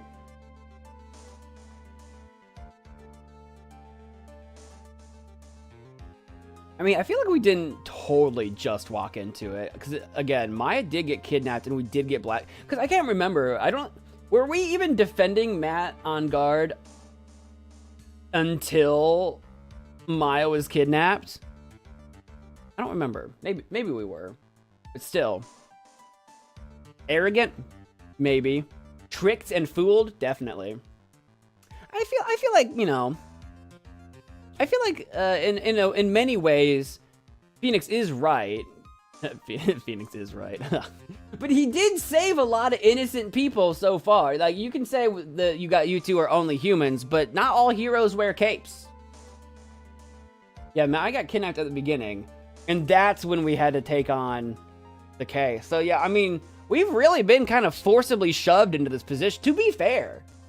I don't really think it's Phoenix's arrogance. He got shoved into this. This was not his business until it was, you know, to be fair to Phoenix, you know? Why fight?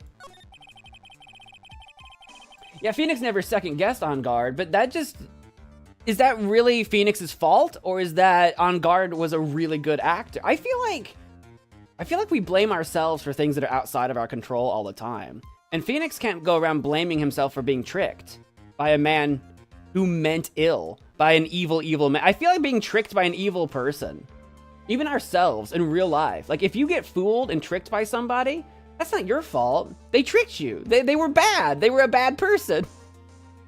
You know what I mean? You know what I mean? Now, if you keep getting tricked by the same person over and over again, now it's your fault, you know. Fool me once, shame on you. Fool me twice. Okay, now it's my fault. All right, fool me twice, shame on me. And I feel like Phoenix has only been fooled once, so shame on Matt. Anyway, I'm backing Phoenix on this. I'm fighting for Phoenix on this one. People like you and Franziska von Karma are always using all you have to pin me down. Yeah? Hey, yo? You fight to the very end, even when you know the truth is not with you. But I'm not like you. I can't fight for a false verdict, for a man I clearly know to be guilty. Franziska, she fights for herself. The only thing she fights for is her perfect win record, which she doesn't have anymore. We busted that, baby! That's all. And isn't that the same as you? Isn't that why you ran away a year ago? Baby boy? Because your precious win record was destroyed? You are so pretty. You are so petty. I see. Now I understand why you despise me so. However, you are mistaken. What do you... Thanks to you, when you sealed off my path to a perfect win record, I began to realize the error of my ways. I realized that things such as a perfect record were meaningless. What? I don't believe you. Are you saying that is why you left the prosecutor's office? But then why? Why are you here now? The answer to that is something you will find out on your own. I have faith you will see it before the verdict is read tomorrow. Keep your secrets then, edgy boy. But if you can't, then you will be powerless to change the ending of this story. Oh, beep, beep, beep. Mr. Nick, the transceiver. In the middle of the police precinct? All right, let's go. Beep. I'm sorry for what happened earlier. Now then, Mr. Attorney, do you wager you can obtain an acquittal tomorrow? My, what is the matter, Mr. Attorney? I don't sense your usual anger this time. Tell me, please, why are you holding Maya hostage for Mr. On Guard's sake? Why are you doing this for that cold-blooded killer? Right. Please don't misunderstand things. He is my client. Don't toy with me. A man who hires an assassin is just as much of a killer himself. I believe you were asking me for a reason as to why I am doing what I am. Yeah? This is what I like to call my aftercare. But what the heck is aftercare? My name carries a certain amount of honor and dignity, Mr. Attorney. I take great care to ensure that no suspicion falls upon my clients for my handiwork. That is what is called client relations, and it is a part of an assassin's duty. An assassin's duty? We were lucky this time, and my client was arrested as a suspect. Or we were unlucky this time. My client was arrested as a suspect. As a result, I did what I had to do to enlist your expert help, Mr. Attorney, and to ensure that you would do everything in your power to the very end. What is your name? I believe I told you once before. However, you did, but my name is the Killer. Shelly the Killer. You're Shelly the Killer? Please keep in mind you do not have much space to maneuver with me.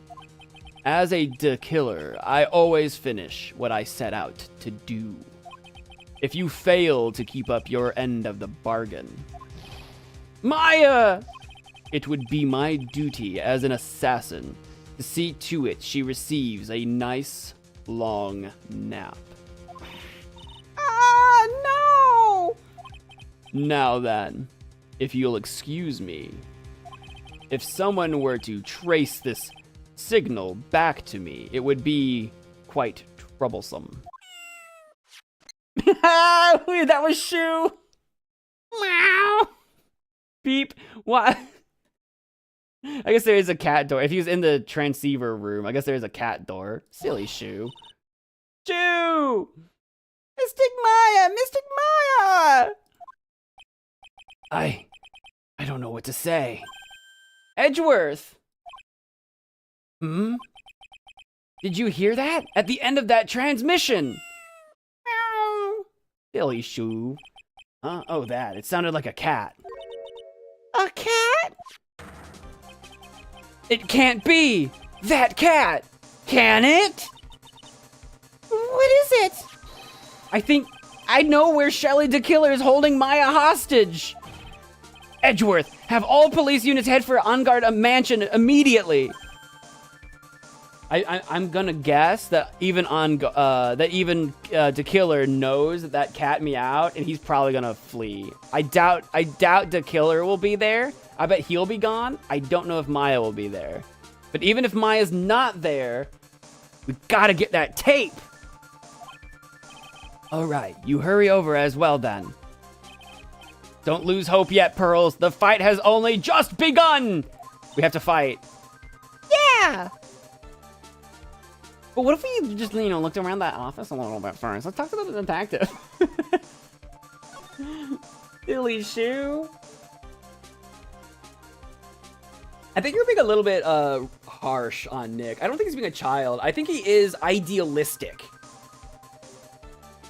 He's definitely, I think you and I can both definitely agree. He's very idealistic. He wants to do right. I get what you mean. Like as a lawyer, innocent, guilty, or otherwise, your job is to lawyer. But he is idealistic. He's got that sort of like fresh out of school, wants to save the world by himself. I feel you. I feel you on that. You could call that childish. It just feels kind of like, it feels harsh. It feels harsh. Hurry, Mo, you gotta catch the killer. Could you imagine if we were actually on a time limit? Could you imagine? I gotta remember how to get there. I gotta go here first. I think. Oh, yeah, living room. Yes.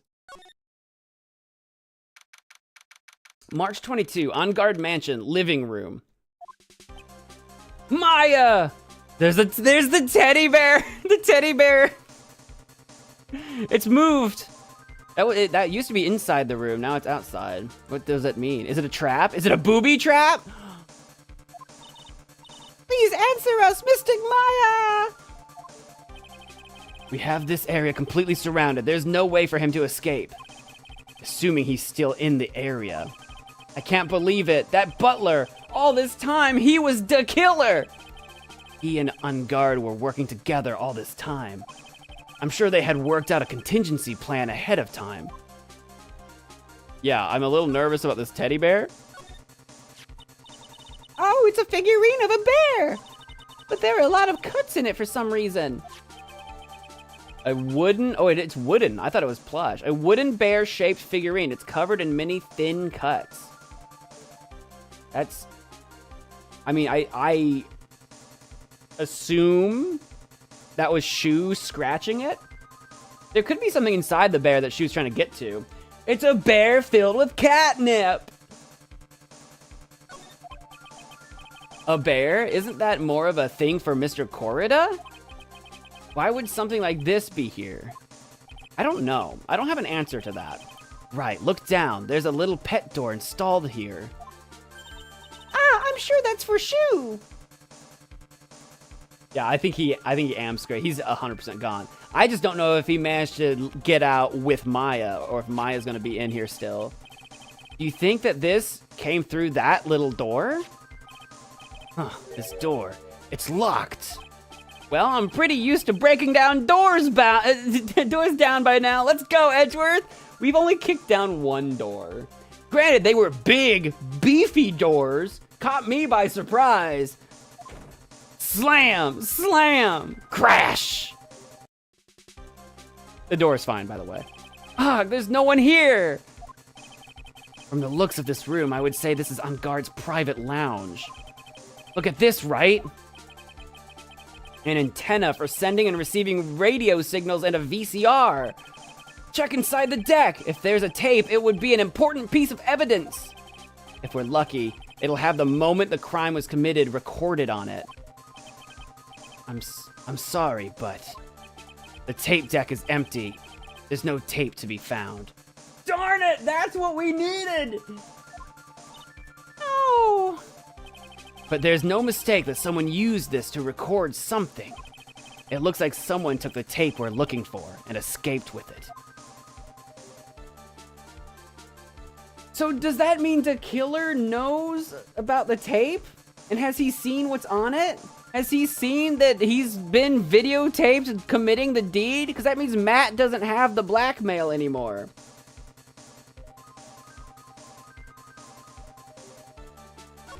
I know there's like no time like the present, so let's do this. It's a VCR and an antenna. The footage that the spy camera took at the scene of the crime was beamed here and recorded on tape. What if the tape's elsewhere? I mean, we can only hope. If only we had that tape, it would have been really helpful. Right? A huge television and speakers loom largely here. I'm sure if Maya saw this, she'd say, I would die a happy samurai fan if I could see the nickel samurai on a TV like this. Yeah, that's what she'd say. And that is what she said. That is exactly word for word what she said. Ah, I can't believe I just made a joke about Maya, of all things, being dead. Or dying. It's On Guard's computer. Maya, why couldn't you have used this to get help? And Mr. Nick, where's the power switch? Oh, I get it. So that's what happened. She couldn't find the power switch. Technically, Phoenix doesn't even know she's here yet. I mean, it's a pretty good guess because we had her on the transceiver that one time. I just mean we haven't found her yet. It's a very small table. I bet we could barely squeeze 3 pearls on there. Pearls become a unit of measurement now. But I wouldn't sit on a table to begin with, Mr. Nick. Just setting 3 pearls side by side. What a spacious sofa. I bet 10 pearls would fit on here. I don't think 10 of me would fit, Mr. Nick. That'd be a lot of pearls. I can't read all the labels, but this is a very large collection of videotapes. Looks like On Guard taped all of his own shows. There's a little door for Shu in this big door.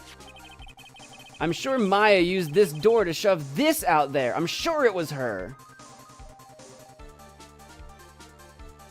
Maybe. Maybe that's what attracted Shu. If the killer was actually taking that transceiver call outside in the main room, maybe Maya pushed the bear out the door so that Shu would go out the door, and that's when it meowed. Maybe. Could be. Every time you give me some piece of evidence, it's always the most crucial piece. This time too, I'm sure. I'm a little worried. We haven't seen Shu. What if the killer killed Shu? Out of frustration and anger. I don't think so. Shu's fine. You have to believe.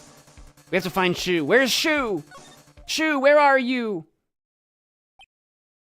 There's no Maya. There's no Maya in here. But there is that photo in here instead of out there for some reason. ... We've searched all over, but it looks like he got away. Sorry. It looks like he slipped out of our grasp this time. And now, we've lost our only lead. Don't give up yet. That little girl is looking to you to be her pillar.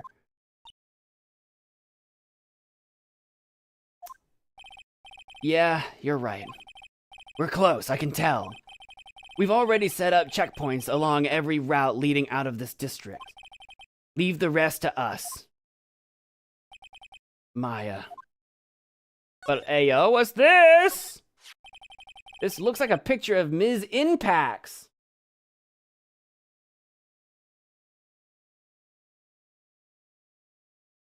How did he escape? I think he knows that like when he was on the call with us and Shu meowed, I think the killer is smart enough that he knew the jig was up, grabbed the tape, grabbed Maya, and fled, and then we just couldn't get here in time to stop him. Because he's smart. He comes from a long line of assassins. Looks like a picture of Ms. Inpax. With love, Celeste. Ms. Inpax? You mean? Yes. Mr. Corrida's former manager. Why would a picture of Ms. Inpax be here in Mr. Ungard's mansion? Why does it say with love? This might be a clue. Got an Ungard mansion with love, Celeste is written on it. I think it's very important. Ah! What's wrong, Pearls? But please let me see that picture frame. Huh? What's so special about the frame? In the back, there's something written on the back of the frame. Maya. It's Mystic Maya. She left us a message. What? What? Like a whole message? I thought you'd come. I knew you would. Now listen up. You'd better get on guard a guilty sentence, okay? Okay. If you get that creepy slime bag of not guilty, I'll never forgive you ever. I'm fine, so you don't need to worry. There's so much I want to write, but I don't think I have a lot of time left. What is she planning? What is she up to? Hurley, you're there too, right? Make sure you help Nick, okay? Someone's gotta watch out for the helpless lunk. Lunk. She called me a lunk. She called Phoenix a lunk. That's it for now, Nick. I guess I'll talk to you guys later. Did she literally write, No! Mystic Maya! Sob. Right. Yeah. What's wrong? Why the blank stare? Oh, nothing. I was just blacked out for a second. I do that. We've searched the house, and this is the last room. It looks like he's eluded us. Edgeworth. Yes? As far as clues go, I think this is about all I'm going to get. But I'm still short one last thing. And what is that? Yeah, we never did her psyche lock. Ms. Andrews' psyche lock. If I could just find out what secret she's holding, then I think I stand a chance in court tomorrow. To blow this case wide open and expose the truth. I think I know what you're thinking. I'll contact the detention center. Thanks, Edgeworth. Well, let's go, Pearls. It's time to open that last lock. March 22, detention center, visitor's room. Good evening, Mr. Wright. They forced me over here. They did not let me just walk here myself. They're like, this is where you're going. You're going here. It's like midnight. You gotta do this, Phoenix. Get to bed so you can be fresh-eyed and bushy-tailed in the morning. What's wrong? You look ill. Ms. Andrews, I have come to remove your psyche lock. She has no idea what that means. Psyche lock? I want to know, and you will tell me your secret. Fine, go ahead. Try to break me if you can. Snap me in half like a twig. I guess we just go for it, right? I'm gonna present this first. Okay, nope. Nope, psyche lock. Nope, doesn't care.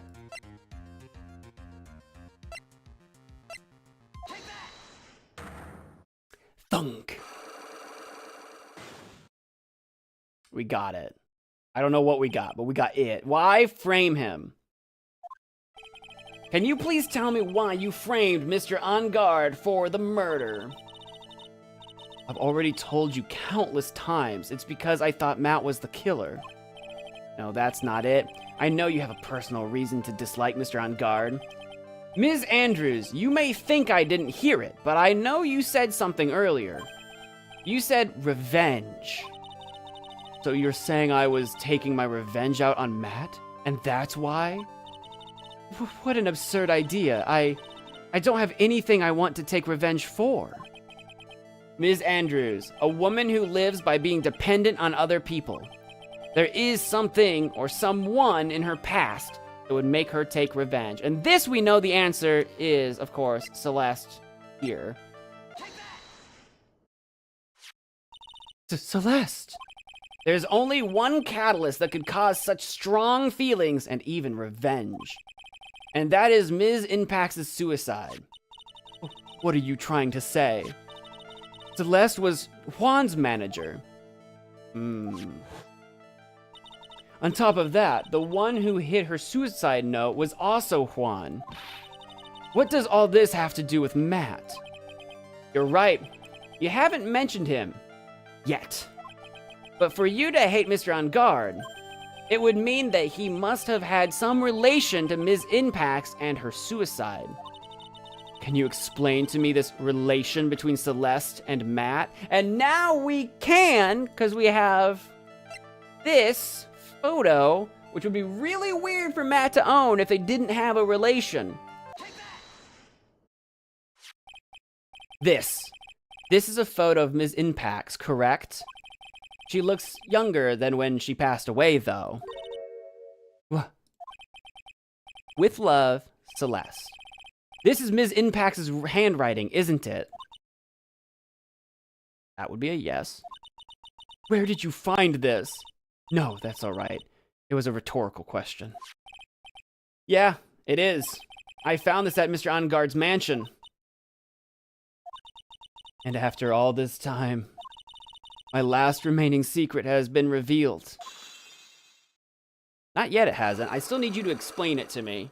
I still need you to explain the secret. The unlock might be successful, but I'm gonna need a little bit more to go on. Why frame him? Celeste, he was supposed to get married to Juan. Yes, but I heard that it didn't work out. Because Mr. Corda didn't want to get married to her anymore, right? Yes, because of Matt. Because of Mr. On Guard? What do you mean? I think I can see where this is going. Celeste. She was Matt's manager a long time ago. She was the happiest woman in the world at that time.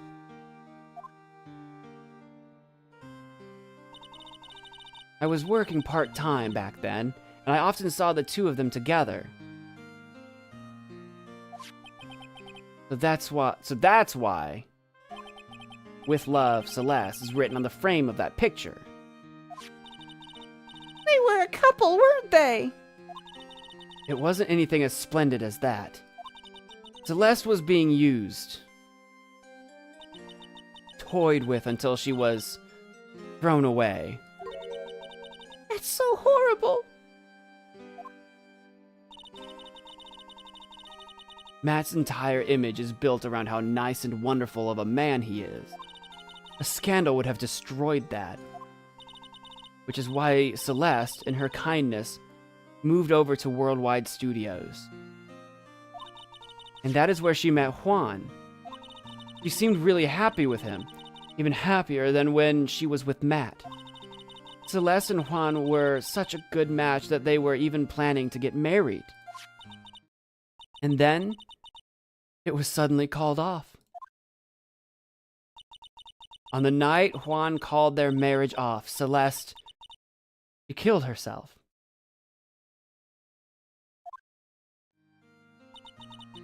And that's why I framed Matt. It was revenge for Celeste and for myself. Revenge. I'm sure even you can guess why Juan called the wedding off, right? Matt confessed to Juan about his relationship with Celeste. I see. So that's what happened. And why did Mr. Corda have to call off the wedding? I don't understand at all. It was probably because of his worthless male pride. Juan and Matt were always fierce rivals. Matt waited for the wedding announcement and then unleashed the truth on Juan. He was aiming for when it would hurt Juan the most. Poor Miss Impax. That wasn't the end of it. That day, I'm almost certain that Celeste left a suicide note behind. And in that note, she left a detailed account of Matt's various misdeeds, and so that she would never again be hurt by Matt, she chose to die. Then, when Juan discovered her body, he hid her note. But why would he do that? It's simple.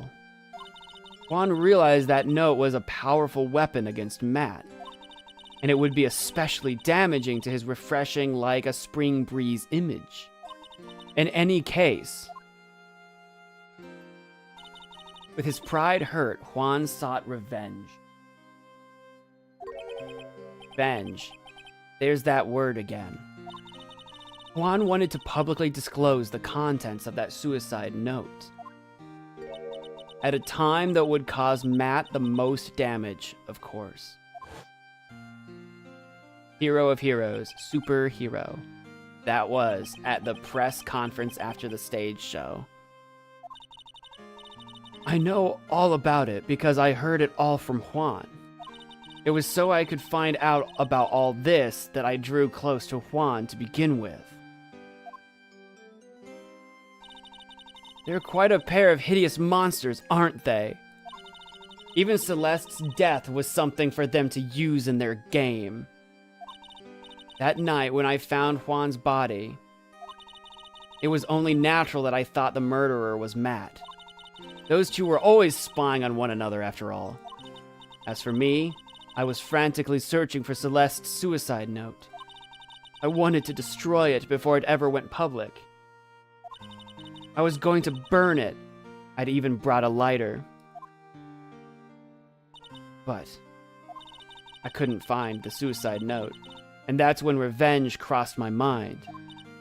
Yes, I was going to bring to them my own kind of cruel revenge.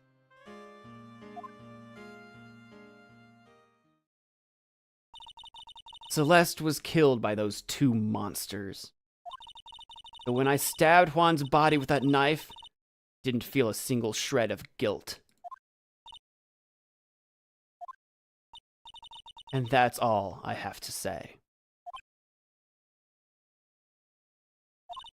Well, Mr. Wright, even knowing all this, are you still going to help that man?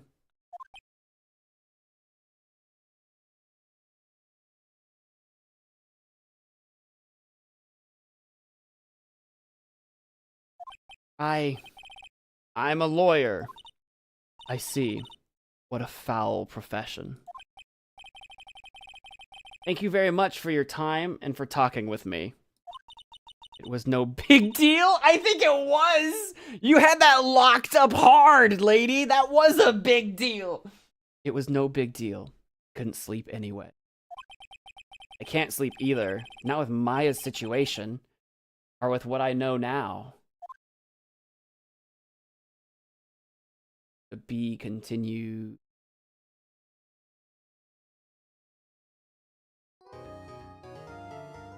Yeah, no, you know, I don't think I need to save my progress. We're gonna play the rest of this game in Iron Man mode. No, I'm gonna. Yeah, we'll save. Absolutely, absolutely. All right, let's see here. I need to stand up for a second. I also need to refill my drink.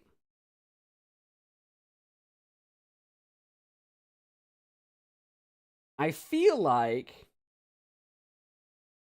Here's my question. How much more of this game is there? We have the trial ahead of us. I'm trying to decide. I only have a little bit of time left. I've got like 2 hours tops. Is it worth actually saving this? Having just like a lot? Should I go a little bit longer, and will I still have enough content for like probably a last stream, maybe later later in the week?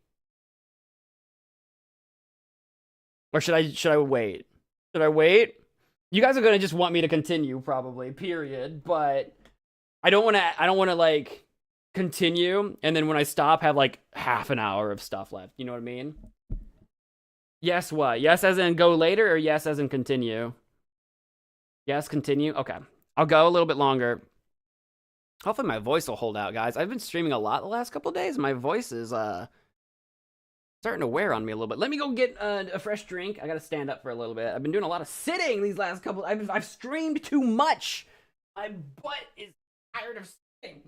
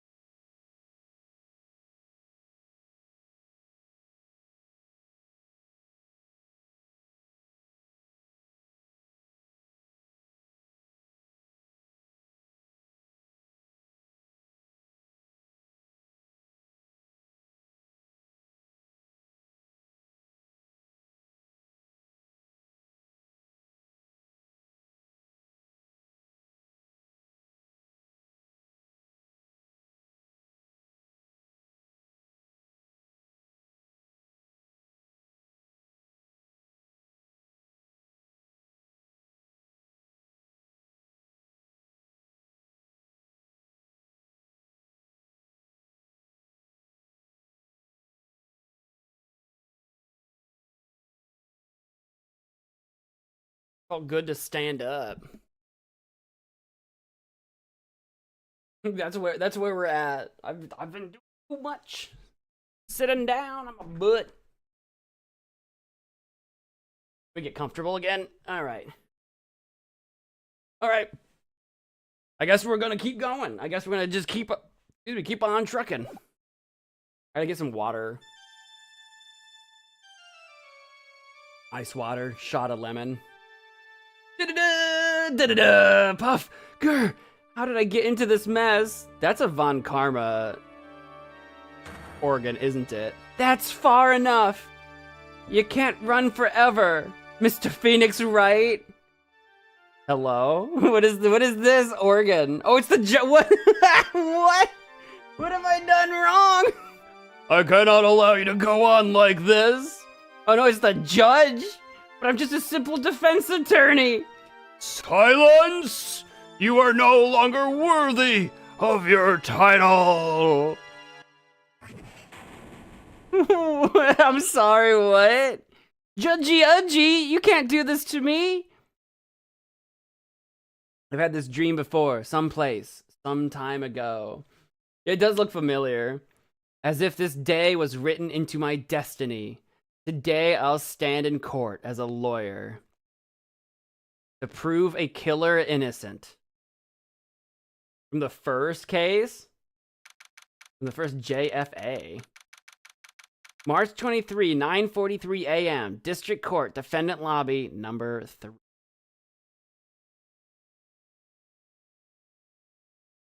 Oh, justice for all. What's JFA? My brain was racking.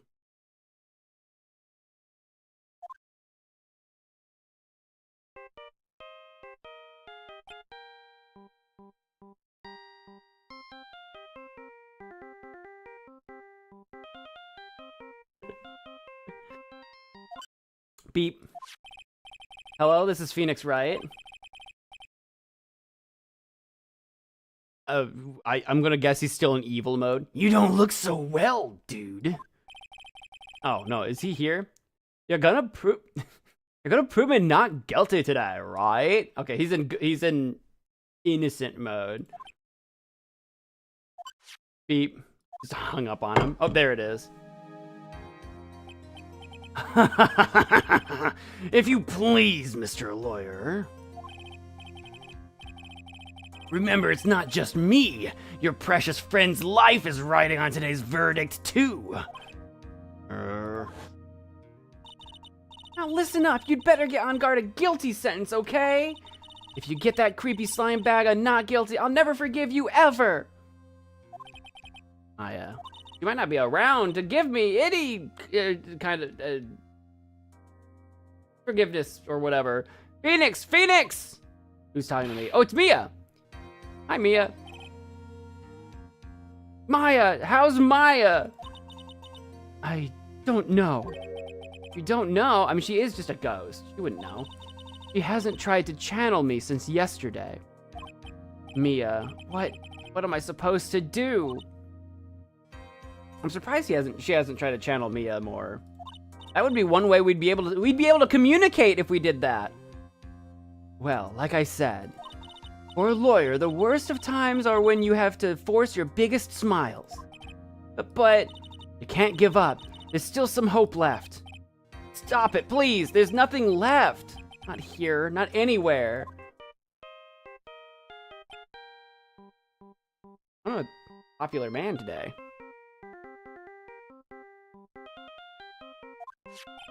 Is it that accursed on guard again? Beep. Will you leave me alone? Look, don't call me anymore. I mean it. It's gonna be Gumshoe. Yeah. You're really mean, pal. Gumshoe, I'm really sorry. Where are you? They let me join the investigation team and we're chasing after the killer, pal. Then you have some sort of lead? Sorry, but right now we've got 0 leads on the guy. But we're not gonna give up. Gumshoe, until the trial is over, until the verdict is handed down, we're gonna do everything we can to find the killer. If we can get Maya out, then you can get on guard the guilty verdict he deserves, pal. That's true. I could do that if they. I could do that if they found Maya first. You got that? So you have to do whatever you can to make the trial last longer. Have to make the trial last longer? If you go at Mr. Edgeworth with everything you've got, then you two can draw it out. Oh, now I get it. I believe in you, pal. You and Mr. Edgeworth can do it. So, believe in us. We're gonna give it all we got, just like you. Got it. Thanks, Gumshoe. Beep. We have to defend him tooth and nail. For the time being. Hey, Phoenix. Hey, what's up, girl? You understand now, don't you? You have something money will never be able to buy.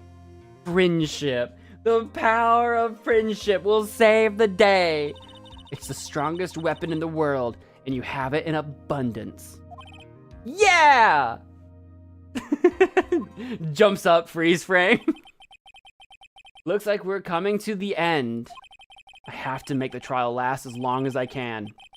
Gumshoe will come through, I know it. March 23, 10 a.m., District Court, courtroom number 3.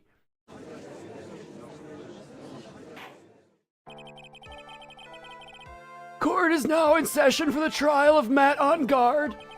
The defense is ready, Your Honor. The prosecution has been ready for a while, Your Honor. Okay, Edgeworth. It's not a competition. Now, as I recall, we concluded yesterday's session with a big mystery on our hands. The mystery being what exactly was Ms. Adrian Andrews' role in this murder. That is to say, is she really connected to the crime itself? Mr. Edgeworth, if you would please inform the court of today's proceedings. Adrian Andrews.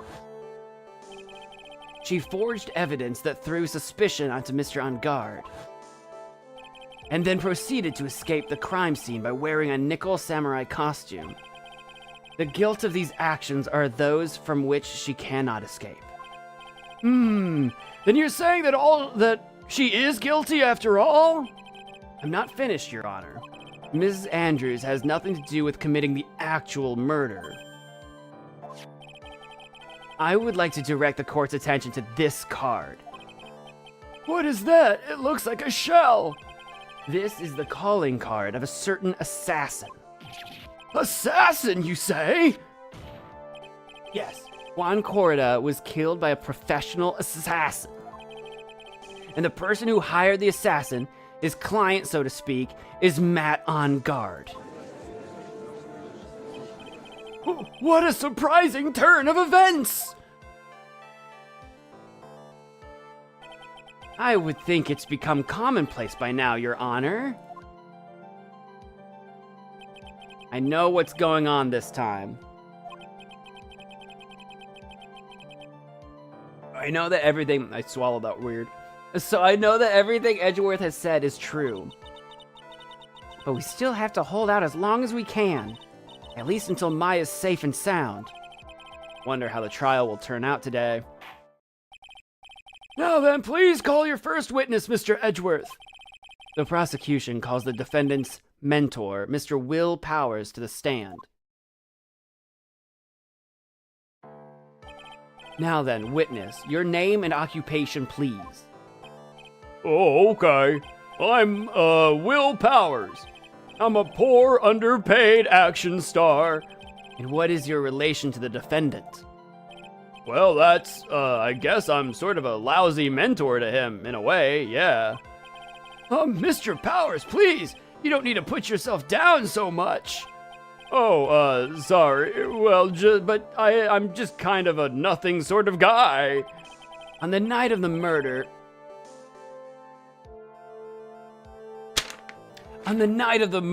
you visited the defendant's room. Is this correct? Yes. I didn't know that. That's news to us. But you know, I didn't actually get to see Matt when I went. All you need to do is answer what you're asked. Now then, I would like you to please testify about when you went to Mr. On Guard's room.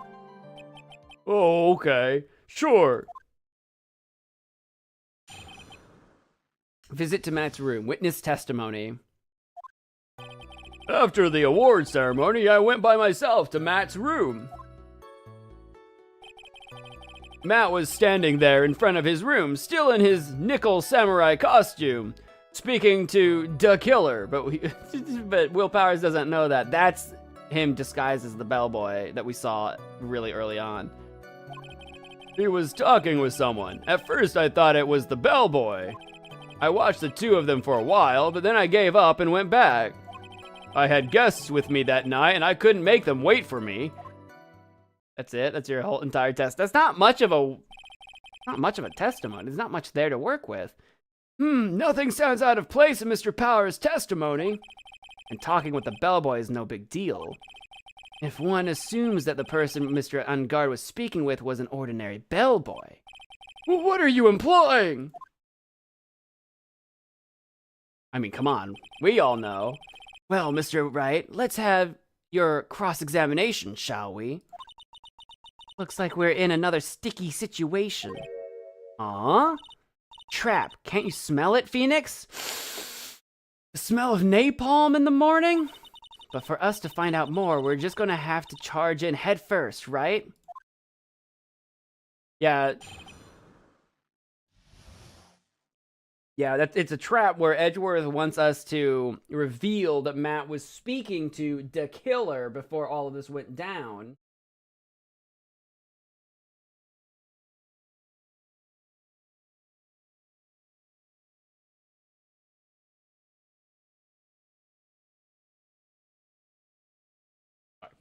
Checking my phone.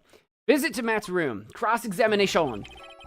After the award ceremony, I went by myself to Matt's room. Hold it. The defendant's room. Why did you go there? Well, I'm his mentor, like a big brother, sort of, and I wanted to say congrats. What's wrong? Why did you stop? Mr. Wright? What is it? You're going to try to trick me into a corner, aren't you? Because he's seen this all before. Huh? I know, I'm just a poor boy. I get no sympathy. I'm a poor, underpaid action star, but I'm not the killer. No one said you were, Mr. Powers. No, please, don't trick me. Every time you do your lawyer thing, the witness suddenly turns into the bad guy. Every time? Witness. I will personally talk to the defense at a later time. So for now, please kindly cooperate and continue with your testimony. Sorry. So you went to the defendant's room and then? Hey, wait a minute. When and how did I suddenly turn into the bad guy here? Matt was standing there in front of his room, still in his nickel samurai costume. Are you sure that was Matt on guard? Yeah, I'm sure. He wasn't wearing the nickel samurai mask then. If that's the case, then he really can't be mistaken. And what was the defendant doing standing in front of his own room?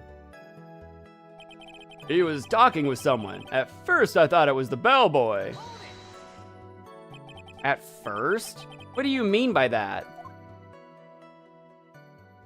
Well, he was in a bellboy-ish uniform and he had a bottle of juice on a tray.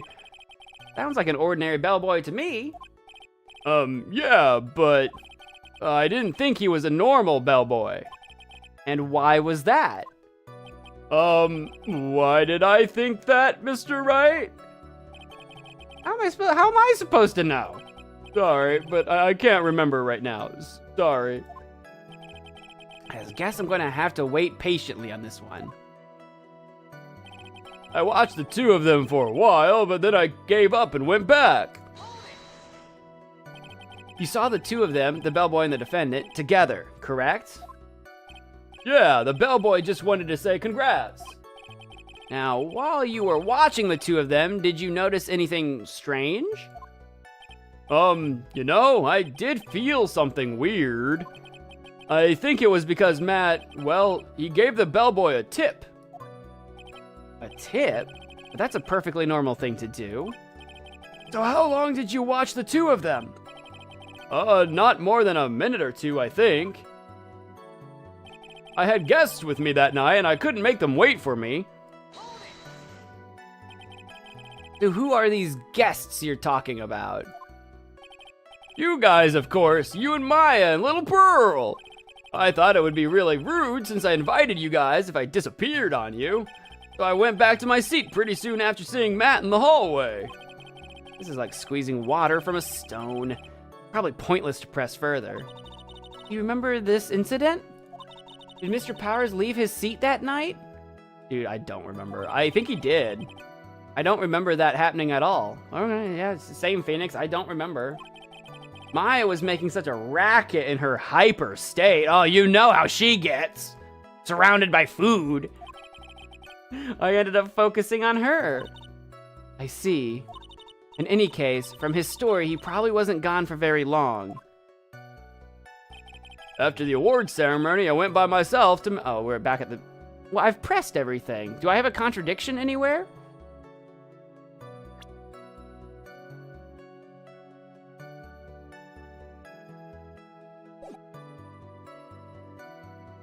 Into the room. Matt was standing there, still in his nickel samurai costume. Press everything again.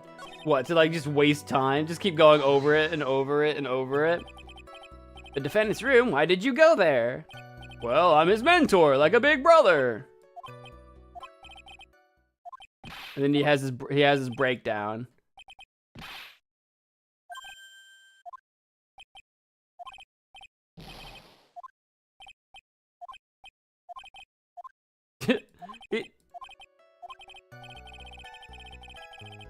I just need to make time. I know I need to make time, but like, is time actually passing for real, for real?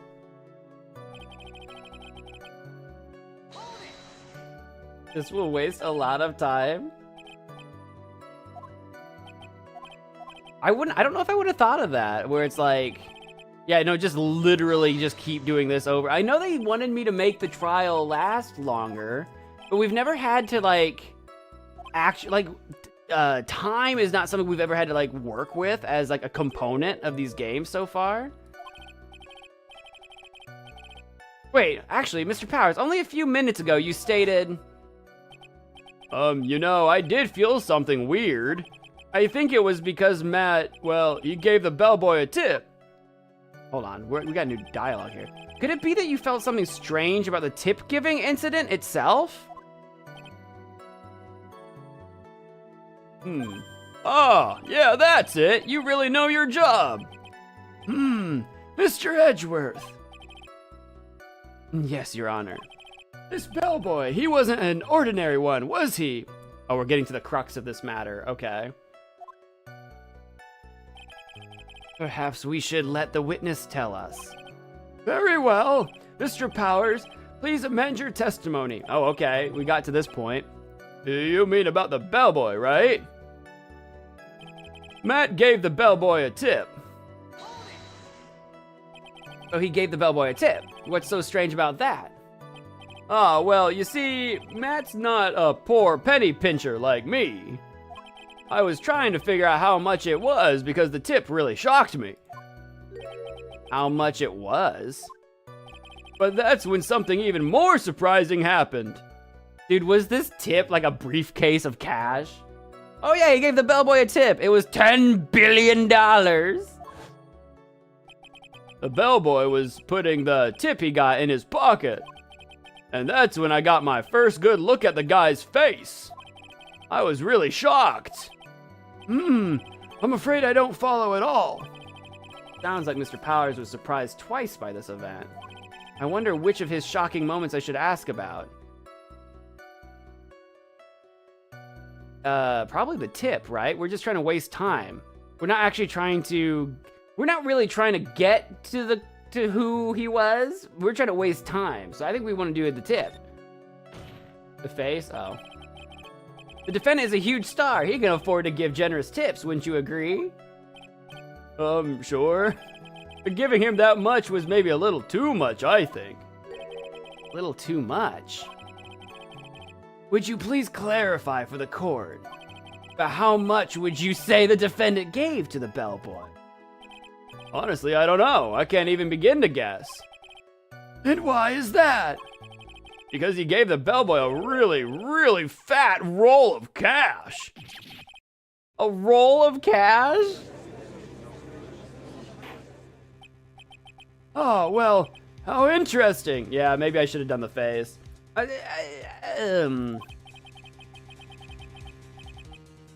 That certainly was a very generous tip, wasn't it? A very fat roll of cash? That can hardly be called a tip, Your Honor. The judge is beginning to look awfully suspicious of us.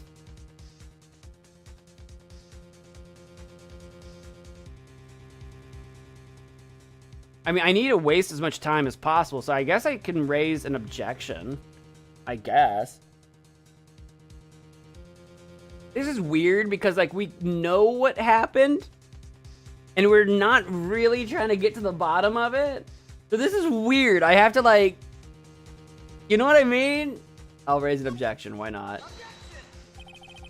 The defendant is a superstar. That kind of tip is typical fare for people like him. Are you saying that all superstars are super spenders? If I could receive large rolls of cash by simply bringing people things on trays, then why on earth would I stand around here prosecuting? That's your problem, Edgeworth. That's on you, man. He's got a point. I don't even get paid, let alone rolls of cash for all my heart. You don't? What do you mean you don't even get paid?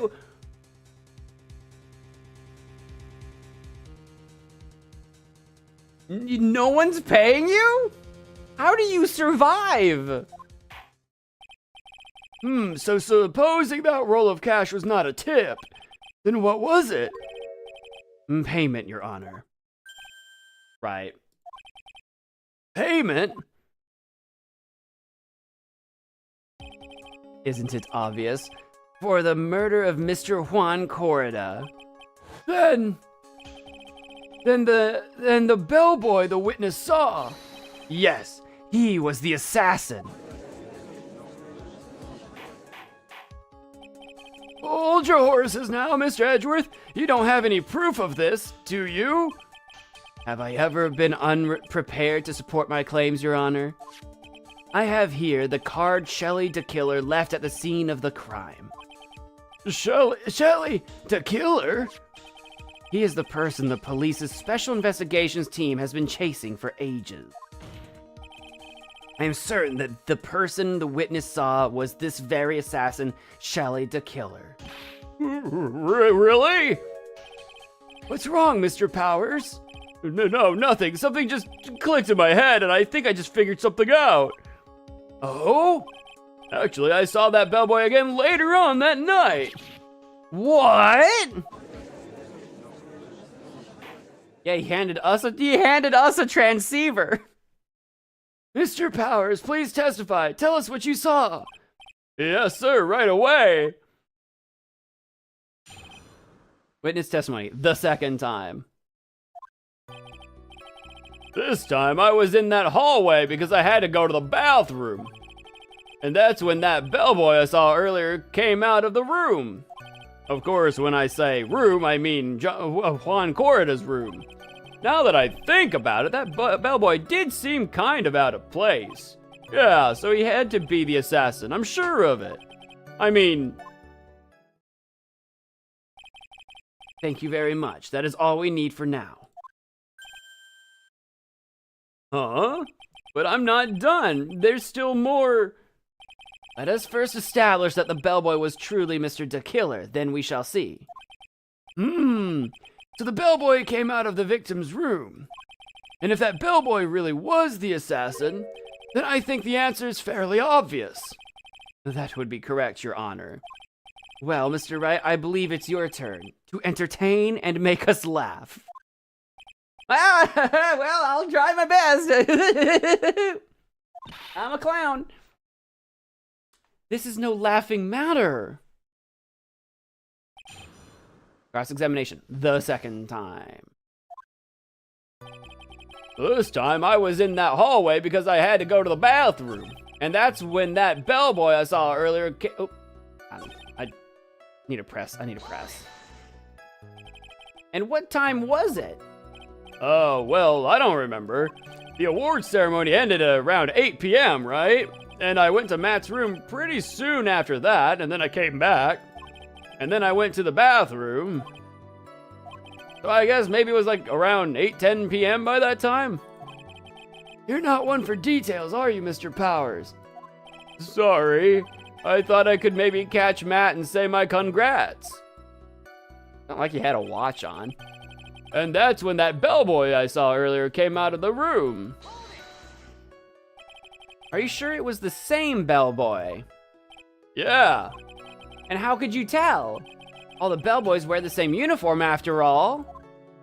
But you see, well, he had those stitches in his face. Ugh. So I'm sure it was the same guy that was talking with Matt. But which room did the bellboy come out of? Of course, when I say room, I mean Juan Corrida's room. The victim's room, huh? Yeah, the one with all the really pretty flowers and teddy bears. It was Juan's room, all right. Words cannot describe how screwed I am. Let's continue with the testimony, shall we? Now that I think about it, that bellboy did seem kind of out of place. So what exactly was so out of place about him? Right. Why the insipid grin? Maybe because I have no idea what damaging thing he's going to say next? Well, the bellboy was empty-handed. Empty-handed? That bellboy was one of those room service people, right? But he wasn't pushing a cart and he wasn't holding a tray either. You'd call that a little strange too, wouldn't you? I agree that it is a bit strange, Mr. Powers. Is it really that unusual for a bellboy to be empty-handed? What should I do? Should I let Mr. Powers' testimony slide, or should I try to pull a fast one? It's not let it slide or don't let it slide. It's let it slide or try to pull a fast one. Should I try to pull a fast one, guys? I mean, I feel like we need to. I feel like it's gonna be like damaging in some way. I feel like this is not gonna go well, but we do just need to waste time. There's nothing strange or unusual about an empty-handed bellboy. But there really, really is. There really, really isn't. If you two are done being school children, bellboys are for room service. There is no reason for them to be empty-handed, ever. Your Honor, I asked that the witness previous state... Your Honor, objection! Sharks in the court? I asked that the witness's previous statement be supplanted with this new one. Edgeworth. To be fair, a bellboy being empty-handed isn't entirely strange if a bellboy was called to someone's room to like help with something. Like not necessarily bring food, but like, hey, can you send up somebody, I need help fixing this curtain that broke. And so a bellboy wouldn't need to bring a tray or anything. You'd probably, I don't know if you would send a bellboy for that kind of job. All I'm saying is there is a universe where an empty-handed bellboy isn't that weird. That's all I'm saying. What if the bellboy made a delivery? Right, it could have also been a delivery. I think their argument with the food or drink type delivery, like if he brought up snacks or whatever, they're arguing that he would have at least had an empty tray, but still would have had a tray. But even then, I don't, or a cart of food. But even then, like maybe he wasn't even delivering anything. Maybe he was just there to help with something. So I don't know. Are you gonna do whatever you can to make the bellboy look suspicious? I see. Very well. This court recognizes and grants the prosecution's request. Mr. Powers, if you could amend your testimony, please. Yes, sir. I thought it was kinda strange for a bellboy to come out of a guest's room empty-handed. So you're saying that it's suspicious for him to be empty-handed? Yeah, really suspicious. I mean, when I first saw that bellboy, he was holding a tray in his hand. And there was a bottle of juice and a wine glass on it. Juice? What kind of juice was it? I'm pretty sure it was tomato juice. We could come up with some sort of reason as to why he would come out empty-handed, some sort of proof, then I think we can dodge the bullet on this one for now. Proof, huh? Sounds like another job for the court record. Maybe. He could have also had like a tray and then just like left it in the room. Yeah, so he had to be the assassin. I'm sure of it. Please don't be so quick to judge. But it's kind of a Powers family thing. Think of every person as a thief. Well, I guess a thief and an assassin are both sneaky and silent. It's not the point, Phoenix. In any case, if that bellboy was the assassin, it would be very bad for us. But he really is the assassin, you know? Don't say that too loud, Phoenix. Yes, but you can't give in yet. If you want to prolong this trial for as long as possible, you're going to have to pull some cheap tricks on this one. All right. What do we have? What would we have? What would we have that would be like evidence that maybe he'd be empty-handed? I have the drink. Do I have in the crime photo, do we have a tray? Oh, the tray's in the photo. He left the tray behind. Fantastic. That's the proof. Great. I got it.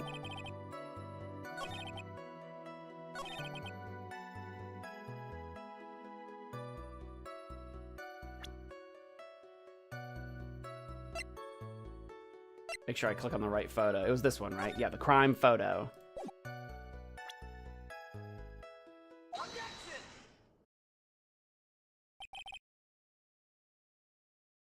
Mr. Powers.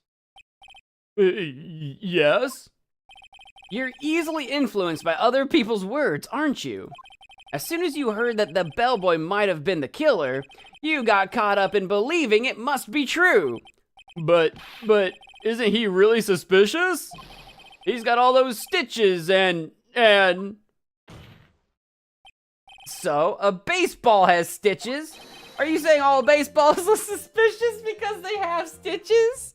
That's a really bad argument, but it's kind of funny. Baseballs are supposed to have stitches. People's faces don't normally have stitches. Nope. Well, there's also, I mean, what about him being empty-handed? I would like to ask the court to please take a look here. Every time I look at this photograph, it makes me laugh. This is the crime scene. There is a wine glass sitting next to Mr. Corrida's body. The liquid inside this glass is tomato juice. And now, if you would look at what is on top of the table in the lower right corner here, anyone can clearly see that it is a tray with a bottle of tomato juice in it. On it, in it, on it, over it, above it, by it. The bellboy had just brought this to Mr. Corrida's room. He left the tray in the room, which is why he was empty-handed when he left. But that would mean that the bellboy had seen and left a dead body in the room. But can you prove that Mr. Corrida was already dead at that time? After all, Will Powers said 8:10, and the autopsy is 8:15.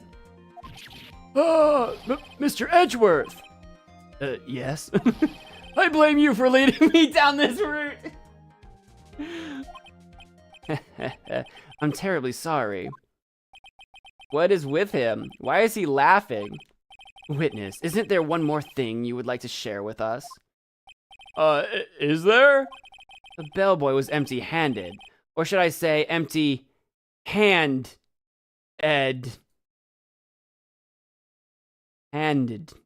Handed. I recall you had something interesting to say about his hands.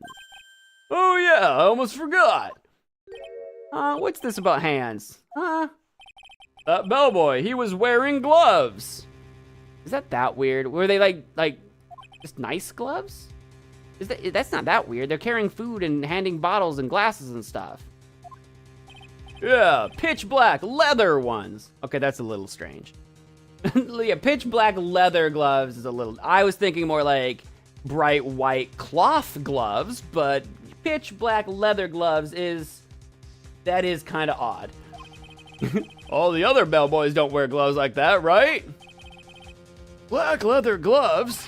Why didn't you mention them earlier? Sorry, it slipped my mind. Boy, does this make the bellboy look really suspicious. All right, gotta focus. I can't get lax here. So what if he had gloves? A lot of bellboys wear gloves. Come on, Mr. Wright, that bellboy was wearing black leather ones. So, a football is made of leather? Are you telling me footballs are suspicious? Are you saying all footballs are suspicious because they are made of leather? Gulp. Such terrible arguments. But that man, he received a large roll of cash from the defendant. And then he was seen leaving the crime scene wearing black leather gloves. I don't think that even someone like myself can believe he was just another bellboy. It seems that we have finally come to an understanding. Now then, witness, please continue with the rest of your testimony. The rest? Oh yes, please tell us more. Okay. Gladly. Their second meeting, witness testimony. After leaving Juan's room, the bellboy went and knocked on Matt's door. Just like that. He gave something to the person inside the room. Then the old guy just left without even going into the room. After that, I went to the bathroom and then back to my seat. So the bellboy, after leaving the crime scene, next went to the defendant's room? Yeah, I kinda saw that by accident. Some accident? I'd say you saw too much. And all of it was suspicious to high heaven. I think it's safe to say that we can no longer consider this bellboy to be normal. Now then, let's get started, shall we? Mr. Wright, your cross-examination, please. Yes, Your Honor. Their second meeting, cross-examination. After leaving Juan's room, the bellboy went and knocked on Matt's door, just like that. He gave something to... Oh, I need to... Hold it! I can't. There we go. Is that what you saw while you were busy spying? Excuse me? I may be a poor, underpaid action star, but even I wouldn't stoop to spying. Well, I think the point is, where did you watch all this from, Mr. Powers? Oh, from the door of the bathroom with my left eye and a sort of sneaky spy-like. Just peering around the wall. I knew he was spying. Please, does it really matter if he was doing it over or underhandedly? What did the bellboy do next? That's all I care to know. He gave something to the person inside the room. I said, hold it. Hold it. I said, hold it. Hold your horses. Okay. That's better. Ahem. What kind of statement is that? Please elaborate and give us a few more details. Phoenix is really not himself. Oh, okay. I should probably ask him only one question at a time. The person inside. Oh, who took this something the bellboy handed off? Actually, I don't know. What do you mean? I'm sorry, but I only saw the person's arm. Only an arm? Then you're saying you didn't see the person's face? Yeah. Well, it was Mr. On Guard's room, correct? So it could have only been Mr. On Guard himself, I'd say. And then, what did the bellboy do after that? Oh, so after you gave the person inside the room the thing, which we will return to, the old guy just left. No, go back to that. Hold it, I say. I said hold it. I said, hey, what a wonderful kind of day. I need more details. About this something. I like how the third one is don't ask anything. About this something. He gave something to this person? This could be a trap. I might be walking into a trap, but I do want to know. Yeah. And what was this something? Oh, ha, ha, ha. If I remembered what it was, I wouldn't be calling it a something, would I? But this implies that something was removed from the scene of the crime. Are you sure you really can't remember, Mr. Powers? I think it was something kind of small. I would like to summarize the testimony up to this point, if you don't mind. When the bellboy left the crime scene, he immediately went into the defendant's room. There, he handed a small item of some sort to the person inside. As for the person who received the item, all you could see was the person's arm. Yes, it was just like that. Mr. Edgeworth, is all this really that important? Of course, Your Honor. I think this is of the utmost importance. This is when whatever was removed from the crime scene was handed over to the client. Mr. Powers, please try to remember what it was the bellboy handed off. Well, let's see. I think it was... No. If you remember, please add it to your testimony. Yes, sir. If I saw it again, I could say for sure, but I think it was some sort of wooden statue.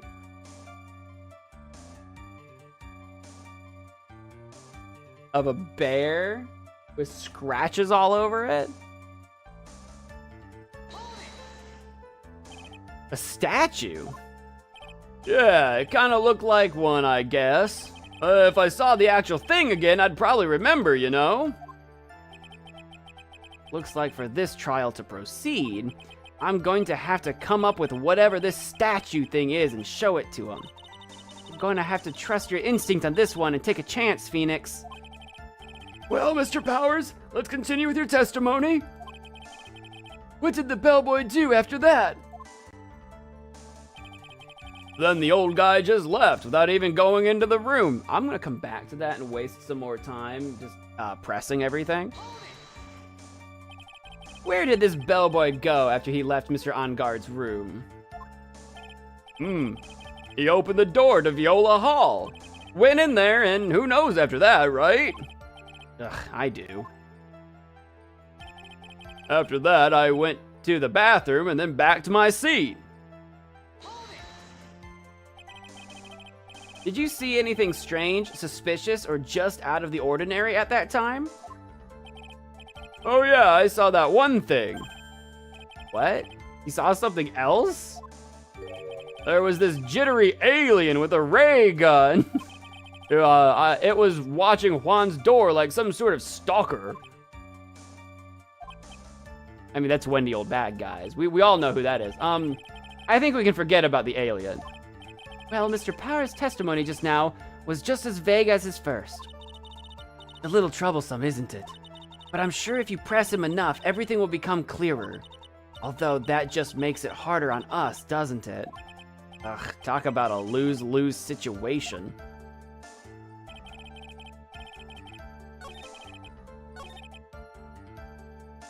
I mean, I have the statue. Like, guaranteed it's this thing. I don't know why I would be trying to make his job any easier, though.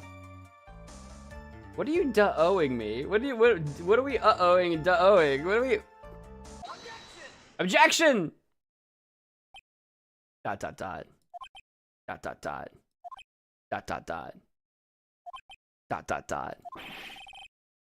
What was the point of that pregnant pause? That pause is having babies! Where did that objection come from? Well, speak up. It was me, Your Honor.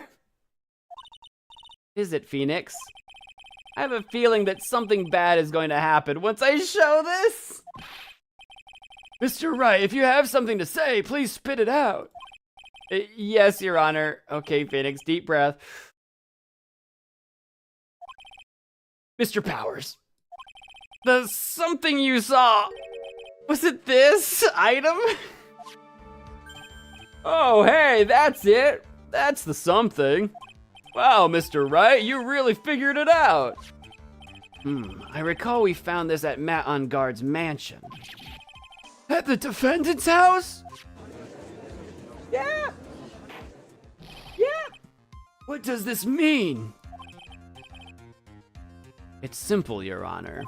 Shelley the Killer assassinated Juan Corrida in his room. And then he stole this wooden bear from the scene of the crime. For purposes I do not know. Then the bear being found at Mr. Onguard's mansion would mean... It goes without saying, Your Honor. Mr. Matt Onguard is the killer's client. Except that's not possible. Right? How did it go from... I don't know, how much time took place between the murder and the discovery of the murder, actually? Because wouldn't Matt was like arrested from the hotel still, right? Did he ever make it back to his house to even drop off in the first place? If the killer handed the statue to Matt, how did the statue end up in Matt's house? Matt never made it back to his house, right? Right? Did he ever have a chance to get back? We'll just see where this goes. Mr. Matt Onguard is the killer's client. Order! I said order! Mr. Wright, this is a most unfortunate turn of events for you. Yeah. Sorry, Mia. No, it's all right. Your judgment was sound. Actually, I figured the bear would come up. If not now, then it would have later on. Even if you hadn't shown it to the court, I'm sure your friend Edgeworth would have. Yeah, because Edgeworth knows it exists as well. It's not like I could have kept it secret for long. I almost forgot that he knew about it too. I think it is clear that there is no need for us to continue this trial. I can't let this happen. I have to do something. There has to be something we've overlooked. I think so. Like, I still don't know how the bear got there. Your Honor, a minute, please. Yes, Mr. Wright. There are still a few points left that we have not fully explored. What are you trying to pull? Oh, well, we can't have that. This case is so silly for some reason. Or this part of the trial is. All right, Mr. Wright. What questionable point would you like to explore further? Personally, I'm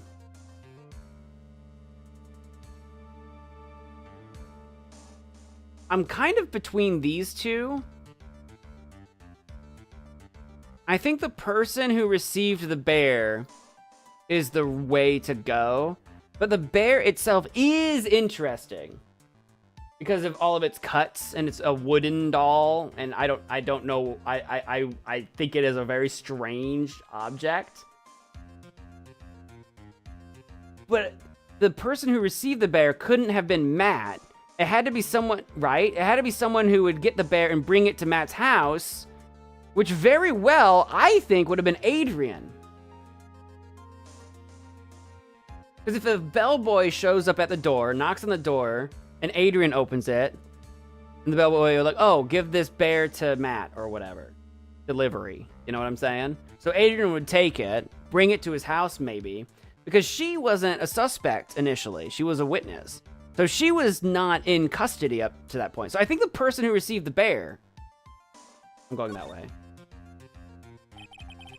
There was one thing in Mr. Powers' testimony that was very unclear, and that is the identity of the person who received the bear.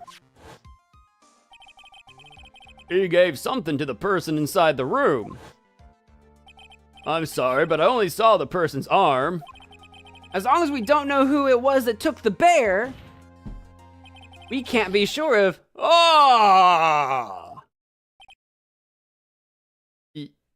Yeah? Yeah? I'm sure it was Adrian. Who else would have been in the room besides Matt? What is it, Mr. Powers? I'm glad everyone's wasting time for us. If you're going to scream like that, then at least give us a good reason why. Oh, yeah, sorry. Actually, so I remembered. I remembered who took the bear. What? Really? That's convenient. I mean, I only saw his arm, but the arm, it was the Nickel Samurai's arm, I swear it. Wow, the costumed arm, that means it could still be Adrian. You've gotta be kidding. Are you sure of that, Mr. Powers? Yeah, I'm sure it was the Nickel Samurai. Yeah, it couldn't have been Matt. If it was Matt, it wouldn't have ended up at Matt's house.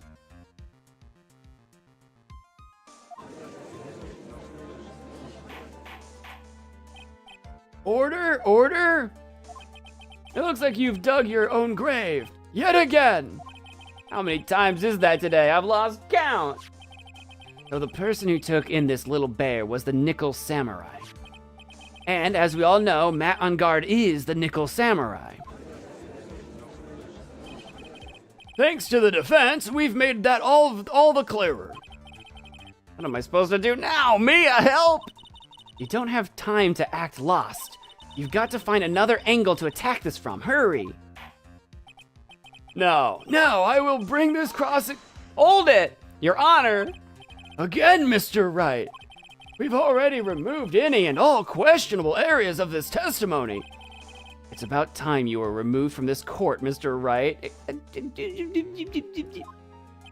I have to find something. Even one more little point will do.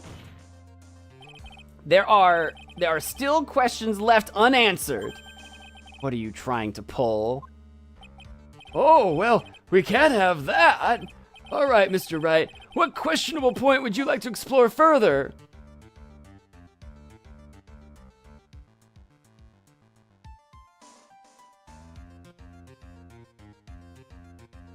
I would like to explore the bear. I don't know how that helps me. But if it wastes time...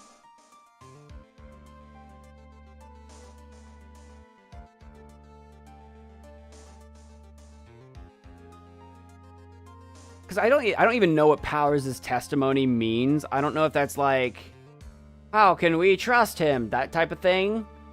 Or specific, because the contradiction that I want to bring up is how'd the bear get to Matt on Guard's house? I still want that to be brought up. I just don't know how to do that. I think I'm gonna go with the bear itself.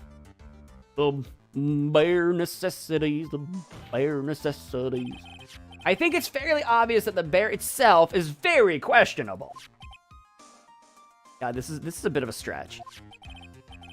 The bear, Mr. Wright? This was found at Mr. On Guard's mansion. However, Mr. On Guard was arrested at the hotel that night. There we go. There we go. This is what I wanted to bring up. We got there. Which means that since the murder occurred, he has not had a chance to go home. Oh, okay. I just didn't know how to get here. I think Your Honor has already figured out what I'm trying to say. It is not possible that it was Mr. On Guard who took this bear to his mansion. Why, that's very true. We didn't consider that point, Mr. Wright. There was no way, time-wise, for the defendant to have taken this bear home. Phew, disaster averted, it looks. Ugh.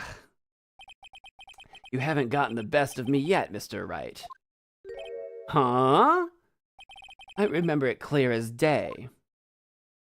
What do you remember? I remember what you muttered to yourself at On Guard's mansion. We have this area completely surrounded. There's no way for him to escape. I can't believe it. That butler, all this time, he was the killer.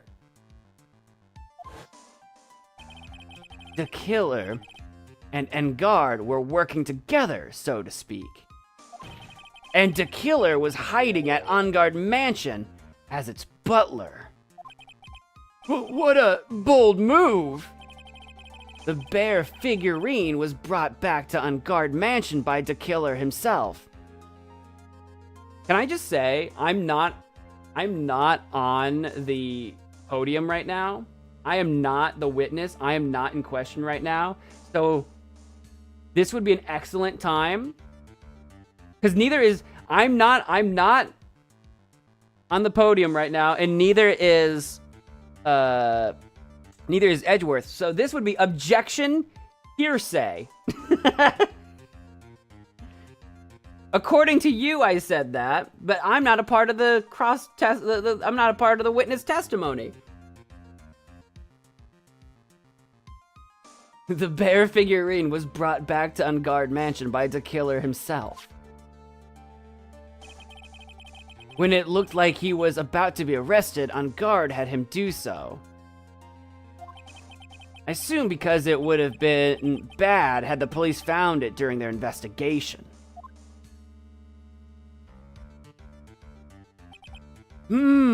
There is the question. I still want to know, why take the bear at all? What's important about the bear? What does the bear mean? Well, Mr. Wright, you've been quiet for a while now. This is too much. Isn't there anything I can attack at all? Da bear. Da killer. Da bear. I think we've heard enough. We now know why this bear figurine was at the defendant's mansion, as well as who it was that received the bear from the assassin in his room. Everything has become very clear. The client who hired the assassin to commit the murder was Mr. Matt Engard. ... I see no reason for this trial to continue, therefore I will now hand down my verdict. Thank you, Your Honor, for your understanding. You see, Mr. Wright, you could not win against the truth, could you? I knew it would turn out this way. After all, what Edgeworth has stated is the truth. Any last objections, Mr. Wright? Well, do I? What should I do? Can't hear the verdict. I really, literally cannot afford to do that. Objection! There's only one way for me to drag this trial out. The only thing I have left is this one dirty trick. Your Honor, right now we have these two reasons to believe my client is the assassin's client. Reason number one, he accepted the bear figurine from the assassin. Which we don't even know if that was Matt Engard. Reason number two, that very same figurine was found at Engard Mansion. However, it's possible this is all the work of a certain other person. What are you saying? What I am saying is, it's possible a different person is the killer's real client. And it has to be Adrian. Yeah, we all know that Adrian was wearing the costume. We all know she would have access to the mansion, and we all know that she was out free. I said all that earlier. We're gonna have to throw this onto Adrian again. It's the only way. The real client? Yes. Disc. Is this all you have? Maybe. Now then, Mr. Wright, let's hear your theory. Who do you say is the killer's real client, and therefore the real murderer? It was none other than Detective Gumshoe. I mean, the only person it makes sense to throw under the bus is Adrian. The only way. Adrian Andrews? Yes. We already know that she tried to frame Matt Engard for the crime by wearing a spare nickel samurai costume. Oh! Then the nickel samurai's arm that I saw. That could have very well been Ms. Andrews. But what about Mr. On Guard? If you would please recall yesterday's testimony. The defendant was taking a nap during the break period. That's right. Then, finding this figure at Mr. On Guard's mansion. It was a well-laid trap set by Ms. Andrews. Oh, What do you got for that, Edgeworth? Mr. Edgeworth, what is your opinion on this? Thinking, processing, computing, calculating. I can't even begin to count the flaws in the defense's logic. Besides which, there is no evidence to support it. However, I can't fully discount its possibility either.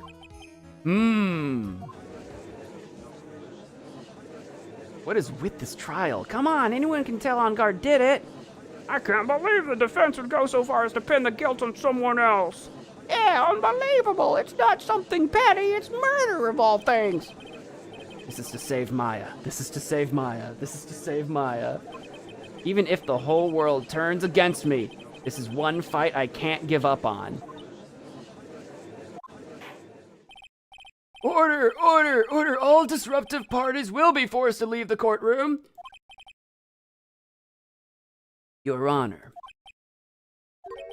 for the benefit of the defense, I'm willing to play along with his what-if game. His what-if game, Mr. Edgeworth? The prosecution is prepared to challenge the defense's theory. Oh boy, here we go. Mr. Wright, even you must have thought it strange and wondered, why would the criminal want this little wooden bear? I have wondered that. He's right. The killer did specially bring that bear to On Guard right away. Why do you ask? Is there something special about it? Absolutely. And I'm sure that once the court knows its significance, the true killer's identity will become crystal clear. Your Honor, the prosecution calls upon a witness who will clear all doubts against Ms. Andrews. Ooh, a new witness? And who would that be? It's quite simple, Your Honor. Ms. Adrian Andrews herself. Okay. Not new witness so much as old witness. I see. Well then, the court will take a short 10-minute recess. The prosecution will prepare its witness in that time. Yes, Your Honor. March 23, 11:54 a.m. District Court, Defendant Lobby number 3. Oh, I knew it was a good idea to hold her hostage. Don't you agree, Mr. Lawyer? But I never thought in your desperation you'd try to pin the guilt onto Adrian. I swear this demon will pay. Also, is he talking too loud? Like, people could overhear this. Mr. Nick! Pearls? Where's Mia? I don't know. A really strong power suddenly called her away. Maya must be summoning her, and Maya might be strong enough to snap it away from Pearl. I know people have talked about Pearl being kind of a prodigy and everything, but I don't know, maybe. Really strong power?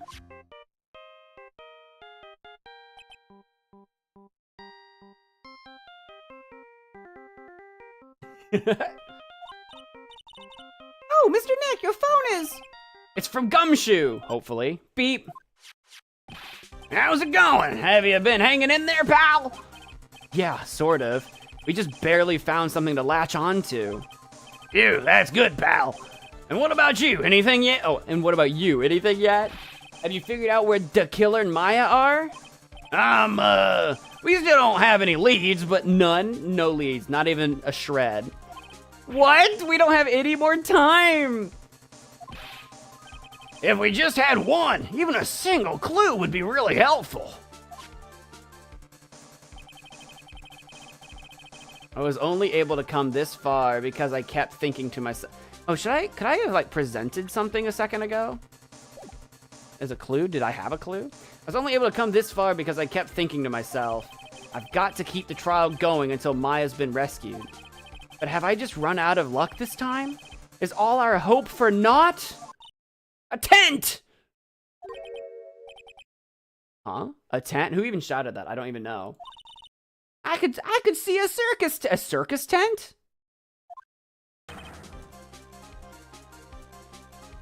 Yeah, Mia was with Maya. Mia! It looks like Maya was unconscious until just a few minutes ago. The circus was leaving town. Is he trying to hitch a ride with the very big circus or whatever it was called? Looks like Maya was unconscious until just a few minutes ago. As soon as she woke up, she called for me. So it was Maya that called you away, I assumed. She's locked in a dusty little room right now, but I could see a circus tent outside the window about 300 feet away. Gumshoe, is there a circus in town right now? There's only one, pal, the very big circus. Maya is somewhere within a 300-foot radius of the main tent. What? Okay, hold on a sec, pal. Hey, draw a circle on that map about a 300-foot radius from the main tent. Hurry! And I could see a mailbox under the window, just outside. Gumshoe, there's also a mailbox. Okay, what else? What else, Mia? Anything? What do you got for us? Sorry, but it was a very small window. I couldn't see anything else. It felt like I was in an old office building, maybe the 3rd floor or so. I heard her, an old office building. Good stuff, pal. Okay, just hang in there. Just a little longer, pal. Wish us luck. Good luck. I'll call you later, so don't let your battery die, okay, pal? Maya's not hurt, right? She's in a pretty bad state, Phoenix. She's being starved. Oh, she'll survive. It takes like 3 weeks to actually starve to death. She's just hungry. It's been like a day. How long has she been how long has she been kidnapped? Wait, when did this happen? Wait, no, it's been like 4 days. Anyway, that sucks. Look, starving is better than like beaten bloody, all right? It's not great. It's not good.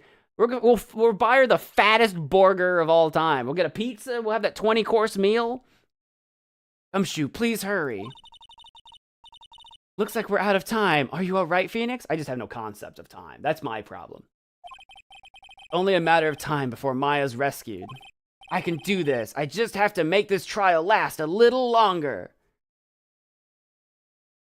Oh, that felt good. Caught my elbow. March 23, 12:05 p.m. District Court, courtroom number 3. Hang on, I gotta go grab some more water real quick. I've been yapping for too long.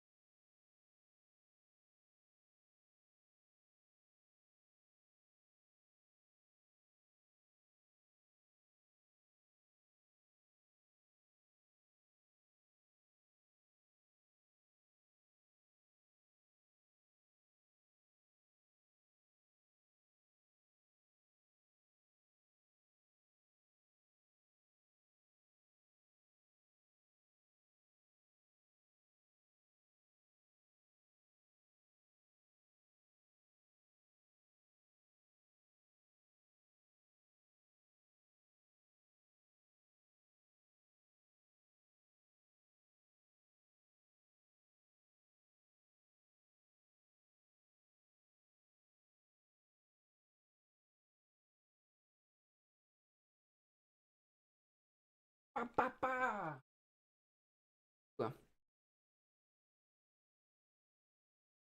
I needed more water.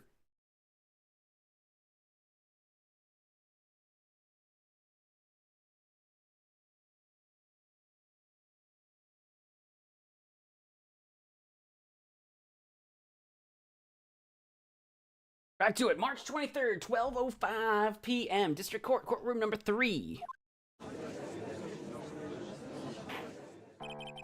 Court will now reconvene. The killer, the man who murdered the victim, handed this to his client. From this, one obvious question arises. Why this particular item? I believe the answer to that question will provide us with the name of the real culprit. Now then, the prosecution calls the defendant's manager, Adrian Andrews, to the stand. Currently, the witness is accused of tampering and obstruction of justice. ... However, you have been called to the witness stand today to ascertain... My girl can't catch a break. I know she's already been through this. Who exactly is guilty of murder? I understand. Very good. Now, have you ever seen this bear before, Ms. Andrews? Of course I have. You have seen it before? That's right. It's only natural that the witness has. Ms. Andrews, could you please enlighten the court to this bear's secrets? All right. Why does she... Why does she what? Why does she know about the bear? The bear figurine, witness testimony. Actually, this is an elaborate puzzle. If you know the correct order, it can be taken apart one piece at a time. At its center is a small cavity with just enough room to store a small item. And I wonder what small item is in this bear. Because of its complexity, if you don't know the order, you can't open the bear. You really can't tell that it's a small jewelry box just by looking at it. So this figurine, it's a container of sorts, is it? Yes. Looks can be deceiving, wouldn't you agree? Why do you know about this? Why do you know about the bear, though? Yes, this is superb craftsmanship. Oh, yes, I nearly forgot. You may begin your cross-examination, Mr. Wright. He was enamored with the toy. It looks like there really was something to that bear after all. I mean, of course there is. Otherwise, why would they be handing it off? The bear figurine. Actually, this is an elaborate puzzle. Oops, I need to press that. A puzzle? That's right. But it looks like an ordinary figurine. True enough. The people who don't know, I'm sure they would never guess that this was a puzzle. So what kind of puzzle is this exactly? If you know the correct order, it can be taken apart one piece at a time. So you can take it apart, and how would one go about doing that? Well, you first turn its tail to the right and then push it in. Oh, yes! Oh, yes, I see! After that, the arms and legs are free to move and can be removed. Oh, this is most interesting. The judge loves it. A boy and his new toy. It's like he's 5 all over again. He's gonna tear it apart. There he goes. Did you get it, Judgy Udgy? Oh, don't mind me. Go ahead and carry on. I think he's lost it. What do you find after you take the puzzle apart? At its center is a small cavity with just enough room to store a small item. And how do you know about this? I know because I was the one who bought it. Oh, maybe for Juan? Huh? It was a souvenir from when a friend and I went to Switzerland. Then this was a present from you? I don't think he ever had it. It's not me saying he lost it. It was Phoenix saying he lost it. Phoenix said that, not me.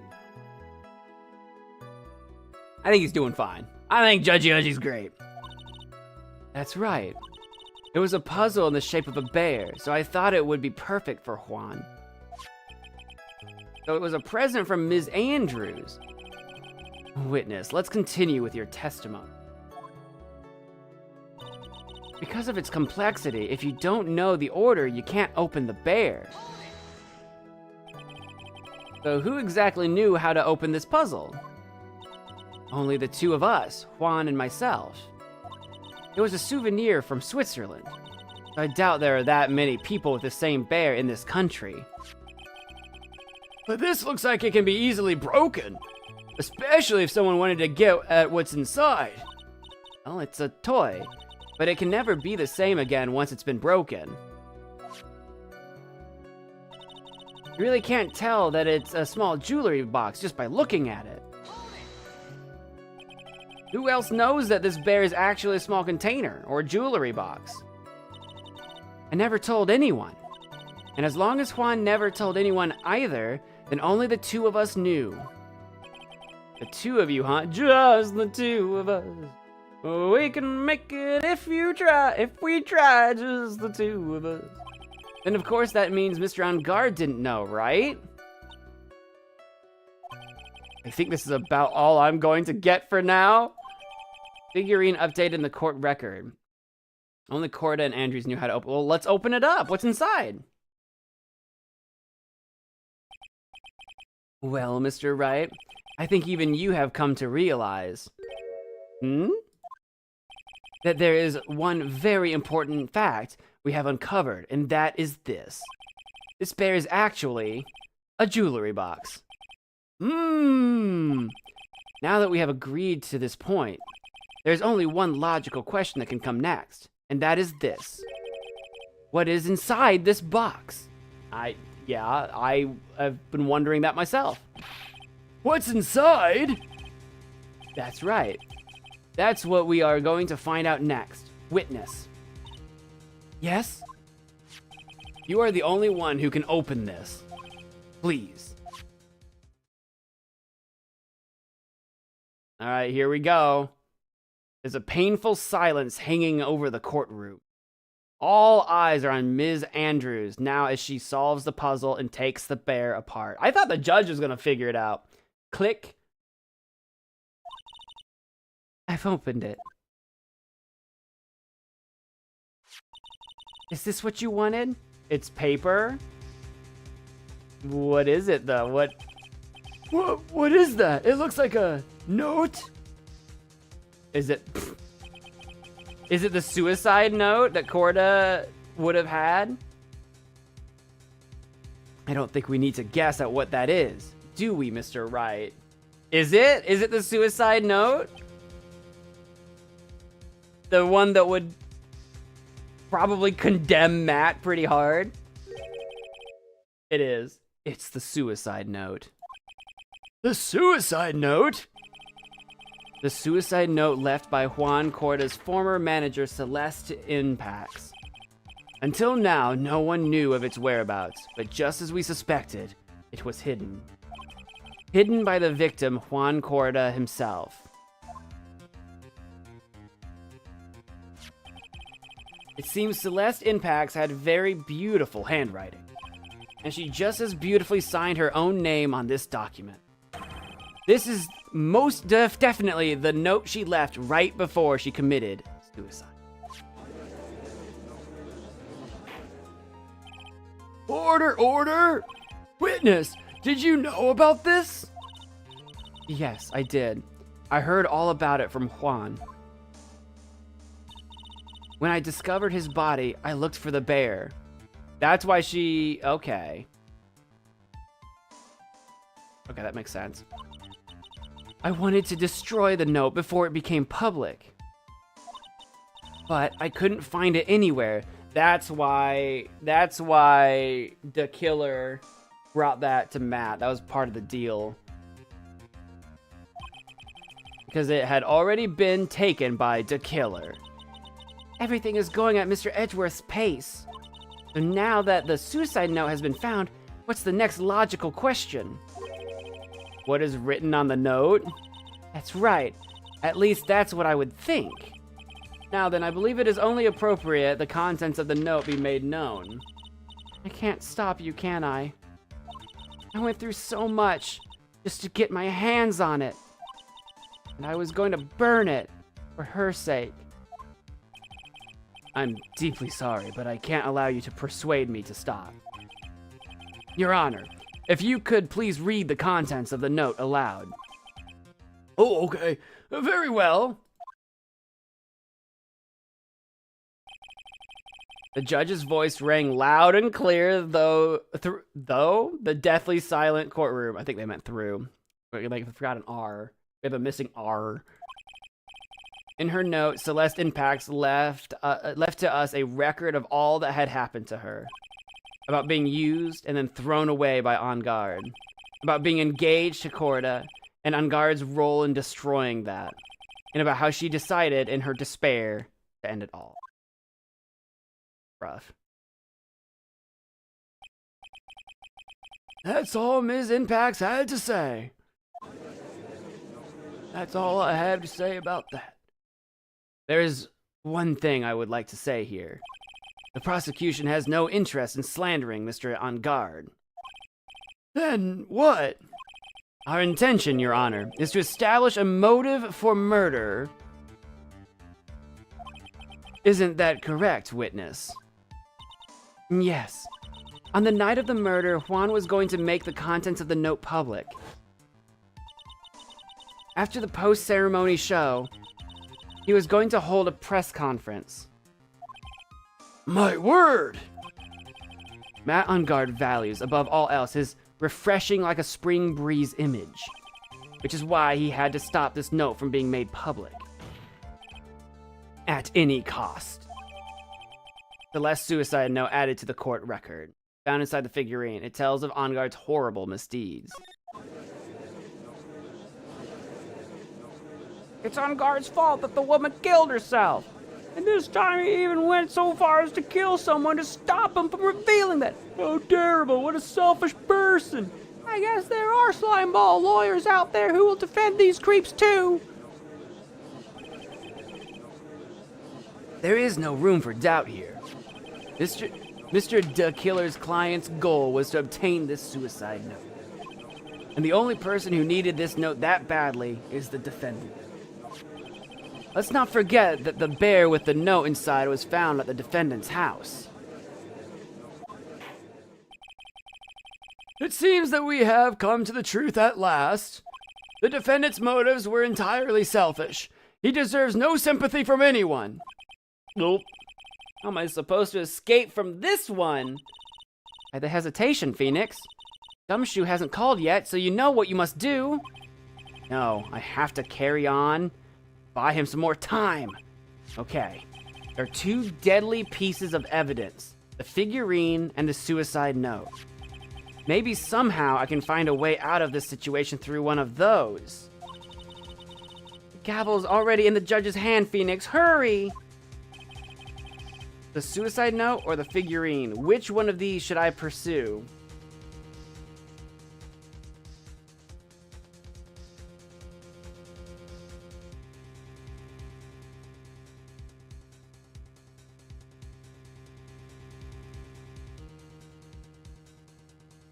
I mean,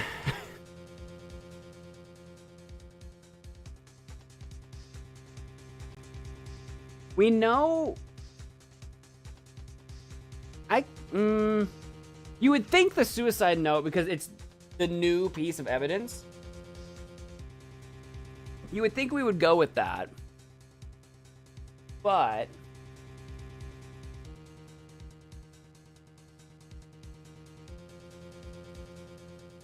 wait, am I dumb? How did the figurine get to Matt's house to begin with? We saw the hand. We've explained what the figurine is. We've explained what's in the figurine. Did Celeste really write the note? Should we focus in on that? The authenticity of the note? The killer brought it there. Yeah, if we do know, I was just double checking, making sure I haven't forgotten anything. If we know how the bear got there, we know what it is, we know what it contains, we know what it implies. If we know all that, then I guess we're done with the figurine, so it would have to be the suicide note. What if the note was a forgery? I mean, probably wasn't, but I guess that's how we're gonna waste our time the best, right? Please wait, Your Honor.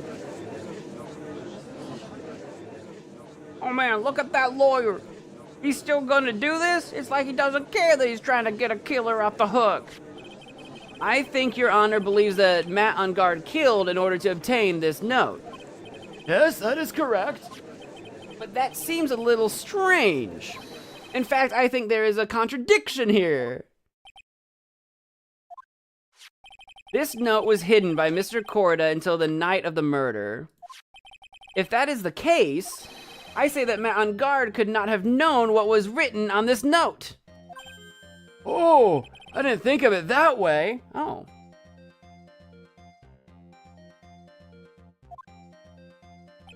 Exactly, but I did think of it that way, and I thought it was rather strange. No one in their right mind would kill for a note without first knowing what it said.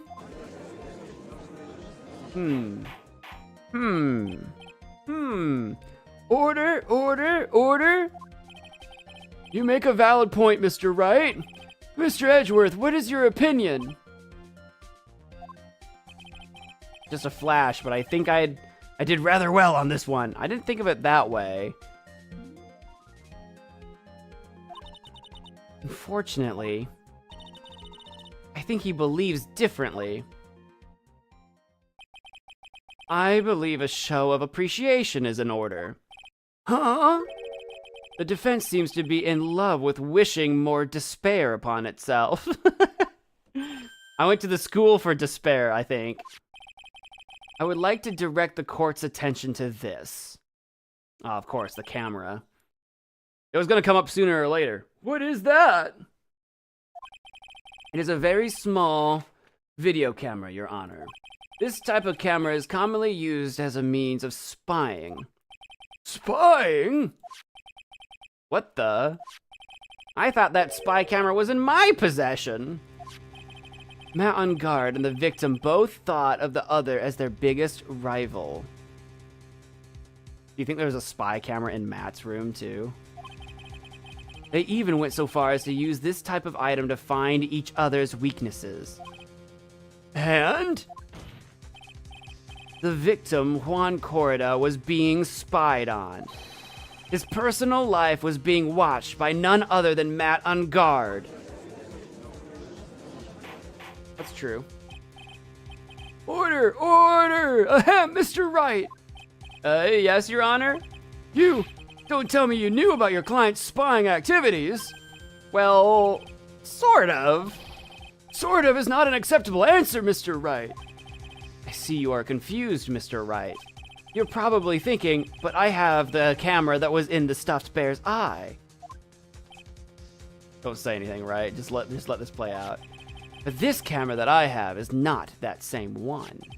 Last night, I searched the victim's house on a hunch. Using this Gumshoe's bug sweeper.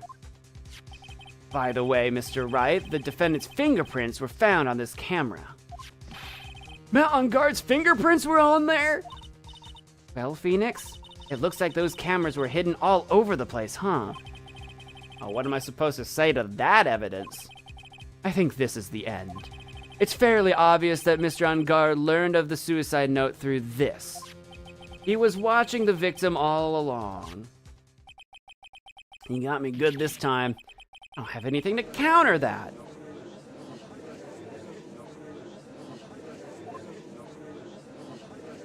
Hey, now what's that lawyer thinking? Mommy, is that man the bad killer guy? Shush, stop, don't look at him. The way he's sweating is just so nasty. Phoenix. Yeah, Chief? Have you figured out what you're going to do next yet? What I'm going to do next? Does running away like a frightened child work? I know it seems like Mr. Edgeworth is very close to putting the lid on this case, but in his eagerness to prove his point, he forgot one very important thing. Well, what is it, Mia? There's a piece of evidence that he really should investigate. Something he should investigate? I would really hate to see the good prosecutor get scolded for not remembering to look into the item when he had the chance. Why are you speaking in riddles? Girl, woman, what you speaking in riddles for? All right, I think this time we finally understand everything. I think she's talking about the, I'm sorry, where's it at? The transmitter, perhaps?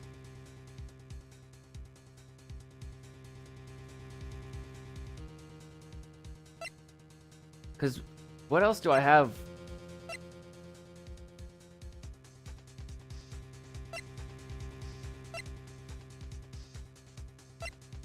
Maybe the note? What, the suicide note?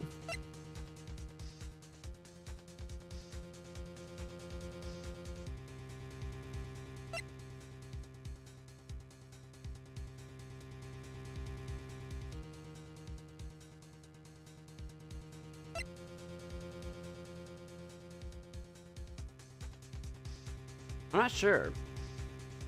Like the you keep saying the note, the suicide note? I mean, I guess that's the only note I have. I have multiple photographs. I only have one note. Fair enough. Found inside the figurine. It tells of On Guard's horrible mystique. Alright, I think this time we finally understand everything. Well, Mr. Wright, you don't have any further objections, do you? What is this piece of evidence that Mia's talking about? Can I figure out what it is that still needs to be looked at? Or should I let it go? Well, we can't let it go. We can't let it go. That's not even a real question. I have an objection, Your Honor.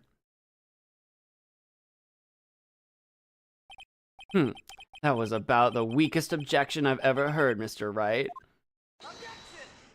Objection! Is that better? Your Honor, the defense has no intention of letting this go so easily. You are beginning to sound desperate. That's just your imagination, Your Honor. Mr. Edgeworth, this is not like you at all. In your eagerness to prove your point, you've forgotten one very important thing. Hey, isn't that what I just said? Yeah, I'm copying you. So you're telling me that I forgot something. You're so close, Mr. Edgeworth. But there's something you really should examine about this piece of evidence. What am I not...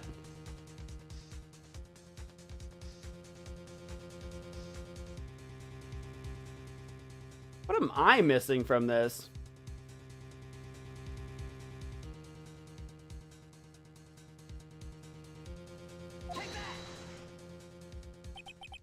That is Mrs. Impax's suicide note, right? Who knows? Who knows? I mean, sure, this suicide note was found inside this bear, but this bear was in my possession until only a few moments ago. Which means the handwriting on this suicide note has yet to be analyzed. Oh! So, as to whether this pivotal piece of evidence was really written by Ms. Impax or not, that has yet to be even remotely confirmed. Mr. Wright, you can't seriously be suggest... Mr. Wright, are you saying the suicide note is a fake? Ms. Andrews, you were the one who tried to pin this murder on Mr. On Guard. Who's to say you didn't create a fake suicide note and put it into this bear? How dare you? Your Honor, the defense is indiscriminately accusing the witness again. There is no evidence linking the witness to the suicide note whatsoever. But if this is a fake, then the witness is the only person who could have made it. What? Recall the witness's testimony concerning this figurine. The only person other than the victim who could solve the puzzle is the witness herself. Ah! Glasses busted everywhere! Ms. Andrews, you wrote this note, didn't you? You wrote it so you could use it to frame Matt on guard. What sucks is that we know she didn't. I did no such thing. Right, if you're going to pronounce the suicide note a fake, then show this court some evidence to support your theory. I don't need to. Mr. Edgeworth, you were the one who presented the scrap of paper as evidence. That means the burden of proof lies with you, the prosecution. Duh! I was gonna say, I don't need to prove nothing. That's enough. Mr. Edgeworth, can you confirm the handwriting on this suicide note? It is, as the defense has stated, the handwriting has yet to be analyzed. If that's the case, it seems that yet again we have reached a point where a verdict is impossible. That's impossible! Impossible is impossible! This isn't good, Phoenix. Is it not? It's buying us time, is what it's doing. The judge is going to carry this trial over one more day. That's a good thing, though, is it not? I don't think Maya will physically be able to make it another day. She doesn't need to. Gumshoe just needs to get there. Gumshoe's not gonna stop looking just because the trial's suspended, right? That would be dumb. That would be so dumb, right? Okay, whatever. I didn't want to have to do this, but I don't have a choice. I request that both the prosecution and defense further investigate. Handwriting analysis, my butt. That's just the lawyer trying to buy more time. On guard is guilty. Look, any idiot can tell you that. I think we've reached the end of the line. Guilty, guilty, guilty, guilty, guilty. Dude, this is kangaroo court. People are chanting? People are chanting? I've never been in a court where chanting took place.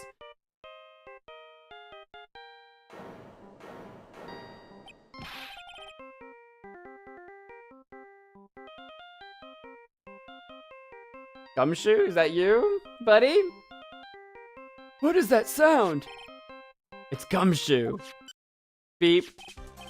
Hello, Gumshoe? What is with him? And what's with that sigh? Where's Maya? What happened to the killer? We're doing this in court. Everyone can see me. Everyone can see it. What happened to the killer? Phoenix looks like he's involved. Gumshoe to the rescue, or we just made ourselves look super sus by shouting that into the phone. He got away. What? I'm sorry, pal, I really am. I don't know what to say besides I'm sorry. I wish there was some way to make it up to you, I really do. Anyway, what's going on? We found his hideout, pal, but the two of them were already gone. This is terrible. I'm going to keep looking for them, pal. Don't you worry, I just need a little more time. But Don't tell me we don't have any more time. guilty, guilty, guilty.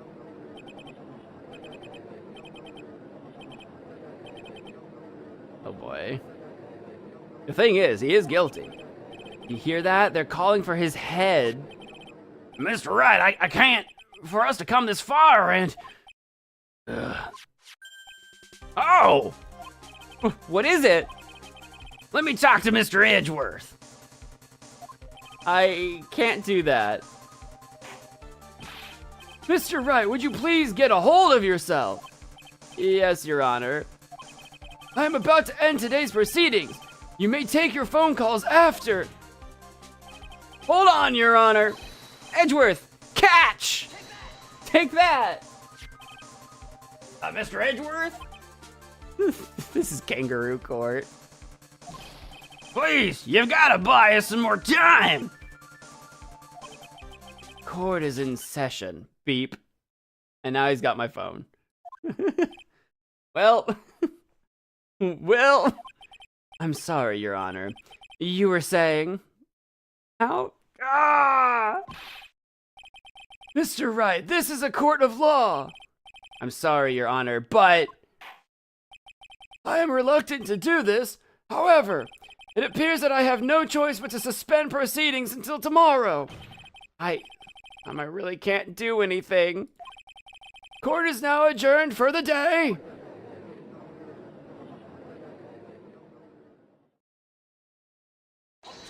Objection! Please wait, Your Honor. Edgeworth pulled the objection? Edgeworth. What is it, Mr. Edgeworth? I humbly request another 30 minutes of Your Honor's time. For what purpose? Objection! We can perform the necessary tests on this piece of evidence in that time. But can you really obtain your results in 30 minutes? I believe we can, Your Honor. But wouldn't it be better if we adjourned for today and then reconvene tomorrow? 30 minutes. Please, Your Honor. That's all I am asking for. Please, Your Honor! Very well. At the prosecution's request, this court will now take a 30-minute recess. But be advised that I will not allow another recess today. It is kind of wild, because everyone's like, dude, that lawyer, that defense lawyer is just trying to buy more time. Meanwhile, Edgeworth's like, I just need 30 minutes. And the defense goes, yes, just 30 minutes, that's it.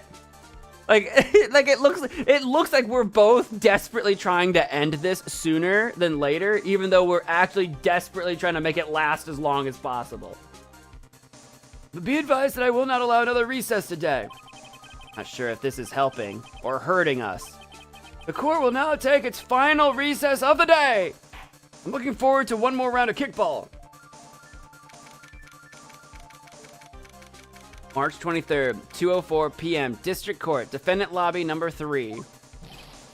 Right. Well, what's going on with Maya's situation? The killer.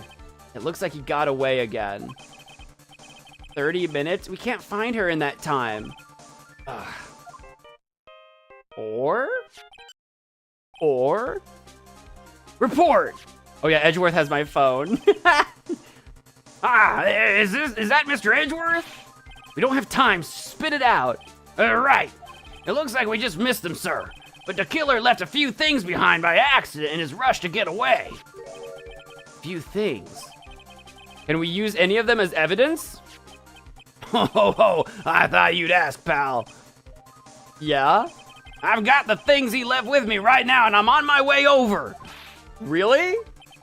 That's odd. Any items like that are usually sent to the crime lab first. We don't have time to wait for those guys, sir. When those guys weren't looking, I swiped the stuff and ran. What? I've already been fired once, sir. All you can do is fire me again. Well, I'm not a detective anymore, so I had to. I'm really sorry, sir, but I gotta put the law on hold for now. Sounds bad. I hope he doesn't get in too much trouble over this. With my hunk of junk car, I'd say I'll be there in about 20 minutes, sir. Don't worry, I'll be there. Wait for me. All right, just get here in one piece. I'm on a mission and no one can stop me now, sir. No one. Yeah. I'm pulling out all the stops and running Every red light. Okay, well, don't crash before you can get here. Items left by the murderer, huh? Maybe there's something among them that will be decisive enough to end this. Or there'll be an earthquake or something. What was that? Hey, what's wrong? Detective Gumshoe, answer me. Gumshoe's in an accident. No one can stop me.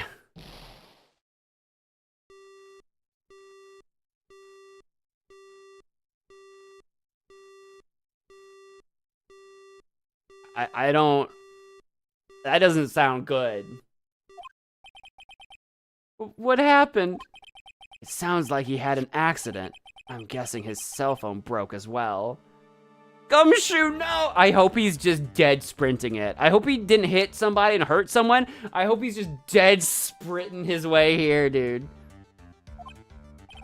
What was he thinking? We've got to hurry and call for help. But we have no idea where he is. His cell phone is broken and he wasn't driving a patrol car, so no radio either.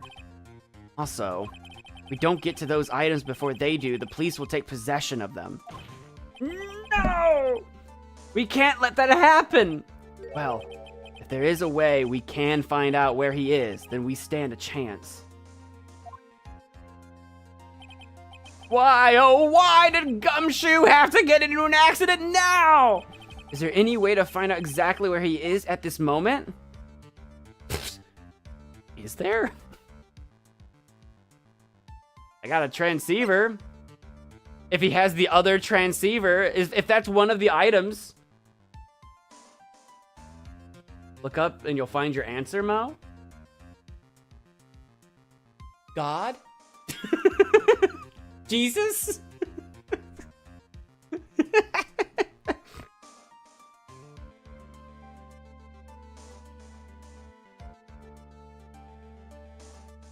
It says gullible on the ceiling. No, it doesn't. I'm looking, I don't see it. Oh shoot, no, you're right. No, Francisca has him like traced. She's tracking him. Dude, you're actually literally right. No, I forgot about that. Francisca tracks him everywhere he goes. On my screen, it's literally, oh, it's on my screen above me. Ah, no, I forgot. She's literally tracking him, brother.